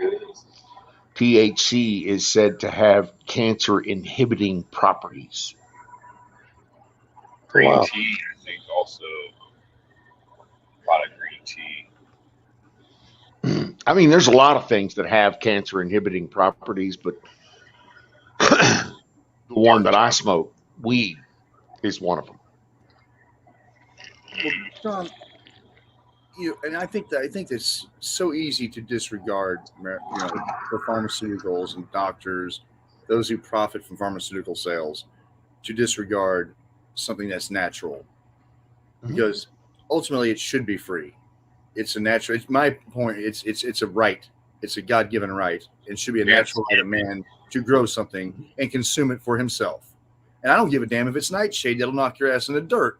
If you grow it and you want to eat it, you go for it, baby. Because guess what? There's no warning labels in nature. Warning believes in natural selection. But also nature wants to survive. The reason why we don't eat nightshade is because we all, life, people, whatever, all want to survive. So why is it that we want to go to something synthetic that has no soul and turn away from a natural substance that intuitively, by design, wants to survive? Well, because we can't. We can't build corporate infrastructure and make shit tons of money and employ hundreds of thousands or millions of people and pour billions into the coffers of both wealthy people, governments, ideologues, and various and sundry other groups that shouldn't be named here. That's why. Basically, ask the Grandmaster Globalists. They'll tell you why. Yeah, exactly. See, and I know there's some hypocrisy behind what I'm about to say, but I voted for wheat because I believe it's a natural thing. I believe they ought to be able to, you all, if you want to do it, you have access, you can do it. But I did not vote for mushroom this year, even though it passed. Did not vote for what? The shrooms, the mushrooms, legalizing. You shouldn't. Yeah, those are. Listen, that's just excess. Yeah. That's some really far left-leaning libtard fuckstain with nothing better to do than push his single myopic hard left agenda through a group of like-minded individuals to get it voted into law in a specific place. So, I got nothing for that. If there's proof that it's working for like PTSD and stuff, I don't mind it medically if it's under, something, if they prove it works, but not for recreational. I couldn't. And I think, once again, we go back to one, what's the conception we have of it? Well, the conception and experience I have with it is grabbing something at a Grateful Dead concert from a baggie and sticking it in my mouth. That is not a good way to go. However, you can, if it was regulated, taxed, and then you could also have it dosed correctly, it's a whole different deal. And see, then you deal with mental illness. It's not a guy eating a bunch of mushrooms under a bridge or going to a concert. He can microdose and take it accordingly.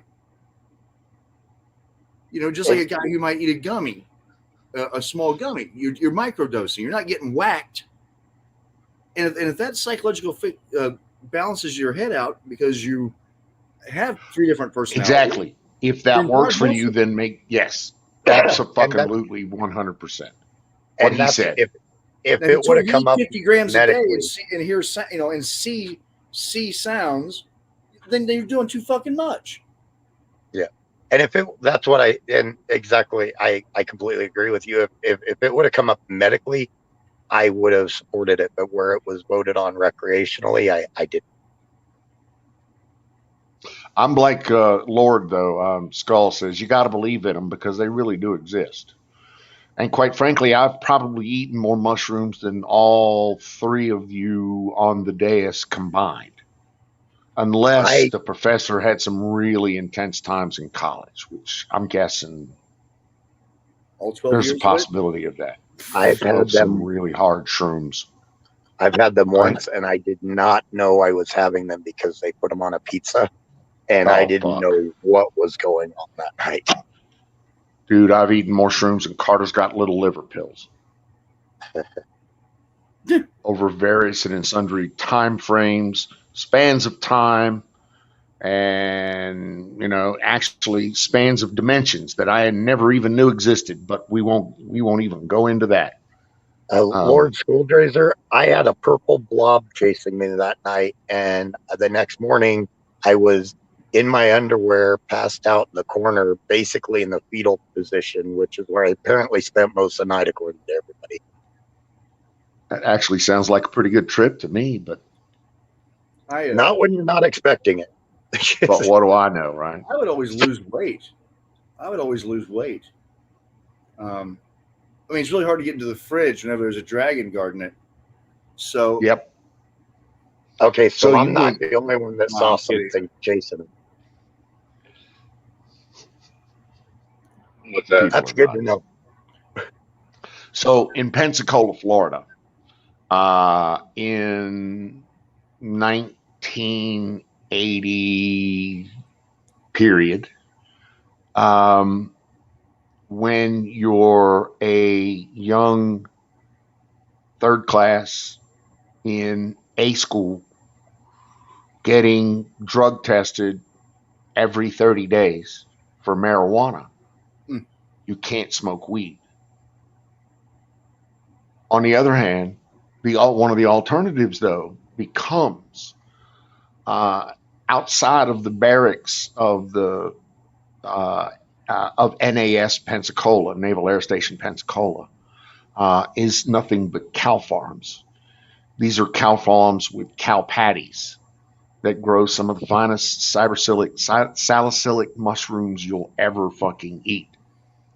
And so if you're on the morning shift, i.e. you go to school from 6 a.m. to noon, then you get up at 4 a.m. while the dew is still on these piles of shit. You gather all these mushrooms, you slice them, you dice them, you put them out on the edge of your windowsill to dry while you're in class that morning. And when you come back to noon class, you eat said mushrooms, have a couple beers, and wait for the fun to start, and wait for the purple blob person. Not that I know anything about this kind of shit. allegedly, yeah. I'm just, people told me some shit. See, I would like to. I think it would be great if I would have jumped in early. Well, if I would have had money and foresight. But whenever they legalized the mushrooms in Colorado, I think it'd be a great idea to have a therapeutic spa, high end, with a massage therapist, having a doctor on staff.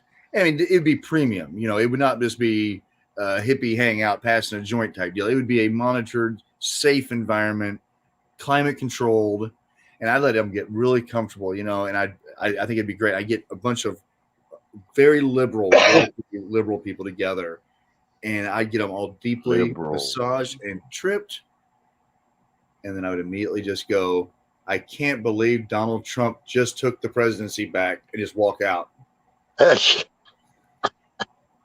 And then let the festivities begin. Make sure you videotape. You're a cruel, cruel man. Hilarious. Well, it's a cruel world. I'm a happy guy. Well, I guess that's why then. That's just mean. Why would you want to be like that? No, I wouldn't do that. No. See, you would do that. You just came out and told us you would do that. You'd have to change it up though. Like sometimes go screaming out of the office saying like aliens just landed on the White House lawn, and you'd have to change it up a little bit. Or go screaming out of the room, Donald Trump was just reelected. Oh yeah, like they'd been there for 3 months or 2 years. What the hell? Dude, it's 2024. Where have you Oh man. Donald Trump just won his 5th re-election in a row. 5th term in office. That's Look, right. see, you killed fucking Jason. Dude, even Jason without even without the shrooms, they like start clawing out their eyes and stuff. I mean, I've got it. And Trump just got back in office. Exactly. A Kool-Aid man had Antifa. Oh God. Hey y'all, I gotta run on you too. I gotta crash. I'm barely hanging in there. Yeah, it's late here too, man. I'm out. All righty, girls. I'm gonna bring the whole shooting match down. Blast Right tonight, on. guys. Blast tonight. Thanks, everybody. Had Yeah, such a thanks good for doing time, it. guys. Really, I very much appreciate you Same. hanging out tonight. Very much. Take care, Tomorrow y'all. night's terra- Safe. Y'all have a tomorrow wonderful night's time. terraforming for you nerds. Yeah, I say we Tomorrow do it night is again tomorrow. terraforming. So Yes, Google up. yes. Google up, bitches. Terraforming. Absolutely. Peace and love. See Love ya. everybody. God bless. Peace and love. Later, kids.